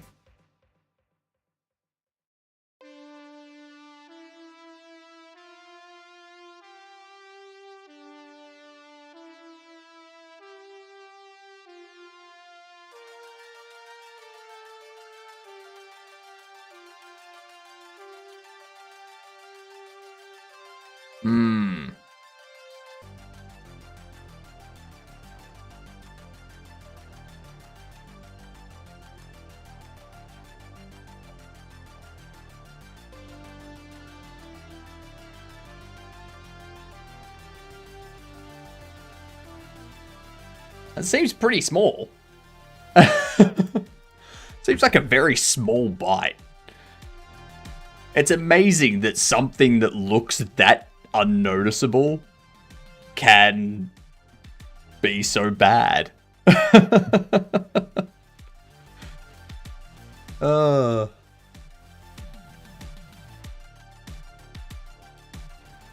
What do we need?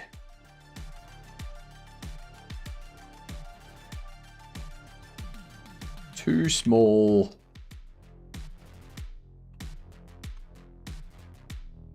yes marks from the fangs. Localized swelling.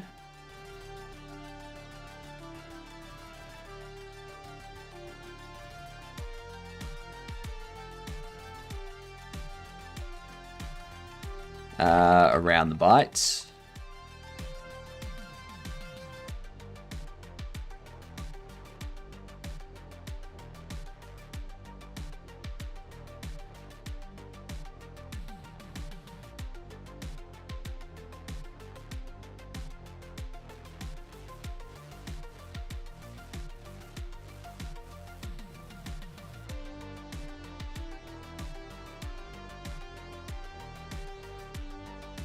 Is there anything else that...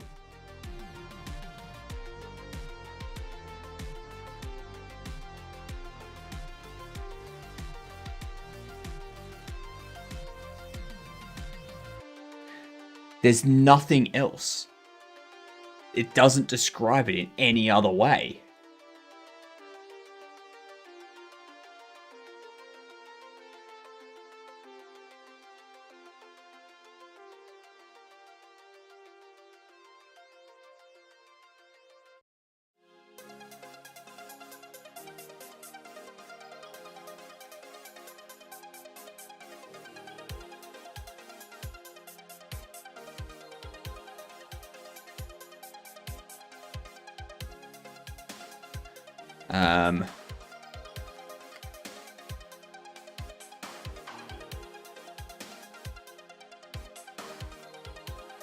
Bite area may appear reddish. Okay.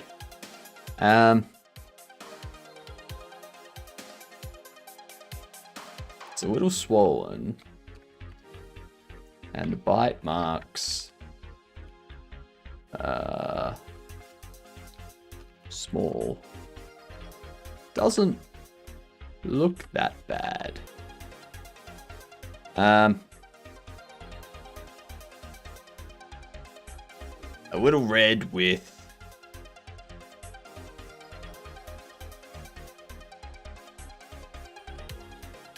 a couple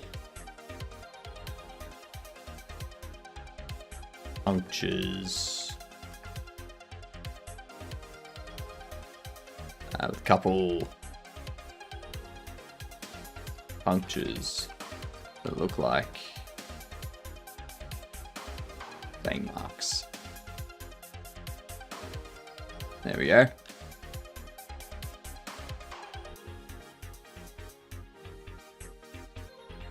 That's the other thing I need to get. I need to get the call description.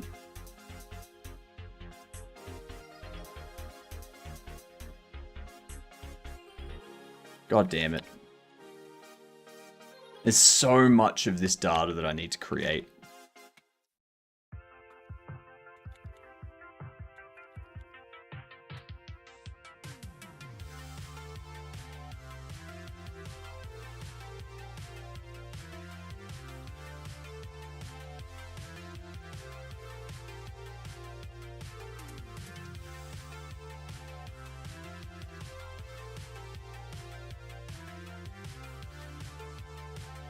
Shit. I also need a call description.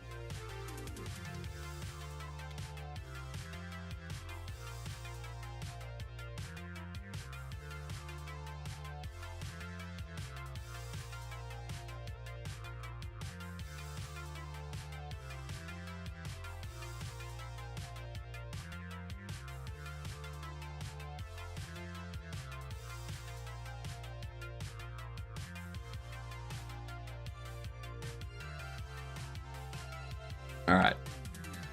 Call description.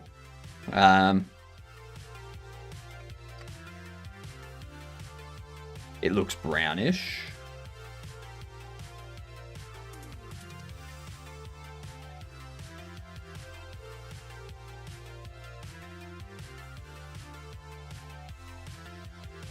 It looks like a brown snake. Not saying that it is a brown snake. Because, for all you know, it's a death adder, which appears brown.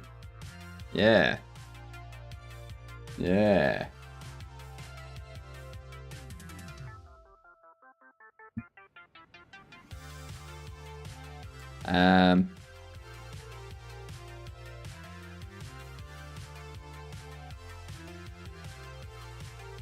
Brownish, long, thin.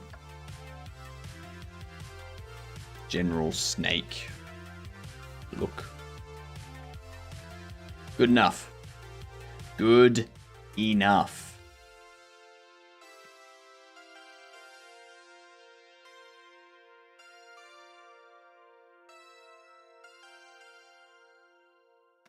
Okay, so we need to take these.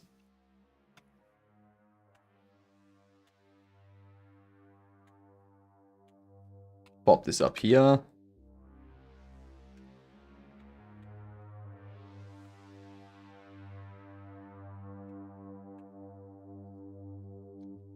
Large, horrible spawn of Satan.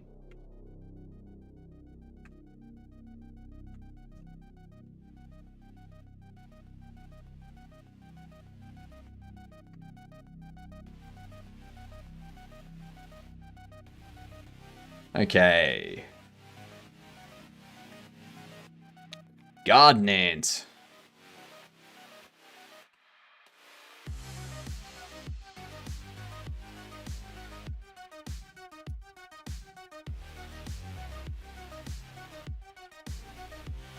All byte description.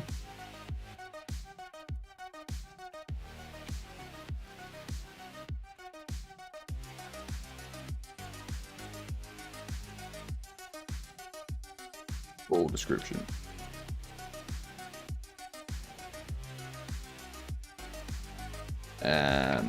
Take those.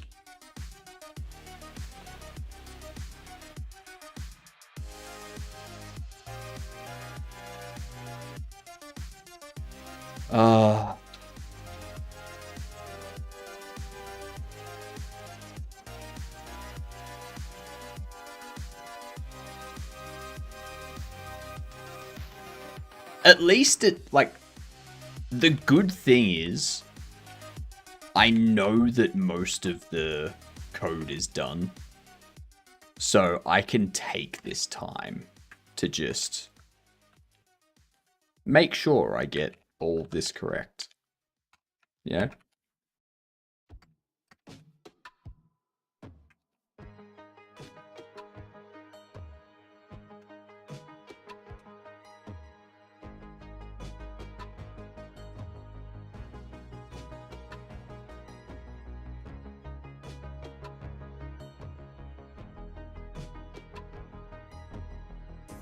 Let's take this.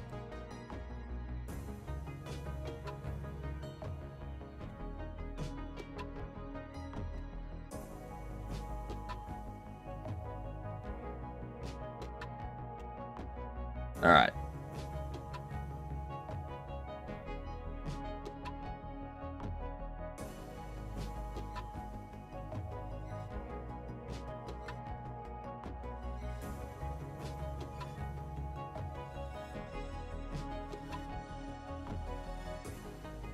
Let's see.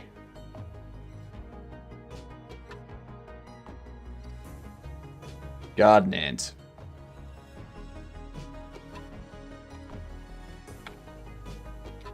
Garden ant bite.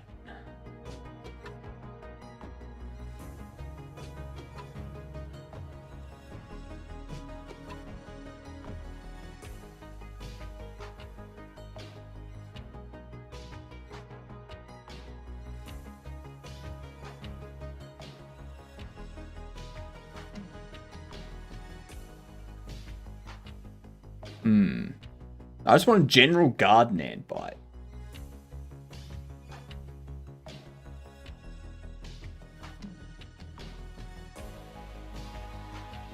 Why?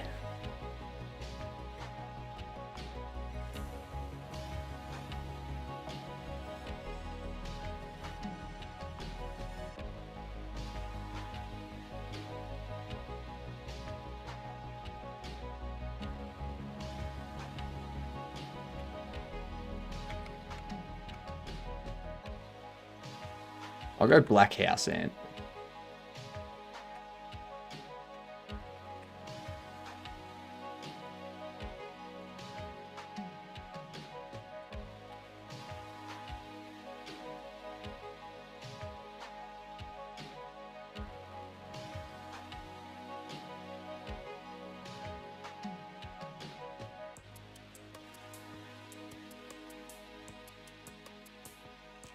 Black house ant bite.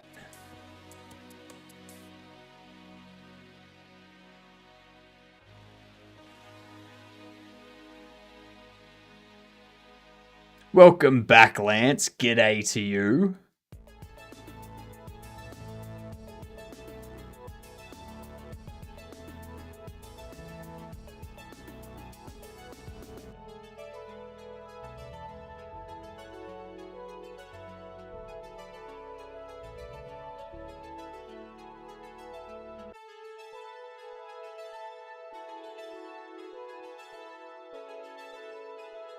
Description.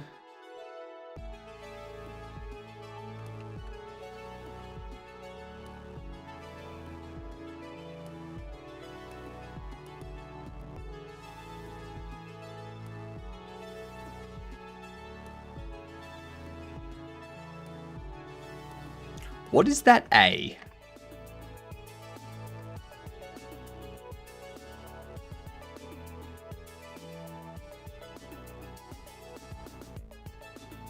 Black ants aren't good guys and red ants aren't bad guys. Hey, this black ant is biting people, alright? This black house ant is biting people. Red ant may bite someone, at which point they're also evil. All ants in my game are evil, okay? And every single one of them.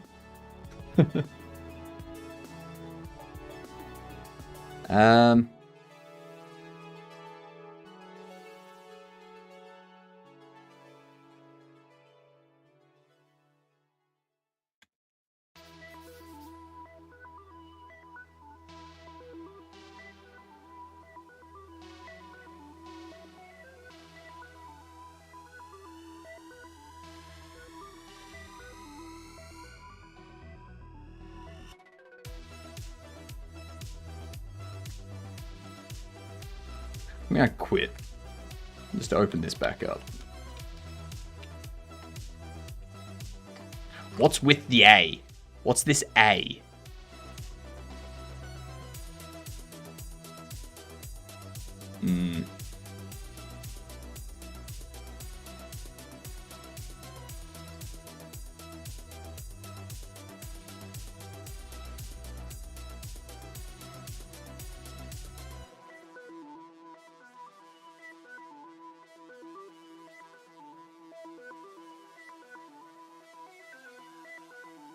A annoying annotation. It seems like it.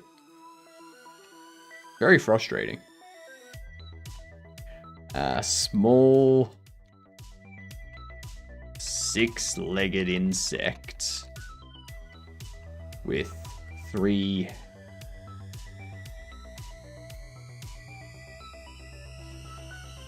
insect commonly found around houses and in large groups.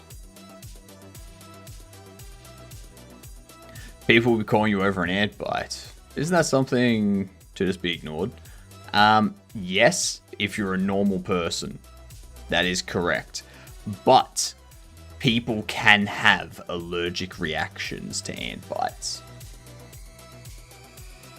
So, symptoms of black ant bite depends on the type of ant that bites you, how allergic you are to the ant venom. Most cases, the bite will be a sharp pain and a small red bump form on the skin. If you're allergic to the venom, you may experience more severe symptoms such as swelling, itching, hives, difficulty breathing. See? Educational, Lance. Educational. Try sign list near him. Should show what the gutter tag means.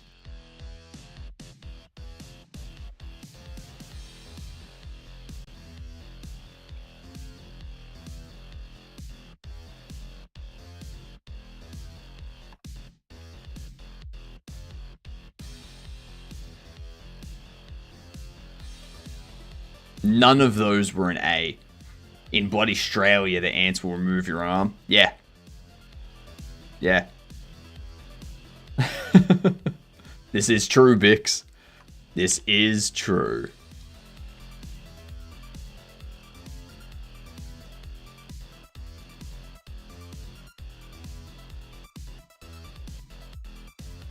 I think a board ant is a good thing to add to the game if you're considering adding multiple ant types. I will at some point, but I don't want to add any more than I currently have. Just because I want to get the data for all of these done. And if I do add more, then I need to create a scrollable area. And I don't know how to do that in RayLib. So that's the next challenge I need to face.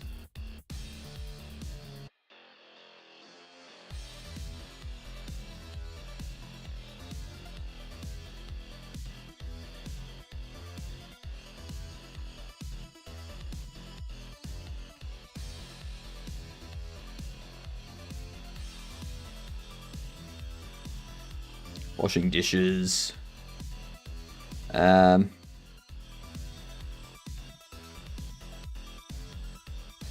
Washing dishes, gardening. Best for getting the details right because of science. Ooh, that's a good point.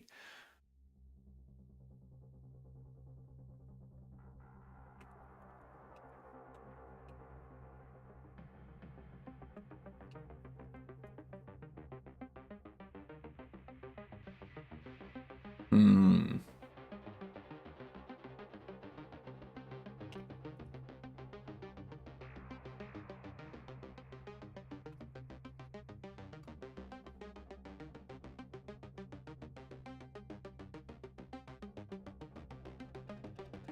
I feel like a lot of people did add ants to their game because of the theme and because of the theme name. Yeah, the man versus nature. I completely forgot. Like, I completely didn't make the connection of science and ants in my game.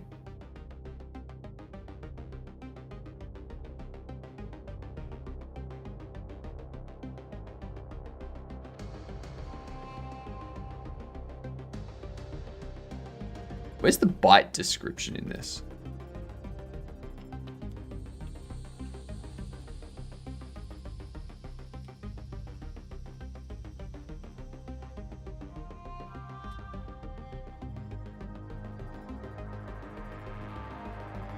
And don't stress it. Oh, I'm not gonna.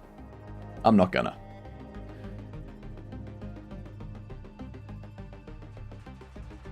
All right, bite description.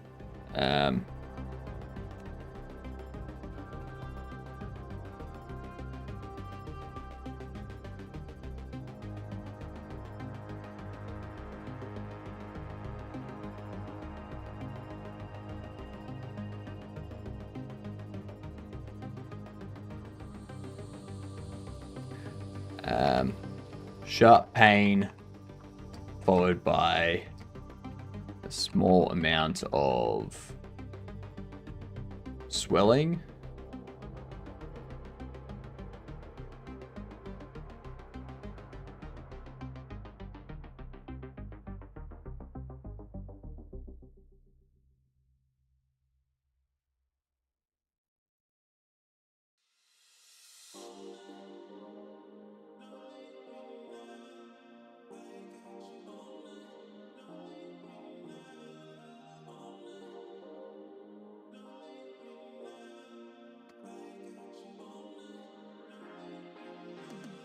There we go.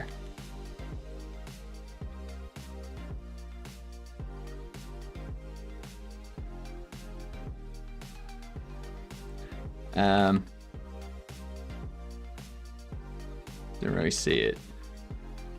It's just a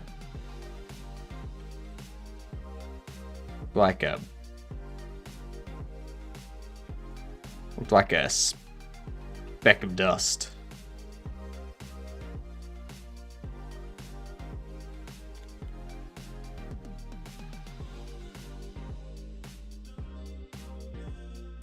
Hey!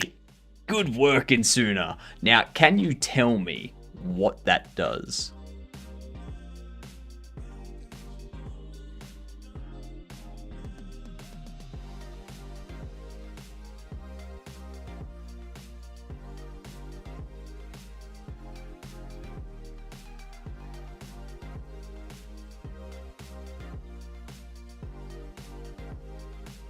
It's a Neovin mark.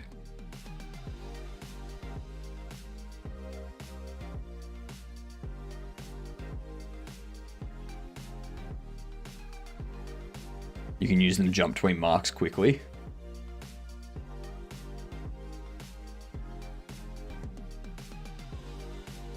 Delete the marks with Delm exclamation, Delm A to Z, O to 9.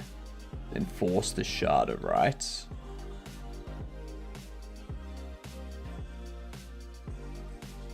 No idea.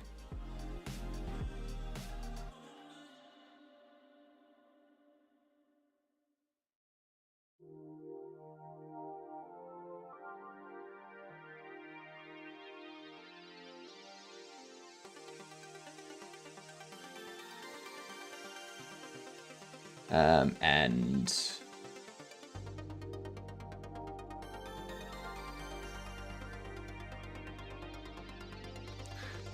followed by a small red bump.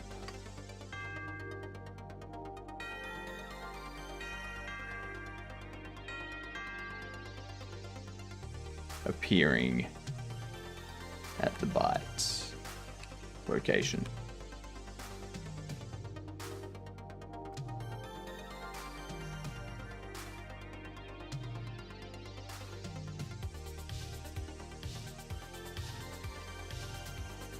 It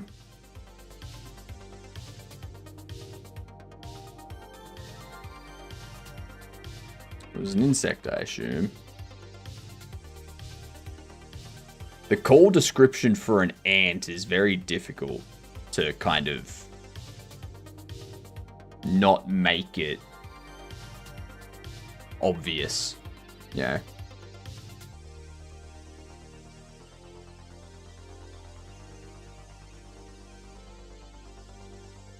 Call bite description.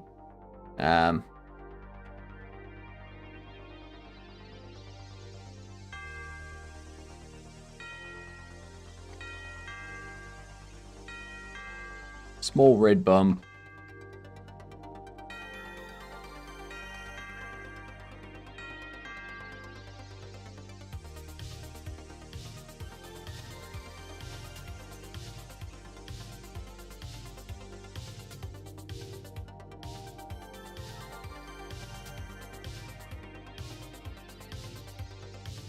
May experience more severe symptoms, such as swelling, itching, hives, and difficulty breathing.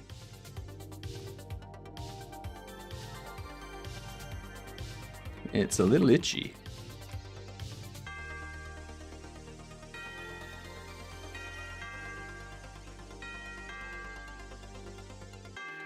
Treatment.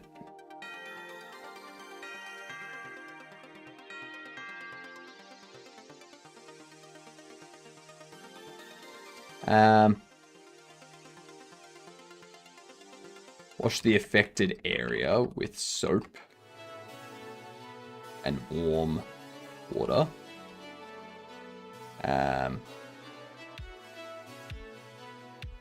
Okay.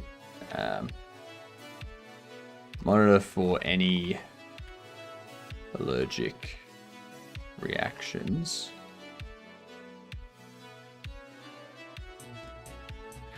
Wash the affected area with soap and warm water. Monitor for any allergic reactions. Feel free to put a cold compress on the affected region. Discord General Meow, what the freak is that stuff?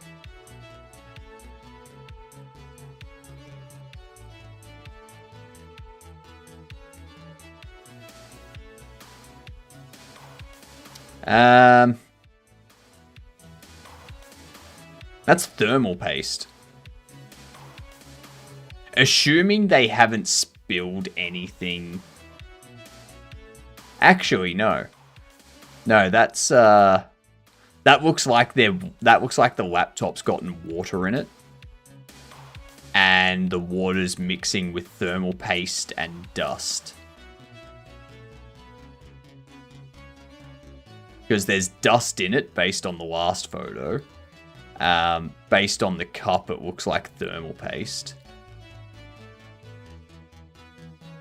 It just looks like they've filled the thing with thermal paste and it's just spilling out the sides now. That's what it looks like.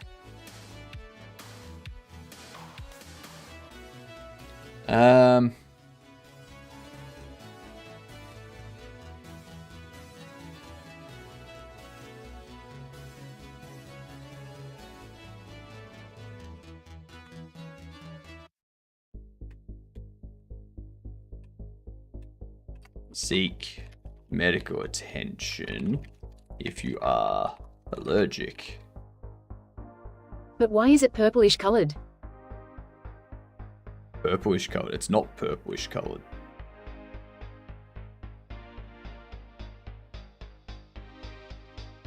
It's not purplish colored. It's a grayish color.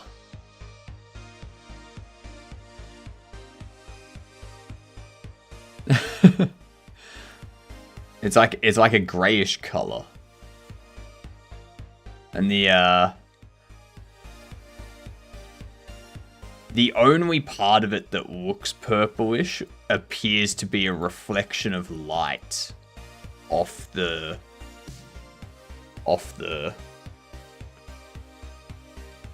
grayish liquid.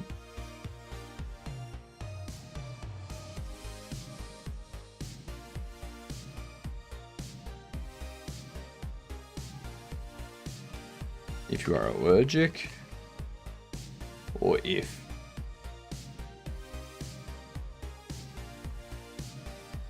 signs of an allergic reaction present.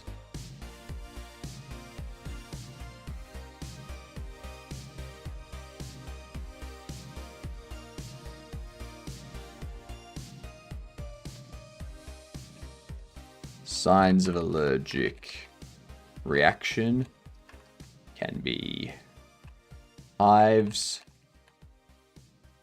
difficulty breathing, and itching.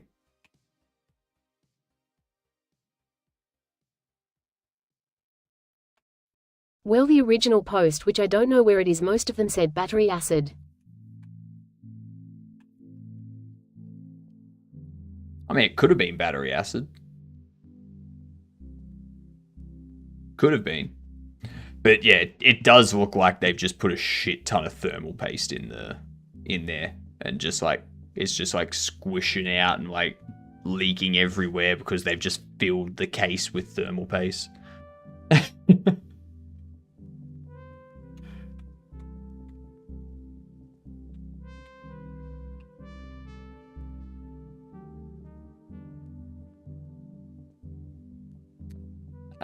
Pain, itching.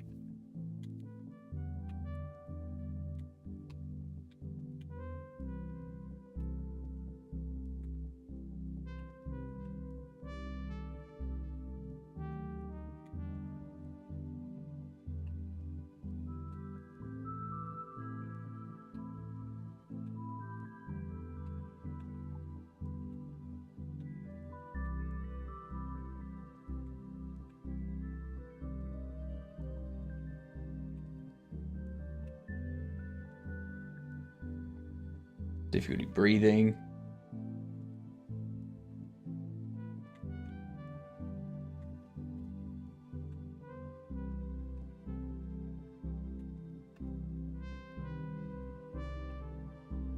Swelling. But it looks way too runny to be thermal paste and water unless they spilled 2 cups of water. I mean, who knows what they did? If it's a Reddit post, then it could be anything for the clicks. Like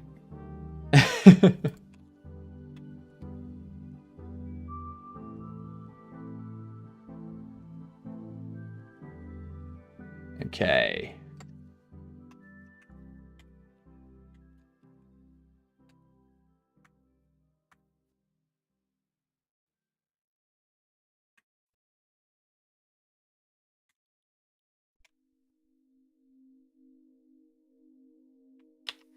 Gimpy Gimpy.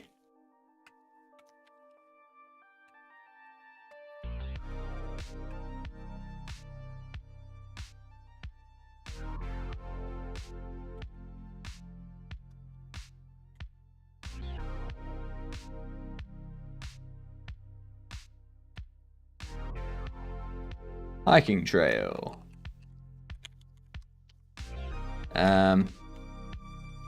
Bike trail.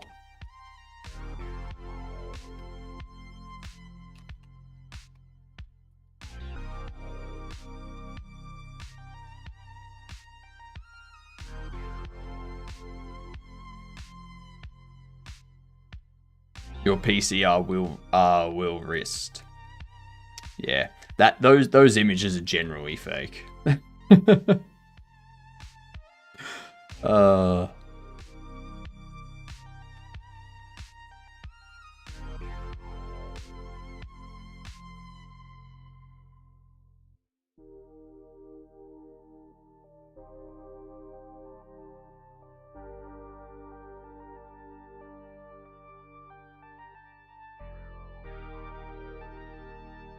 Okay, we need Gimpy Gimpy plant.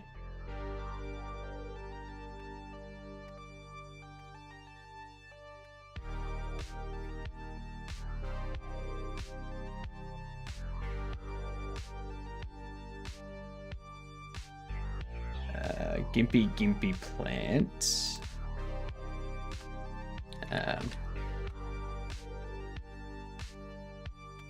The Gimpy Gimpy plant has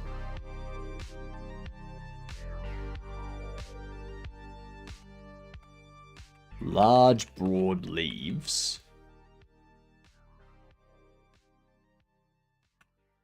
with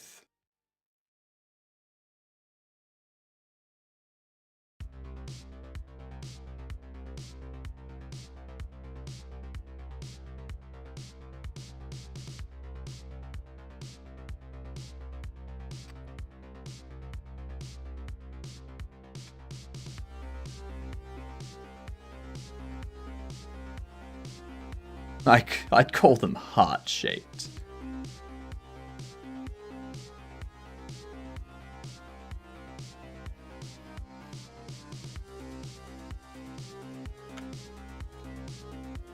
Oval or heart-shaped leaves.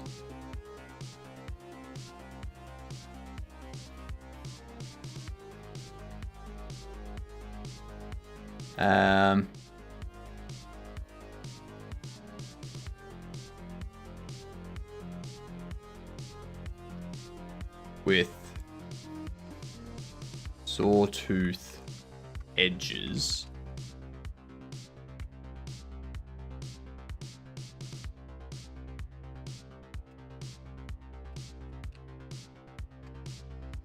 Sawtooth edges and white or purple red fruit. The leaves appear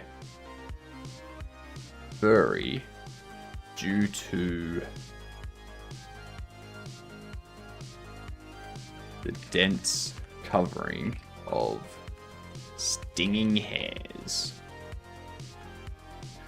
Bam! How long you want NeoVim? I've been tinkering with NeoVim since May? Around about May or June. Somewhere around there. So like 3 months, 4 months. Something like that. Komodo hype. Damn right I did it. I don't know what I did, but sure. Looks like some late night goon session. God damn it, Moon.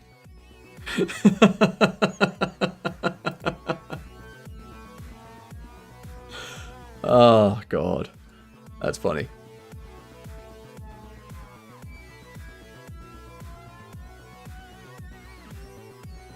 I'm still learning NeoVim as well, by the way. Like, I have not mastered NeoVim at all. I am still getting used to it. I've seen the images, Goose. I saw the Windows image. Like, what do you want?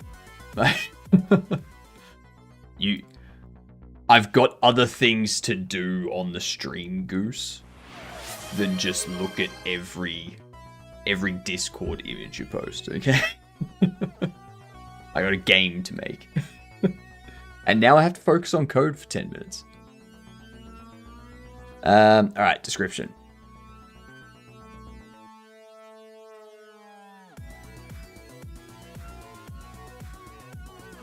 I can get rid of these 8. Oops.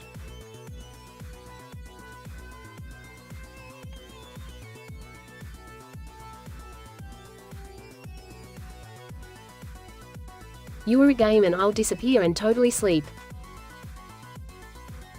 You were a game?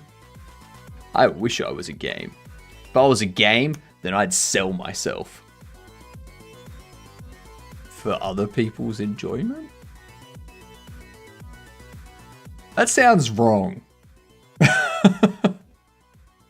That sounds very wrong.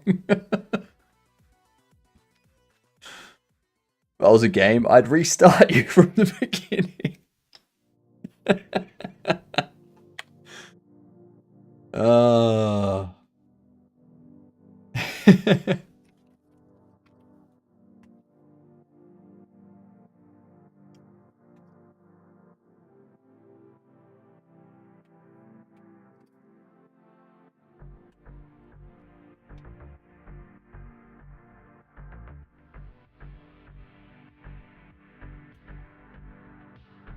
Um...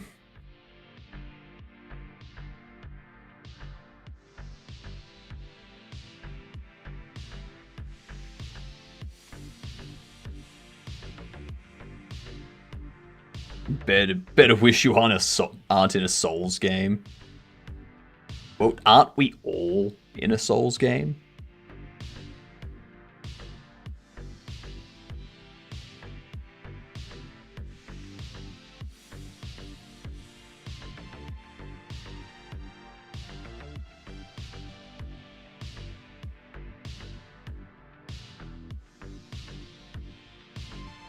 What up, Giddy? How are you doing?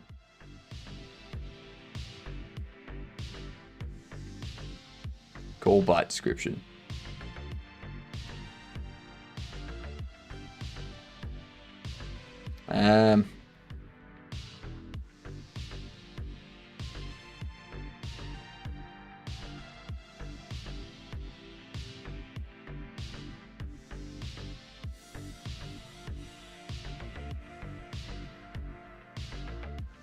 In a Souls game, you can restart from bonfires at least. Reality is more like a hitless permadeath version of Souls. Seeing sooner, you think that you can't restart. You know?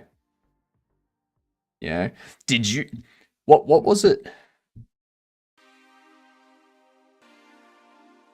Something like when you die, your brain is still active for 7 minutes, firing neurons, trying to keep things going. And that's why people see their life flash before their eyes, because like random memories are being triggered and stuff like that. I mean, you could be in that right now.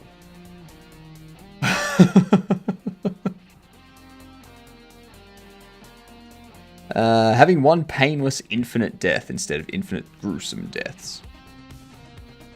Nah. In right now, it still need have background bachelor to work programmer. You don't need a bachelor's degree these days. No. It's helpful. It is helpful as like an entry point, but it's not something that's needed if you can demonstrate that you understand and that you have the skill required. I'll notify you if I ever wake up next to a bonfire. That'd mean I went back in time for many years, though. And it's been a while since I've even seen a bonfire. I've never seen a bonfire. Plenty of campfires, but no bonfires. Yeah.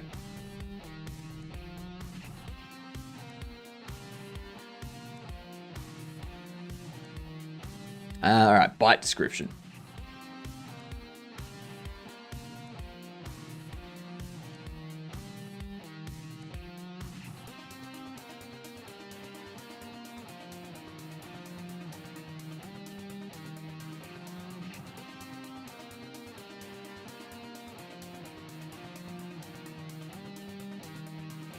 Gimpy plant stings.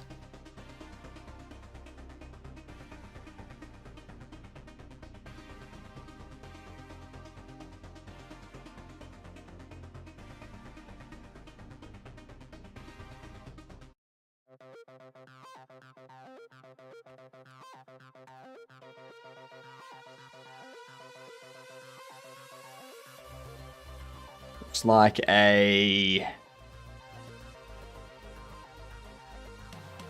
Looks like a rash.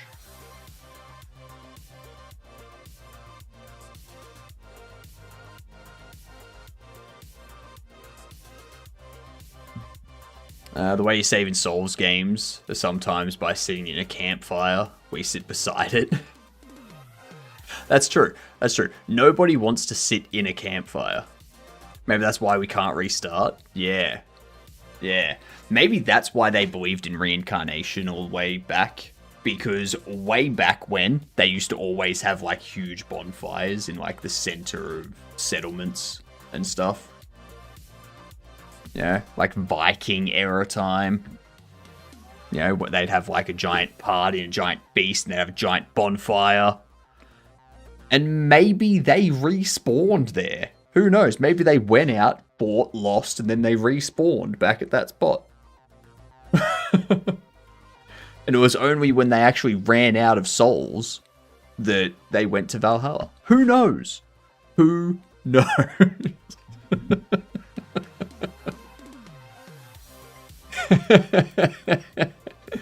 Hello, Manglo. Hermodu.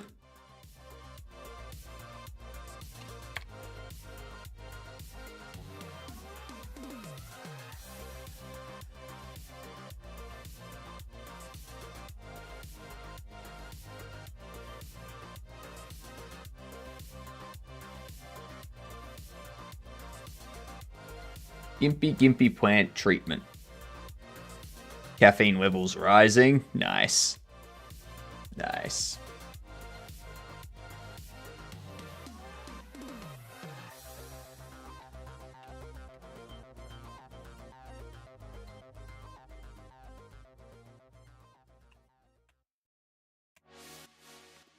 Do not rub or scratch the affected area.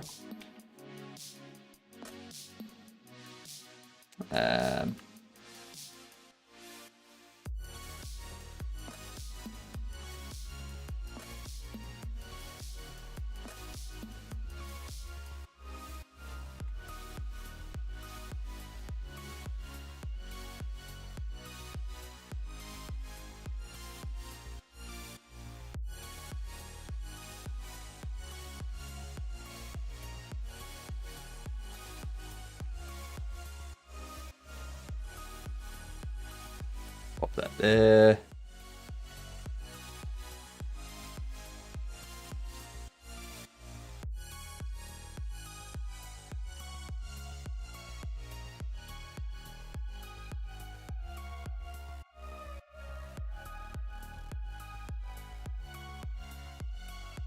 Okay.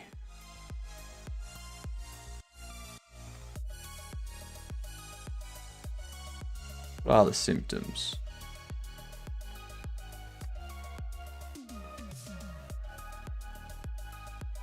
You basically need painkillers for years to even shower. Yep. Yep. If you do this, it can alleviate it. So you don't rub the affected area, because rubbing the affected area is going to break the hairs and make it more difficult to get them out. You apply the diluted hydrochloric acid on it, and what that does is it like weakens the bottom of them. And then you apply a wax strip over the top, and you pull the wax strip off, and that'll pull the stingers, like that'll pull the hairs of the gimpy out of the skin, and that will alleviate the pain a couple of hours afterwards. Yeah, it needs to be done basically immediately. Yeah. Well, it doesn't need to be done basically immediately. It needs to be done before you rub or scratch the area. If you get stung by it, like if you get stung by the gimpy plant, and then 20 minutes later or an hour later you get home and you do those steps without rubbing or anything, it's the same effect, but yeah. Looks tasty. It's not. It's not. This thing, you know what the gimpy plant is nicknamed? It is nicknamed the suicide plant. Because its sting is so painful, and it sometimes doesn't go away for decades, that people just can't put up with it anymore.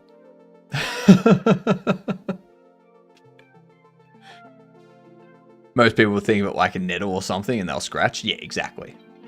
Exactly.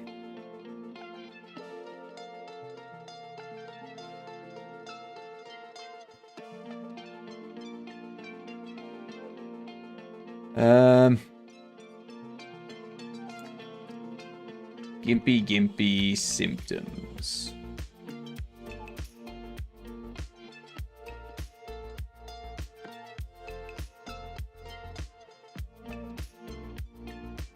Despite that fact, it still looks tasty. Weird.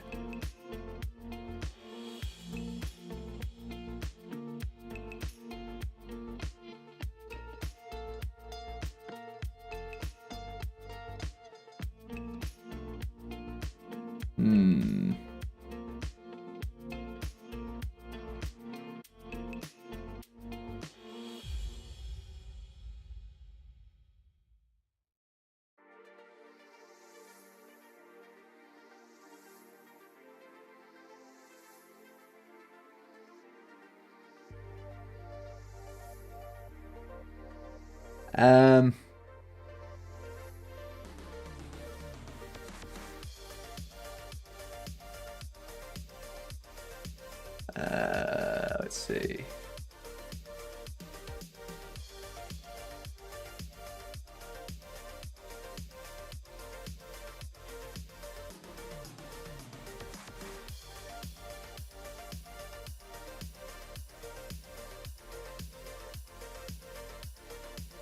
I think someone's having a resurrection. Call that.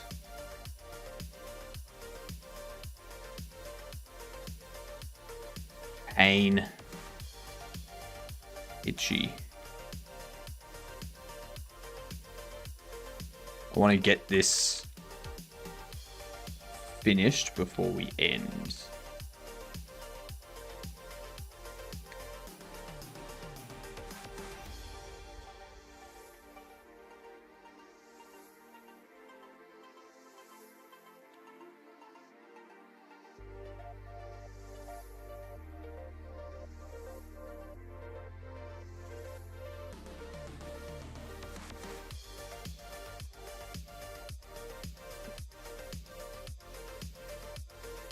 Intense burning sensation.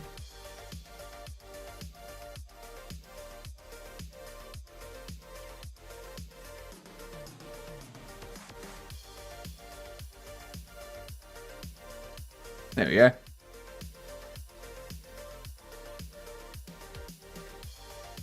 So tomorrow we need to do mosquito, shark, stonefish, tiger, snake, whitetail.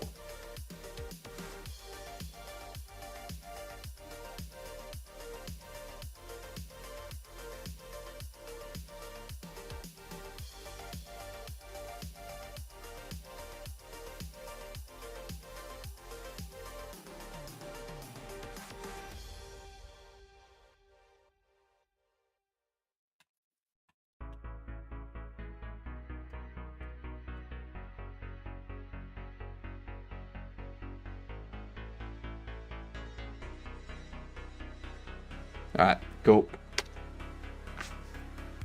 Everything in Australia wants to hurt humans? Yep. Yep. The other day, I was taking a walk outside to head up to my PO box. There, on 3 separate occasions, there were like larger than normal, like not larger than normal, but there were large-ish kind of branches that just fell out of trees, like a few meters in front of me. Oh, Anosa. Anosa, if you're listening, do not come here. Do you not dare raid me. Don't you dare.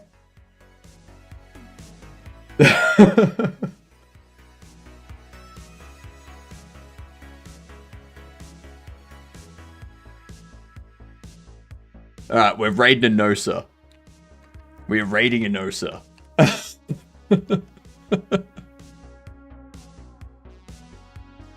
Alright. We're gonna raid out. We're gonna end it here for the night. Your day, your dunce. Alright. That's the raid message. Good day, good dance. We're going to see Captain Anosa. I'm back in 9 hours. We will keep going with this. We'll get the last of the data set up, and then we can start just having fun. We can start implementing like the lose conditions. We can implement like a counter in the background for how many calls you've had and whatnot. Yeah. We'll just implement a count of how many calls you need to take in a day. How many you've gotten wrong. Actually, no, it won't tell you how many you've gotten wrong. Yeah. And then we'll do artwork for all the bytes and such. So, yeah.